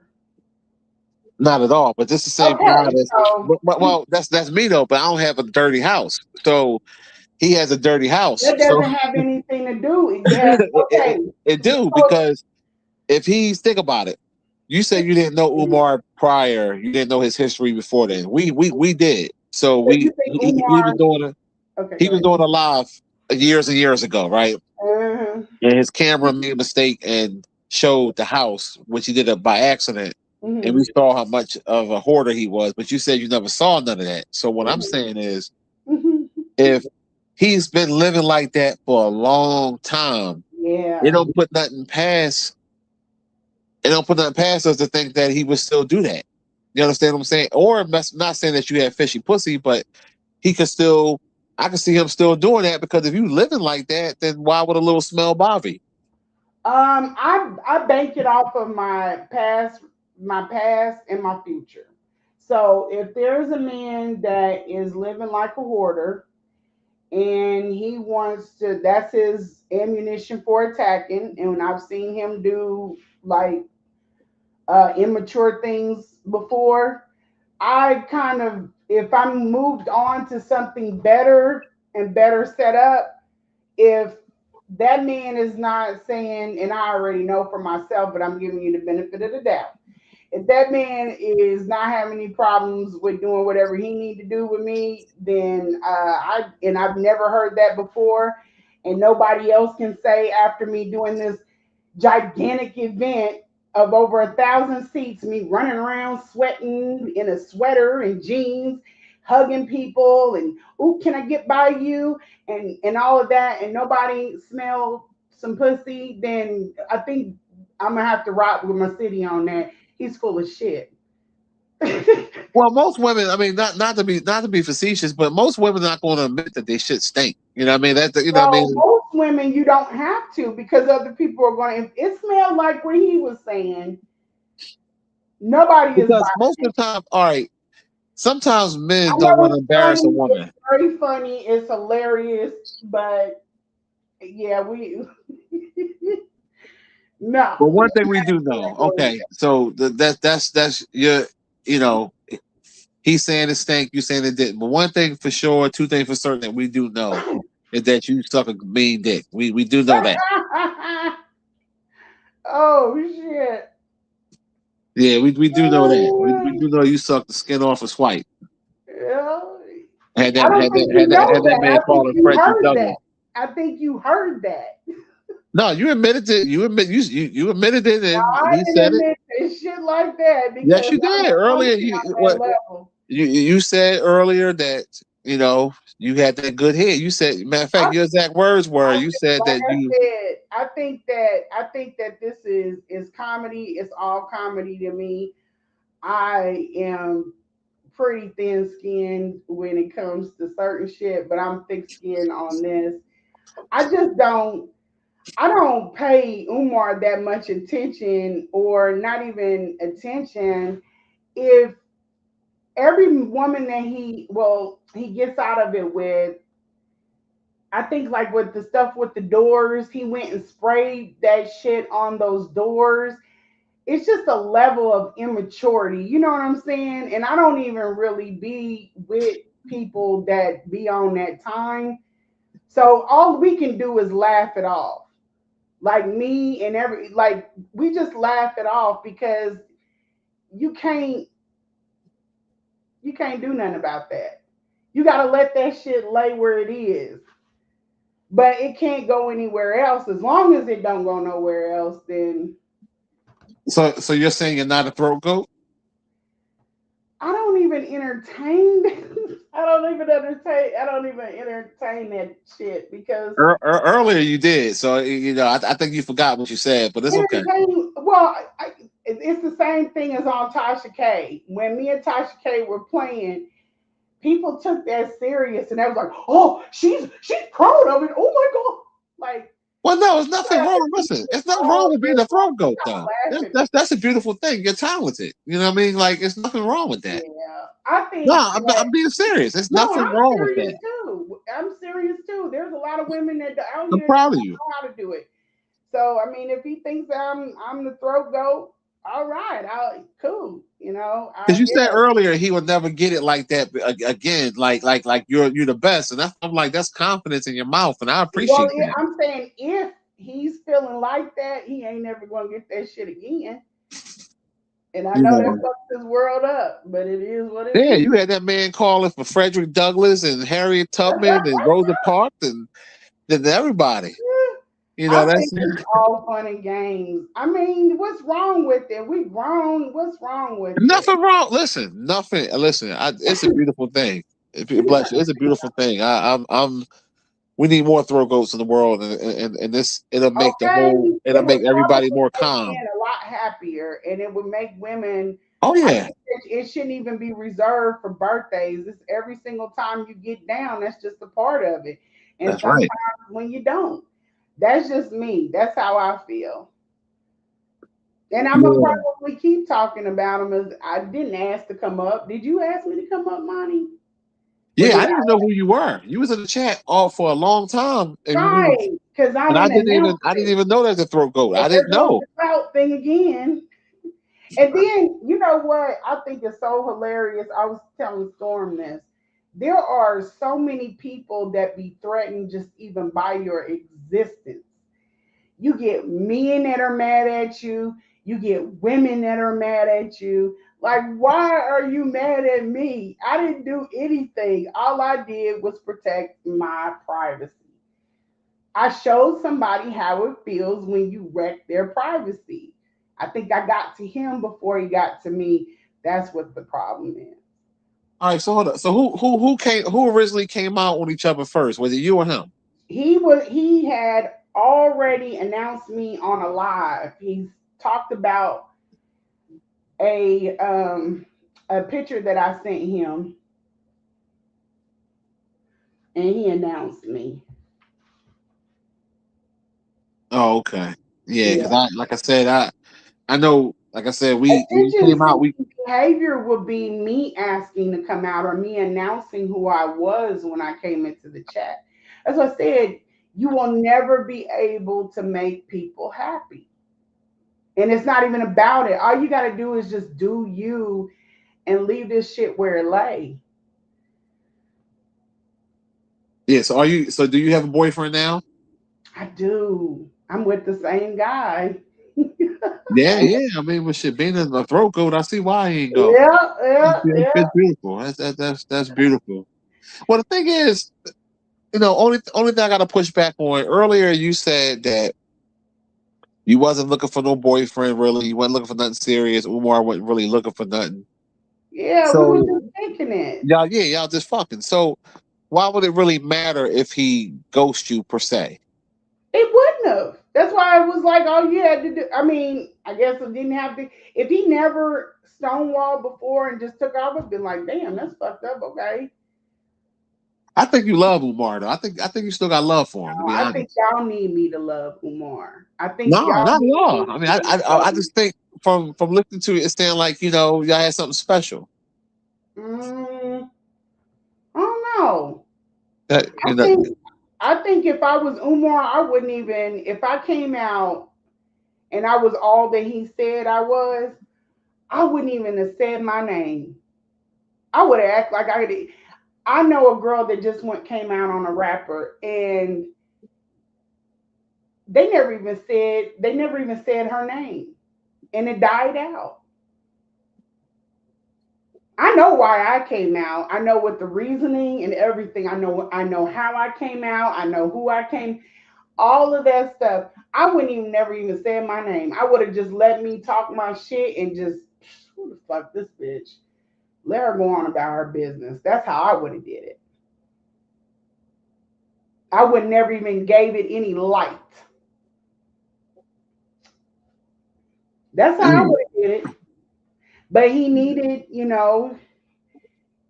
Well, what he I can't needed. necessarily say that because you got to remember Umar deal with a lot of women too. So Yeah, I wouldn't have never claimed me. I would have let my ass just gone into the so into you, the so you do know. Now I don't know if this is true, but this is alleged. Tariq Nasheed said years ago that Umar allegedly has herpes, but mm. I'm pretty sure you didn't hear about that. No, I didn't, but I knew every time I change partners, I go get checked. Absolutely. And I don't be out here just spinning the blocks and turning corners. I talk Okay. to him. And I know he's used to it. He's used to women going from the event straight to his room. But I talked to him about 3 or 4 months to try to, see what type of man, and we still, was responsible. So it was just a link up. So I think um it's just it was what it was. I think that the most important part of all of it, no one even cares about. Like the condition of like his mom and stuff was in. Nobody talks about that. Nobody talks about it. Yeah, you're right because don't nobody. Well, don't nobody Tariq care knows who really. I am. Yeah. Tariq knows who I am. We have mutual friends. I have mutual friends with certain people that are out. So what do you say to that? Do you think because Umar he did have a reoccurring bump things to show up on his lip, but that don't mean that's necessarily herpes. If I say I'm not going to say the man has that, but the bump will play peekaboo. I see you every now and then. And if he has that, well, what would be the problem with me coming out ringing the bells? Why wouldn't people want me to talk? Well, I don't know. I mean, Let's say even this, because the Shango thing is cute. But there was another woman that came out previous from the same city on the same show, and he sent her a little bit of money, and they were like, "Oh, she was an escort." And then supposedly he put this woman in a headlock, and I have her testimony to that. But she didn't get to come out and go that far because the temperament out here is just. So if she would have been able to keep going, that would have prevented hell. That would have prevented a lot of women getting caught up. All those people that came to my inbox that can't come out because he's got photos of these women. Terrible thing. Terrible thing. But people be wanting attention, so so you don't think that that's you like far as just uh, wanting attention from this whole thing. no, Because a lot of I'm not people in the used to chat the saying that you internet. were like very because I didn't follow it that closely to be honest, so I didn't really know. Like I said, I I think that seen people don't know what to do with it, and it really wasn't anything that they could do with it. I think that it just needed to be out here for what's to come. I think that the story just needed to be out here. And then everything that I came out with, there was validation every step of the way. His nephew came out after me. The family didn't run away from me, they ran to me. So nobody is really coming up with these scenarios and stuff that the rest of the net is. They're coming up with. Nobody else is coming up with that stuff. So everybody that has been watching from the clouds, that go over and watch Lennon, and they know Umar is not on any drugs.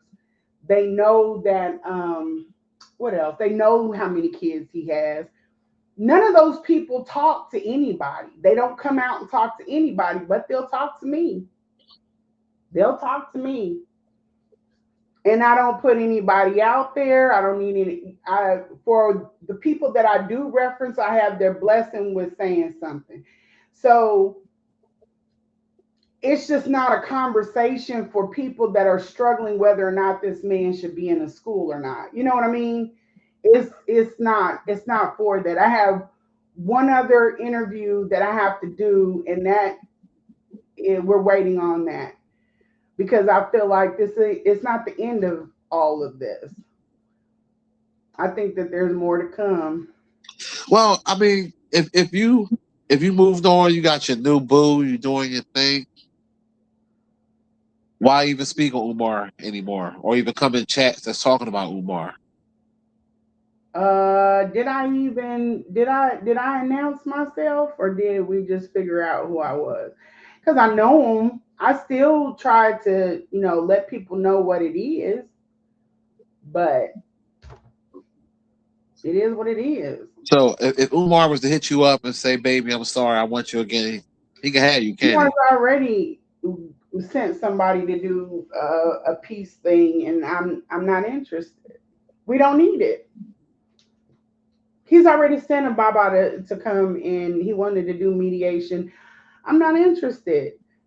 I mean, I'm not interested in doing anything like that. It's not that. I think where he crossed the line is the things that he did. I don't even care about the stanky coochie thing. That's I don't care about that shit. I'm talking about the rest of the stuff that he said in that. That's the shit that fucked himself up. I don't think he thinks before he does. I think he just does shit. I guarantee I'm gonna be good. So how I'll does your be fine. so how does your man feel about you talking about Umar Johnson? He told me in the beginning, he was like, "Fight your war, fight your war." Because you got to understand, he was on FaceTime when I was taking care of the mother. So some things that people can't wrap their mind around, I think he understands it. And then the lies that came out, it's kind of different. Like there are higher channels that I've sent information to. I haven't let other people have, but I'm like, oh, he said that. Well, look at this, and they're like, damn, why would he lie about that? Who knows? Who knows? If it was about cloud, I have the videos, I have recording. I've never let that stuff go. I didn't come out posting his house. I didn't post his house. Another girl came out and did all of that. So if clout was to be gotten, Well, the house part already been out there. Everybody knew now that. she put the whole fucking floor plan out there and the address. Yeah, but So, that's been out there. I mean, we've been through that. oh well, Yeah, then that's not that's that's strange because easy to nobody find. else. Everybody was like, drop the photos, drop the photos. I was like, no, his mom's in there. I'm not gonna drop photos of that man's house and his mom's in there. The floor plan. There's a lot of people do not like Umar, like Yeah, heavy. yeah, that's true. I mean, the mom should be should be left alone. I don't condone that at all. It ain't that deep. Well, everybody's not out here rap to. We're in a time with Charlie Kirk. People are not rap type. Oh yeah, absolutely, There are bro. people You that ain't no lie literally about that. think my story is their story. They're like, from the stuff that was posted, we had to send that in um, to have it looked at. And I think that people are confused that are not involved with it. They're like, why the hell are they doing all this? I said, I don't, it's content. People make money off of this shit. And not only that, they just feel, I don't know, maybe they feel like it's a story that they can insert themselves in it. The opinions of people, none of that shit matters. It doesn't matter. It ain't stop nothing. It ain't gonna stop nothing. It's just people talking. It just needs to be out here and just exist. So if anybody decides or if they are going through something and dealing with him, then it'll be there.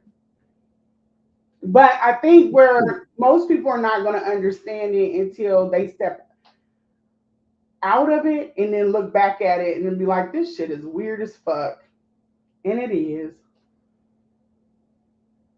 So at this point, is your man tired of you talking about it?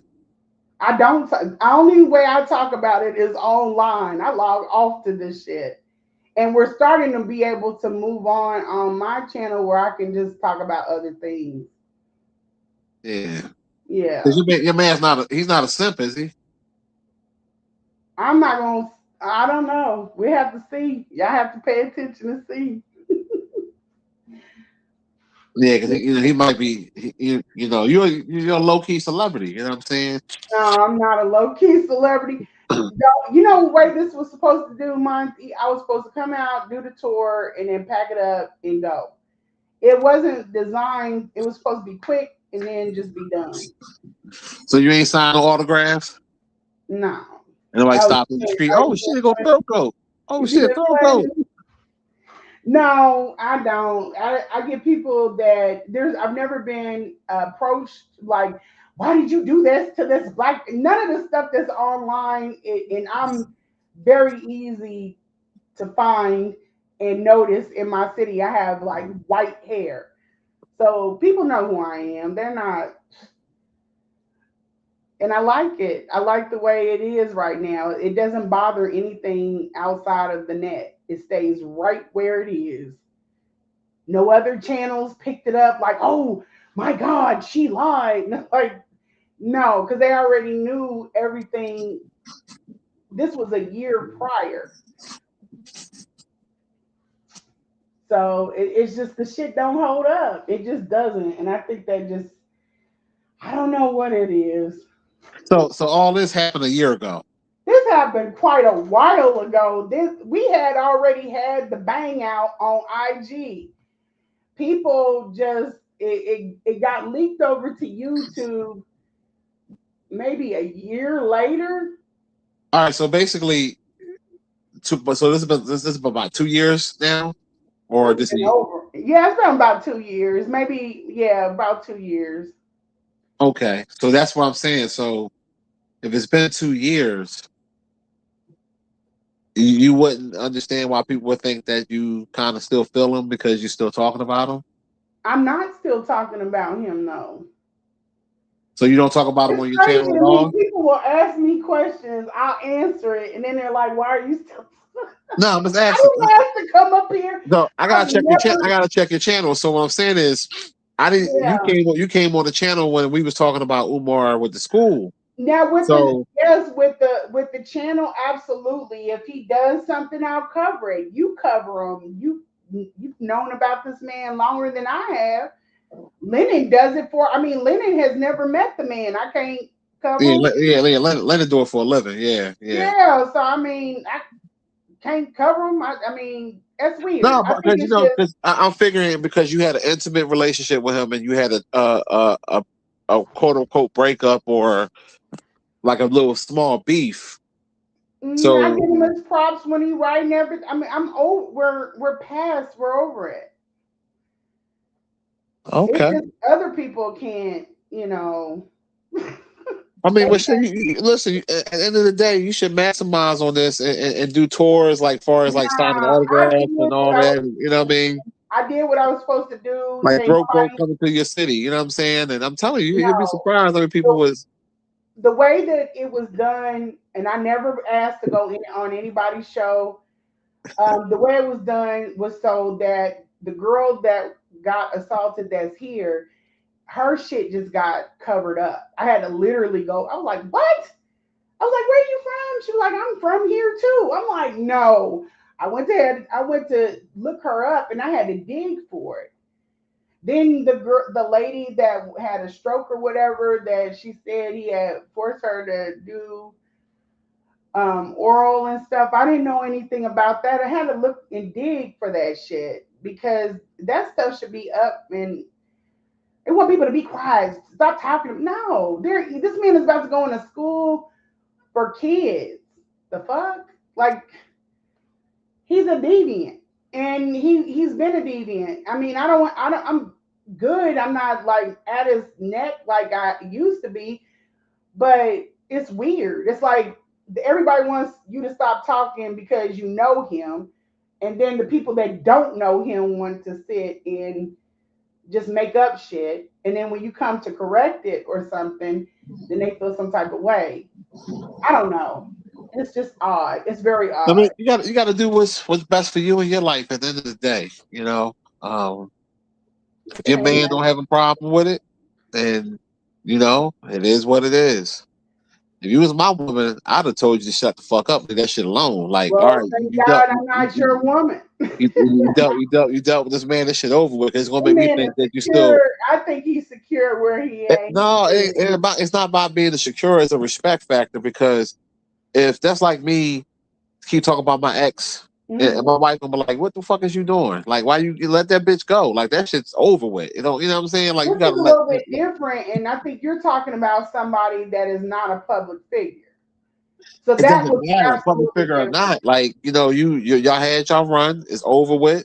So You I said should what you stop said. talking and then let you No, finish what I'm saying is, if you're saying that it doesn't matter, like we know the school not opening, so I was like the first one to call that out. You know, what I mean, back years ago when I went up to the school. So for me, it's strictly entertainment. I have nothing against Umar because the shit is he's funny to me. So out. I'm not like Lennon where I have to do Umar content because I make a Not lot of like money that outside of either. YouTube. So I don't. YouTube is a hobby. So for me, it's Yeah, just something to it's a do. hobby, right? But with you, if you were saying that, hey, I'm done with it, I said whatever, whatever, and then you're saying like, well, why can I keep talking about him? I'm like, well, if you got a man and y'all had an intimate relationship, But that would have to come from him. You can't assume that man's space. oh, well, Just like I I guess you're can't. dealing with something. Because it's obvious because I mean, that's your opinion. That's yeah, your he's a simp. opinion. He's a simp. Okay, all right, But that's fine. I mean, if that's what you okay, like. Cool. That's okay, good. all right. That's good. Hold on 1 second, y'all. Hold on, turn it. Hold on, turn it up.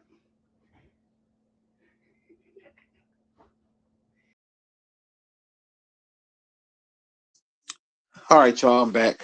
Um, I had to get that delusional bitch off the panel, man. It was too much. I'm trying to. I was trying to be nice and not be rude, but she's delusional. She loves Umar, and her imaginary man or whoever is putting up with that. That's kind of crazy.